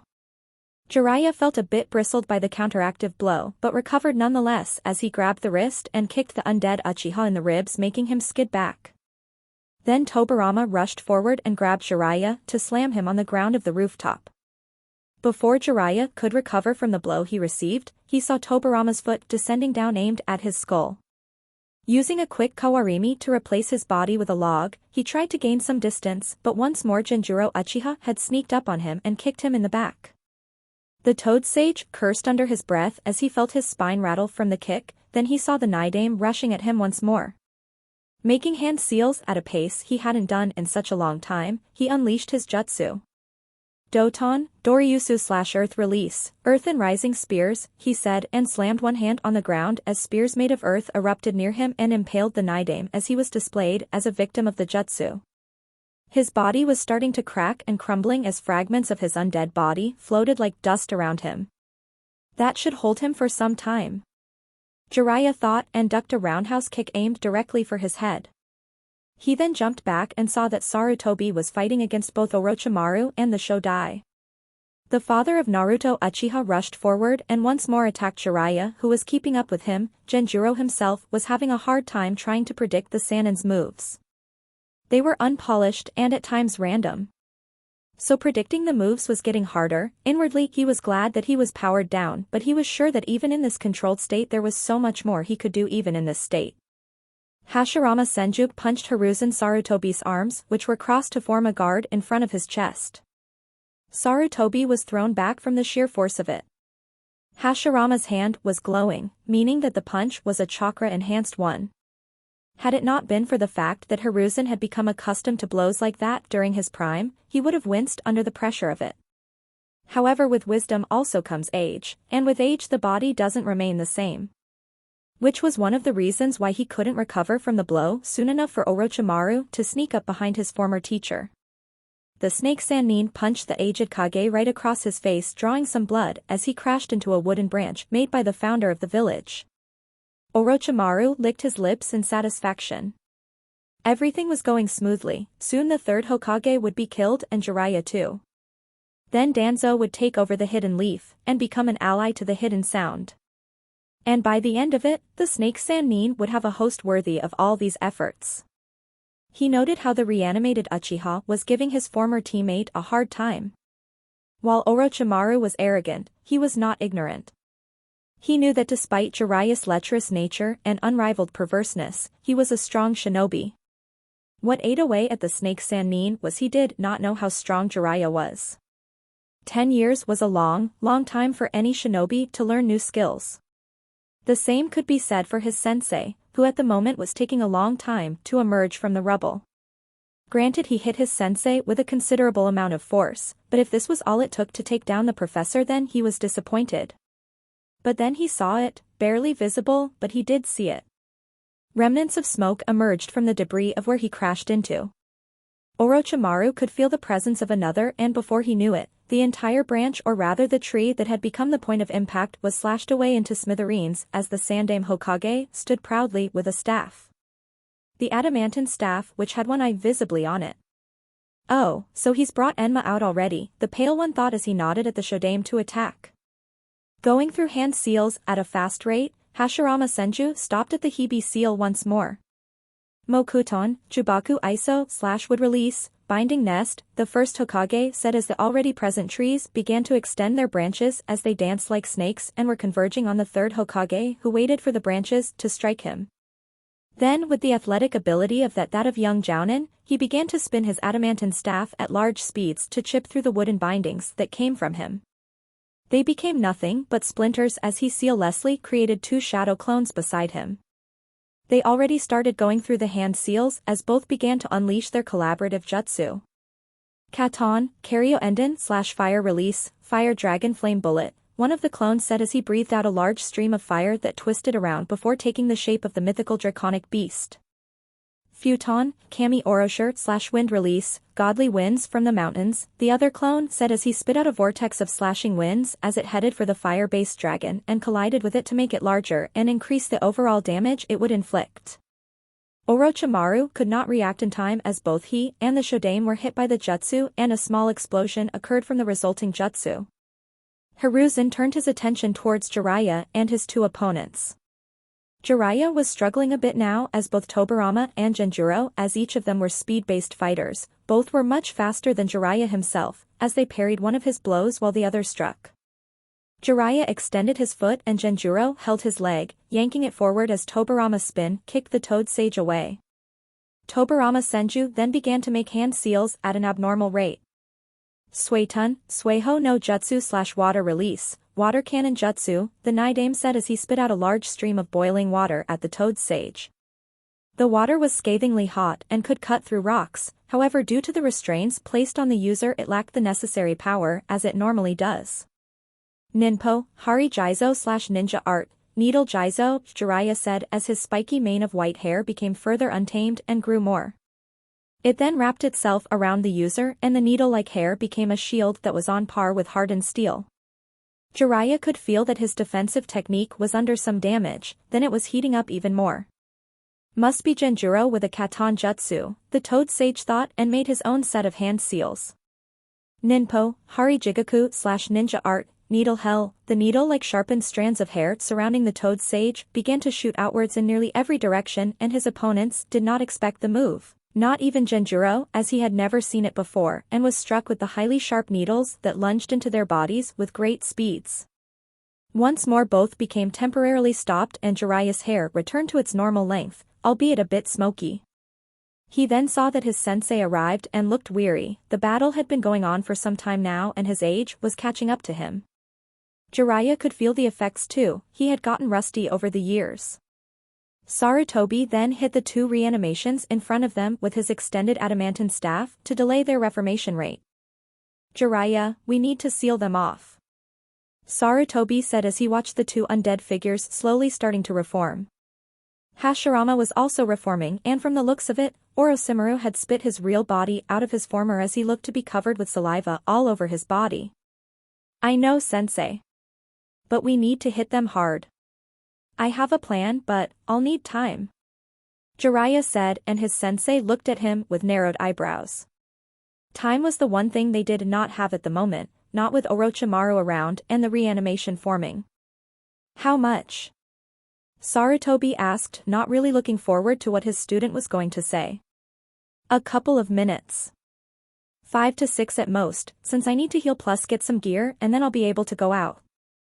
Then I can fight them on better grounds and use the Kikyaku Fuin / contract seal to break the control over the reanimations, even if it is only one of them, the Toad Sage finished and the Sandaime nodded grimly at him. Jiraiya knew he was asking a lot. One single person fighting against 4 Kage-level shinobi for a couple of minutes as a distraction? Another form of suicide by logical conclusions. That was a bet that even a certain blonde-haired gambler wasn't willing to take. Very well, Jiraiya. But you need to hide. Sarutobi said as he gripped the adamantine staff tightly. The Monkey King Enma could feel the wariness of his wielder. He had fought alongside Hiruzen for years. Before he could move, Jiraiya caught Sensei by his arm and handed him a tadpole. Was he joking? Keep that tadpole safe. I can't summon them here with 4 of them around. I'm pretty sure Genjuro or Nidaime-sama will attack them the moment they realize what is happening.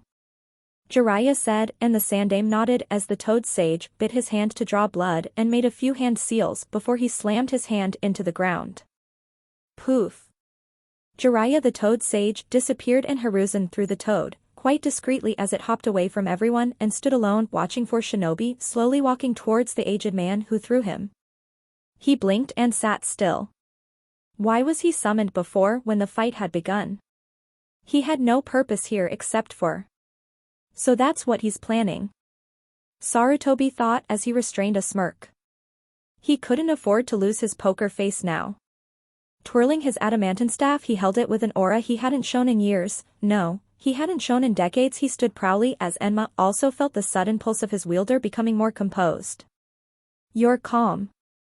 The calmest you've been since you summoned me today. Enma thought as his eye opened once more to observe the four shinobi making his way. Cuckoo. Orochimaru giggled and started to laugh now.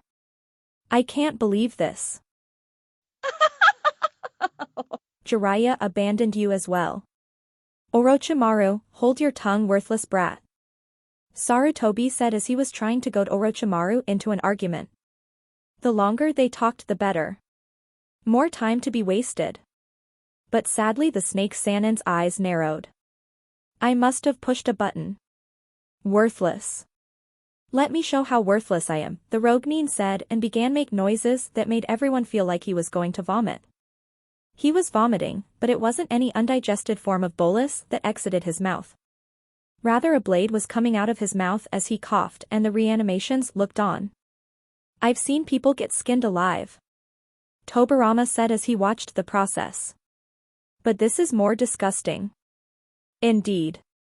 His older brother said as he looked on, internally his mind was yelling out to shove the sword back in. Sword swallower. Genjuro Uchiha said and both Hokage looked at him with an impassive stare. Had they had more control of their bodies the facial reactions would be different. He seems to be a bit like you, the Nidaime said to his brother. A bit, but I am glad to see there were Uchiha who has a lighter mind, the Shodaime said and saw that Orochimaru had finally taken the blade out of his mouth. The first took a close look at the blade and eventually realized what it was. That's the Kusanagi no Tsurugi. I wonder how he attained a blade like that. Sarutobi. Enma spoke loud enough so that his summoner could hear him clearly. I may be indestructible, but even I would be harmed if I get hit by that.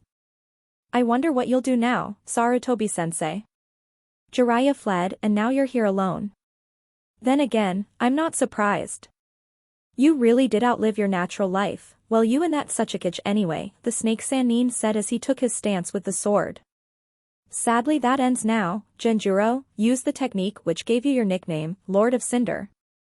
Hokage-sama, make sure you increase your defense, the Uchiha said and the Sandaime seemed to realize what Orochimaru was exactly implying. The chakra around Genjuro began to increase as it started to become visible. He then made the ram hand seal as the temperature around them began to rise very quickly. Katon, Moshu no Yoroi/fire release, armor of cinder, Genjuro said as orange flames engulfed his body and flickered around him. Cinders from his body flew off and danced in the wind as if it was trying to burn the air particles itself. I see, it's not as strong as I thought it would be. A full body armor made of fire and the flames that act as a defense and increase the offensive taijutsu output. Similar to what the Raikage use. Tobirama said with a calculative eye, already breaking the jutsu down as Genjuro stared at him for a moment. Otosan wasn't joking when he said your mind was your most dangerous attribute, the Uchiha said and felt a massive amount of respect building for him. It was a shame that he couldn't show the full power of his jutsu. I find it hard to believe how someone like you died. A technique like that surely assures invincibility on some scale. The Shodaime added his 2 cents and was equally curious about his technique. He remembered his father Kagami when he was he was a brat but he knew even then the child would go far. His own child however exceeded his expectations. Poor Genjuro Uchiha was left to die. Orochimaru said as Genjuro despite his lack of emotions had his eyes shadowed. A mission during the Third Great Ninja War in which Konoha was supposed to merely observe Iwa's complete takeover made Inami no Kuni resulted in squads of Konoha to be caught as prisoners of war. Genjuro Uchiha here abandoned the protocols like his sensei and instead took on the entire battalion of shinobi that had invaded the country. All 750 Iwagakure shinobi killed by the hands of one man. Genjuro Uchiha didn't let a single one of his comrades die that day and freed a country. All Konoha gave him was a name on the memorial stone and burned his body in waves so that the secrets to his body don't get revealed. The name Genjuro Uchiha became frowned up and his family were seen as outcasts in the Uchiha clan itself. How the will of fire fades, the snake Sannin said, taking pleasure in how Sarutobi's face showed shame and sadness. He was doing this specifically so that Sarutobi's emotions show up and take advantage of him. Both the Shodame and Naidame took in the words and knew that the man deserved better. Tobirama himself had died in a similar fashion, fending off enemy shinobi wards by himself so his team could escape. He had no regrets about that. Shinobi Rule Number 25, Shinobi must never show their feelings under any and all circumstances. Feelings are emotions that will compromise the mission, cloud meticulous judgment and weaken the sense of duty. "You're wrong," said a calm and collected voice. The voice belonged to the man how his body was on flames. "The will of fire will never fade. I died 3 times that day, and I had no qualms. Despite having no teammates as I was the White Fang's apprentice, he taught me the value of comrades and what the will of fire truly is. It's not the village, nor the Hokage. It's the next generation. I died so that the young ones from the captured squad could live. It was selfish, but I made my peace." He then looked at Orochimaru and spoke as he felt annoyance displaying on the man's face. "There will always be someone to fan the flames and make Konoha flourish." Shodame Sama's ideas came to be known as the will of fire, and us Uchiha are the fire. As long as these ideals exist, the fire will never fade. Genjuro said, and all Hokage present there felt a surge of pride in themselves. This man, Genjuro Uchiha, was an undying representation of the will of fire and shows how a village truly wasn't bound by the clan. "Kill him," Orochimaru said with a hushed tone of malice. "Kill Sarutobi." "Forgive me, Hokage-sama," Genjuro said as he made 7 precise hand seals that ended at tiger and started to breathe in. That jutsu, is that dash both the Naidame and the Shodame were following the hand seals and knew exactly what he was planning to do. Sarutobi remembered his old friend doing the same hand seals and immediately what it was he brought his adamantine staff forward and it was beginning to take a different shape. Katana Gukumes Shitsu / fire release, majestic demolisher flame, the former branch member said as he exhaled out a large stream of concentrated flames as it burst forward destroying the very ground underneath it with the heat generated from it. The jutsu increased in speed as it met its target but was hitting a solid wall instead of the sandame. Enma, or rather the adamantine staff, had expanded itself to become a solid black box that surrounded the sandame as the heat inside the protective defense was getting larger. "Sarutobi, there's someone else rushing in. It's the snake," he yelled as the heat died out and a sharp slashing noise came and the adamantine black steel bled.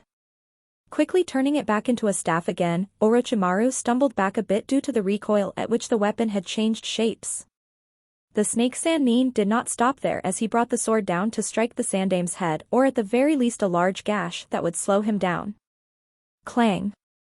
The Kusanagi no Tsurugi instead collided with the staff and there was a crack on it. As Sarutobi prepared to summon more clones, he felt something scathingly hot connect with his cheek. Embers is what he saw before flying back and crashing into the wall as part of his face sported burn marks. Genjuro Uchiha was standing near the rogue Nin as the flames flickered off his body with his fist extended. He had punched the sandame away as he rushed him once more. This time the Shodame and the Naidame were rushing in at him as well. Tobirama was already making hand seals as he stopped for a moment. Ninpo, Kokwanjio no Jutsu / ninja art, bringer of darkness jutsu, the Naidame said before darkness engulfed the area, a genjutsu made specifically to affect the eyesight of his enemies. While it could not be dispelled easily, the biggest weakness of this jutsu was that only sensor types could tell what was happening around them. Sarutobi, knowing and seeing how this jutsu had been played before, jumped away from the spot as he heard a large cracking noise coming from where he stood. He guessed it must have been the Shodame who punched the ground with his chakra-enhanced strength. As if by instinct he brought his staff to his right side as a long sword made of flames struck it, and because of close proximity he was able to see the blade of flames before it disappeared. However, Genjuro then proceeded to grab the staff with all his strength before he spoke. "Jump away," the undead Uchiha said, and the Sandaime did exactly that as he kicked Genjuro and maneuvered his body away from the Uchiha, who exploded into flames. A high bunshin in the middle of the fight. Then where's the real one, he thought as he didn't realize that the real Genjuro was already behind him and had his fist cocked with flames ready to burst from his hand. "Behind you!" Genjuro shouted, and the sentient staff came to protect its wielder as it took the full force of the flaming fist, and Sarutobi was falling as Tobirama stood below watching his favorite student coming down near him as he prepared to finish him off as he finished making his hand seals. His body would not listen as he prepared to gather the water particles from the very atmosphere. "Suetun, Dwarusuyari no Jutsu/water release, drilling water spears," he said as his non-existent heart flinched as the sharp water spears formed around him and rushed to kill and maim his successor. Squelch. The water tendrils had successfully pierced the frame of the Sandaime, and Tobirama looked up at the body as he could see it because he was the caster. The genjutsu faded as the Sandaime's body was visible to all. Orochimaru was going to laugh, but something prevented him from doing so. Boom. The Sandaime's body exploded and caused quite a large shockwave, such that the frog sitting safely away from it on the roof fell off balance and was rolling down the slanted roof, struggling not to fall down. Orochimaru escaped the range of the jutsu. The reanimations, however, could not, as particles of their Edo Tensei bodies were moving around like specks of dust in the air, slowly coming back to their bodies. The Sandaime emerged from ground. Sometimes the basics did do a lot of good. Orochimaru smirked a bit at his former sensei's evasiveness. He didn't even notice how quickly the Sandaime had switched himself out with a shadow clone so quickly and then emerged, but he could feel the Sandaime slowly draining out. "Jiraiya, if you don't get your perverted ass here, I'm going to fucking kill you," the aged Hokage thought as he was contemplating on what to do next. Then before Orochimaru could rush in with his sword to strike the Hokage, a large resounding thud was heard as Hashirama's body was found in a recently made crater. On his back a spinning orb of blue rotating chakra as his body became particles once more. The person who did this then jumped near Sarutobi and stood in front of everyone as the smoke from his sudden jump began to fade away. "Jiraiya boy, never do something stupid like that again," the voice of an old man said as he said to the Toad Sage. Whack. "OW," came a voice of annoyance. "And that is for not calling us earlier," said a woman who was also residing in the smoke, which cleared to give the full view. Jiraiya stood there with his sensei, but his appearance changed. His nose had become swollen and had warts on it. There were red markings around his eyes and extended down his cheeks. His teeth seemed sharper as he knew also sported a goatee of sorts. The shape of his eyes also changed. On each of his shoulders was a toad. The toad on his left shoulder was a green toad with white hair styled in somewhat of a mohawk, very thick eyebrows, and a small goatee.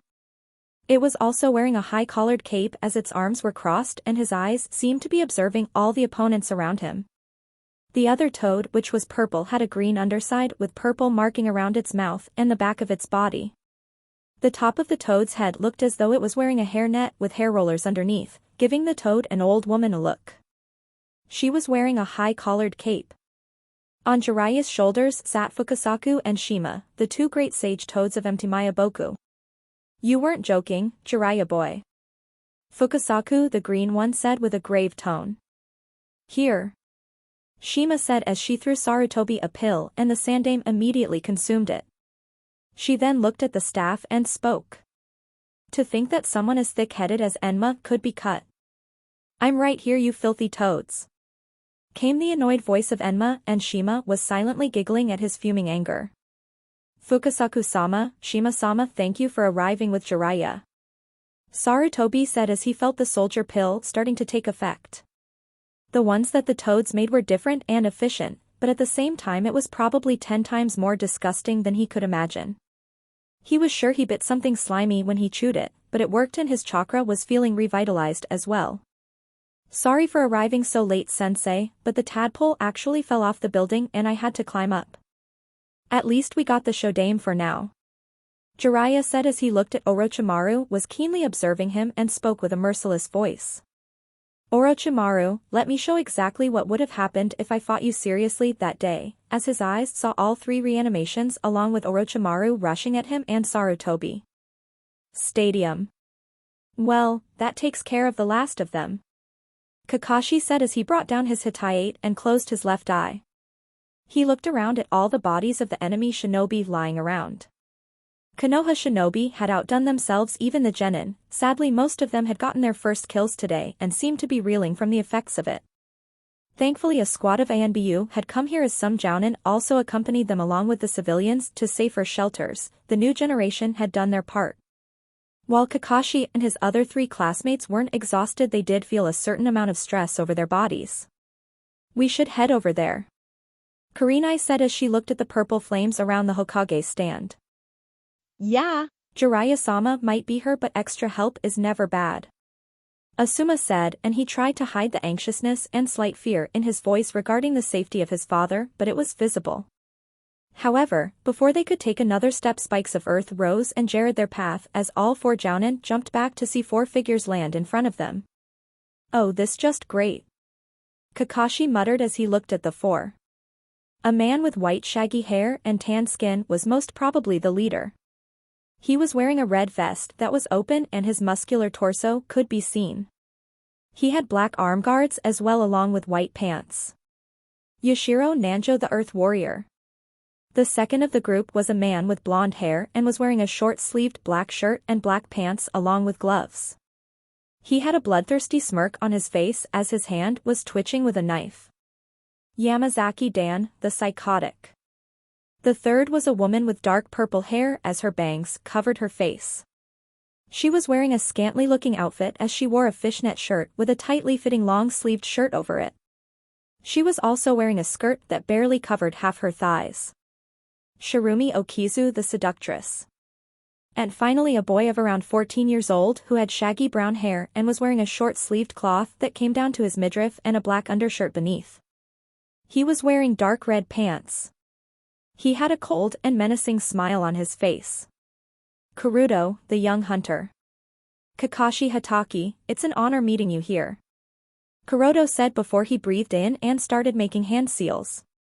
He then breathed out a large ball of flames that had purple-colored smoke coming out of it. Every Konoha jounin jumped away from the flames as everything that seemed to come into contact with was melting slowly. The Five Kings, Might Guy said as he stood his ground. All of them had separated from each other and each were facing their opponents. The Five Kings were mercenaries and each of them were rogue shinobi from the 5 major villages. Each of them were also classified as a rank threats. Before Guy stood Yashiro, Asuma had Yamazaki and Kurenai would be facing Shirumi. Kuruto however was already on Kakashi and soon enough the Konoha jounin were already fighting the other members of the group. However, they all had another question in mind. Where's the 5th king, they all thought. Deepwood Forest. Do they care? The redhead insomniac asked himself in his mind as he was being carried away. His wound had begun to heal, albeit slowly. He had been asking this to himself. Due to the overall lack of sleep he had, Gaara always looked to prove his existence. Oftentimes he would ask himself why his family did not care. Why did they avoid him like the plague? He knew he was a monster, but he still had memories, happy memories, and that foolish side of his clung to those memories. Over time he would dismiss these as foolish notions. However, today's acts by his siblings had made him ask the same question again. Tell me, do they care? No, came a hollow reply followed by a mad cackle of laughter. Gaara shuffled a bit under the influence of the voice. The voice of his mother, as he called it. The one person who was always there despite whatever happened. It guided, molded his skills and made him become strong. Strong so that no one can ever betray him again. They'll betray you, just like him, said the voice, and unknowingly he was accepting the answer. You're right, mother, he said as he freed himself from Tamari's grip and twisted his body to land on a branch. He grunted in pain a bit as he was still healing from the wound the Uchiha had given him. You will kill him for harming. Nobody harms you, said the voice as it tugged on the edges of the control he had. Yes. He thought as sand began to form around him and covered the wound. His eyes were changing. Gone were the cold and uncaring teal-colored eyes, they were now yellow as his eyes had a black tilted cross in it. "Gaara," said the Suna Kunoichi as she noted his sudden drop and his eyes changing color. He had that look on his face again, she was feeling afraid again. Her brother was becoming that monster again. Wordlessly the redhead moved from that spot as he went further away from her view. There was no need for him to rush in anything. His prey would come to him. "Oi, for tails," came the yell of one familiar hyperactive blonde girl as she landed in front of her along with Sasuke Uchiha. "Where do you think you're going?" "Listen here, Uzumaki," she said with barely restrained worry and anger. "I need to leave and help Gaara. He needs my help." Then she noticed that Sasuke Uchiha had already rushed in the direction where Gaara had gone previously. Temari gripped her battle fan and was preparing to go after him, but a chain had wrapped around her arm and yanked her back. "What the heck?" Temari said in surprise as more chains began to rise up and tied themselves around her limbs. Needless to say her positioning seemed rather awkward and she realized it. She saw Kasumi Uzumaki coming forward, the chain sticking out of her body. Her chakra was being drained or was it being suppressed, she did not know. "All right. Now you and I are going to talk," the orange-clad Kunoichi said, and the blonde from Suna knew she had no other choice. "What do you mean he needs your help?" "Sasuke Uchiha." Gaara yelled with a mad grin on his voice as his arm became more monstrous and seemed to be composed of sand and black lines. He saw the Uchiha appear and immediately swiped his hand. "Suna Shuriken," he yelled as shuriken made from the sand of his slowly mutating arm were launched towards the incoming Uchiha whose Sharingan warned him of the danger ahead. Making the appropriate hand seals he needed chakra in his lungs.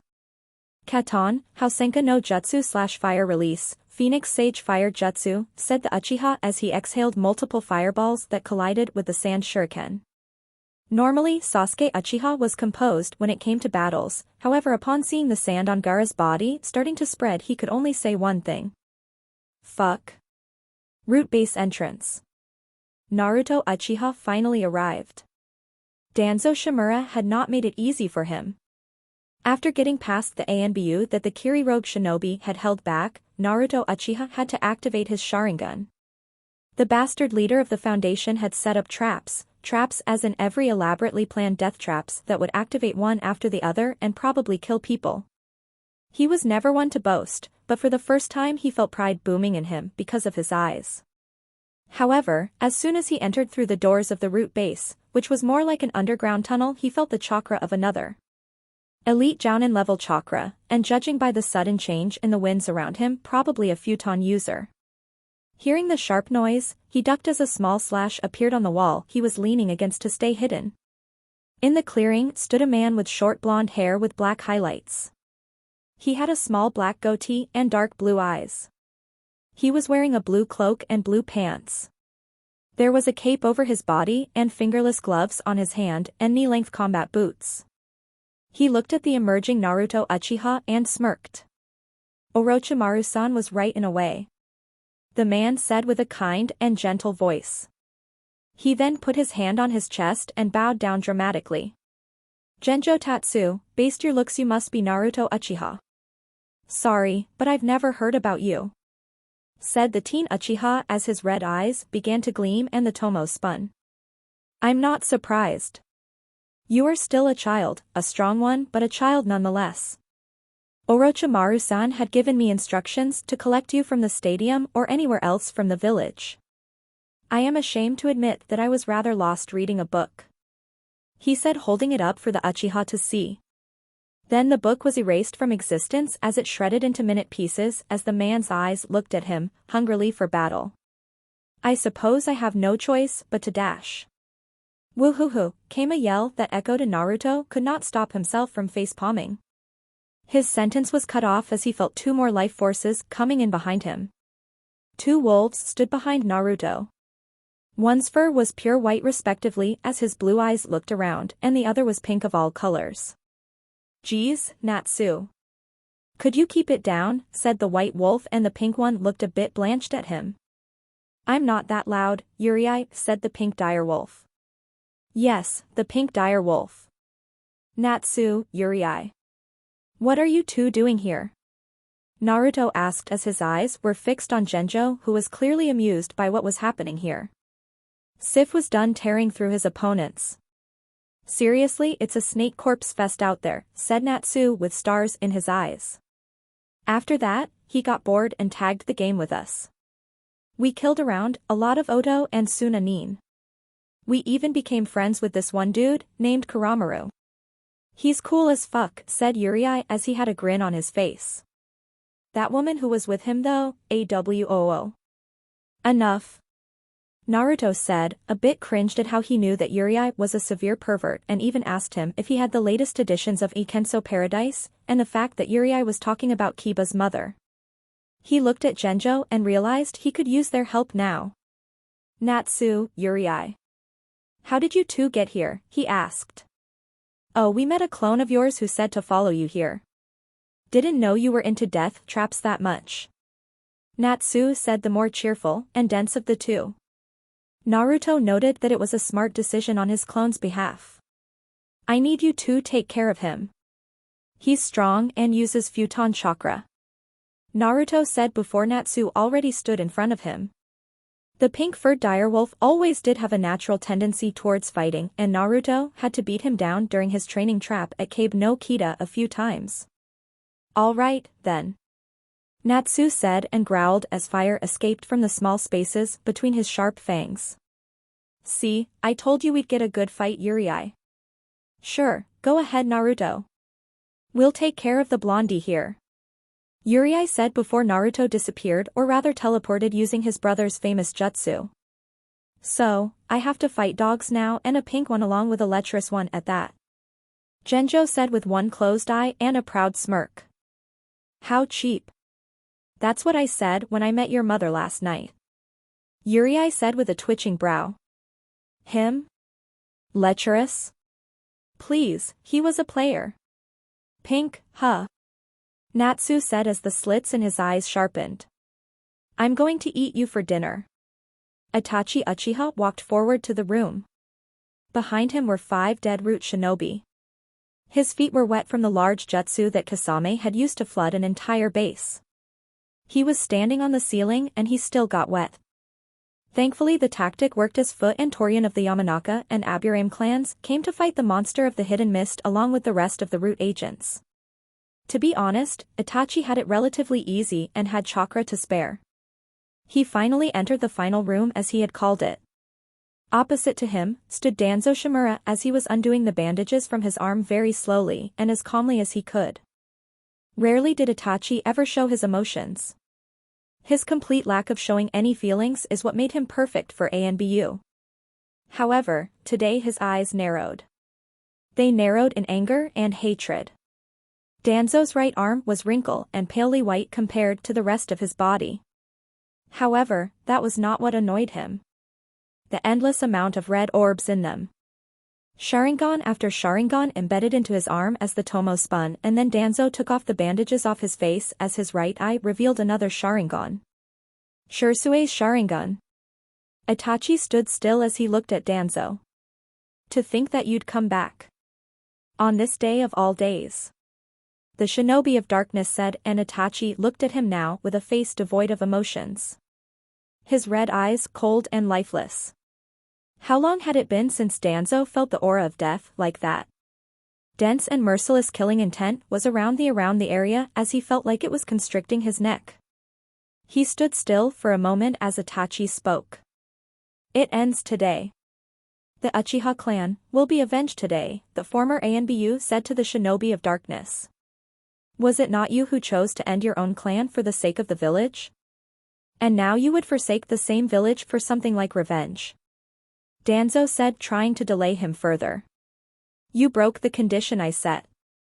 I told you to leave those two alone. Itachi said as his eyes didn't blink for a second. I was a fool to listen to you. All I've lost is because of you.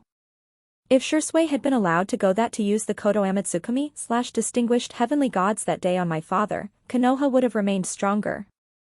You never gave the village that chance, so. He took a pause before he spoke once more. Think before you speak, little shit. Itachi said, and the older shinobi frowned and was going to make a move, but he jumped from his spot to land on the statue. A very well-placed slash of futon chakra was sent his way to possibly harm him. There stood a ghost. A ghost wearing the same attire Shisui Uchiha wore when Danzo ripped his eye out and the countdown for the Uchiha clan's extinction began. Naruto Uchiha was here and his eyes were darker than Itachi's. Sorry I'm late, said the teen Uchiha as he stood with Itachi now. He set up traps and had Anbu waiting outside along with a jounin near the base entrance, though that was probably Orochimaru's play. It's all right, Itachi said as his eyes began to change shape as a black triage Fumashuriken of black color formed in the red iris of his eye. Now, it begins. No, Naruto said as his eyes also began to change and take the form of a four-blade pinwheel, and now it ends. Both their eyes locked at Danzo and both said the same thing simultaneously. Amaterasu. Author's notes too, I am sorry you guys, but this is it for this chapter. Originally it was supposed to be over by this chapter, but I have some other impending duties to do and they kind of need to be done. What you saw essentially here was the first phase of the fights. In the next chapter, you will see the part 2 of the invasion finale. The next chapter will cover the fights of the Hokage stand, Deepwood Forest, Root vs Kasame, a fucking massacre, some scenes from Konoha invasion and finally the two Uchiha going against Danzo.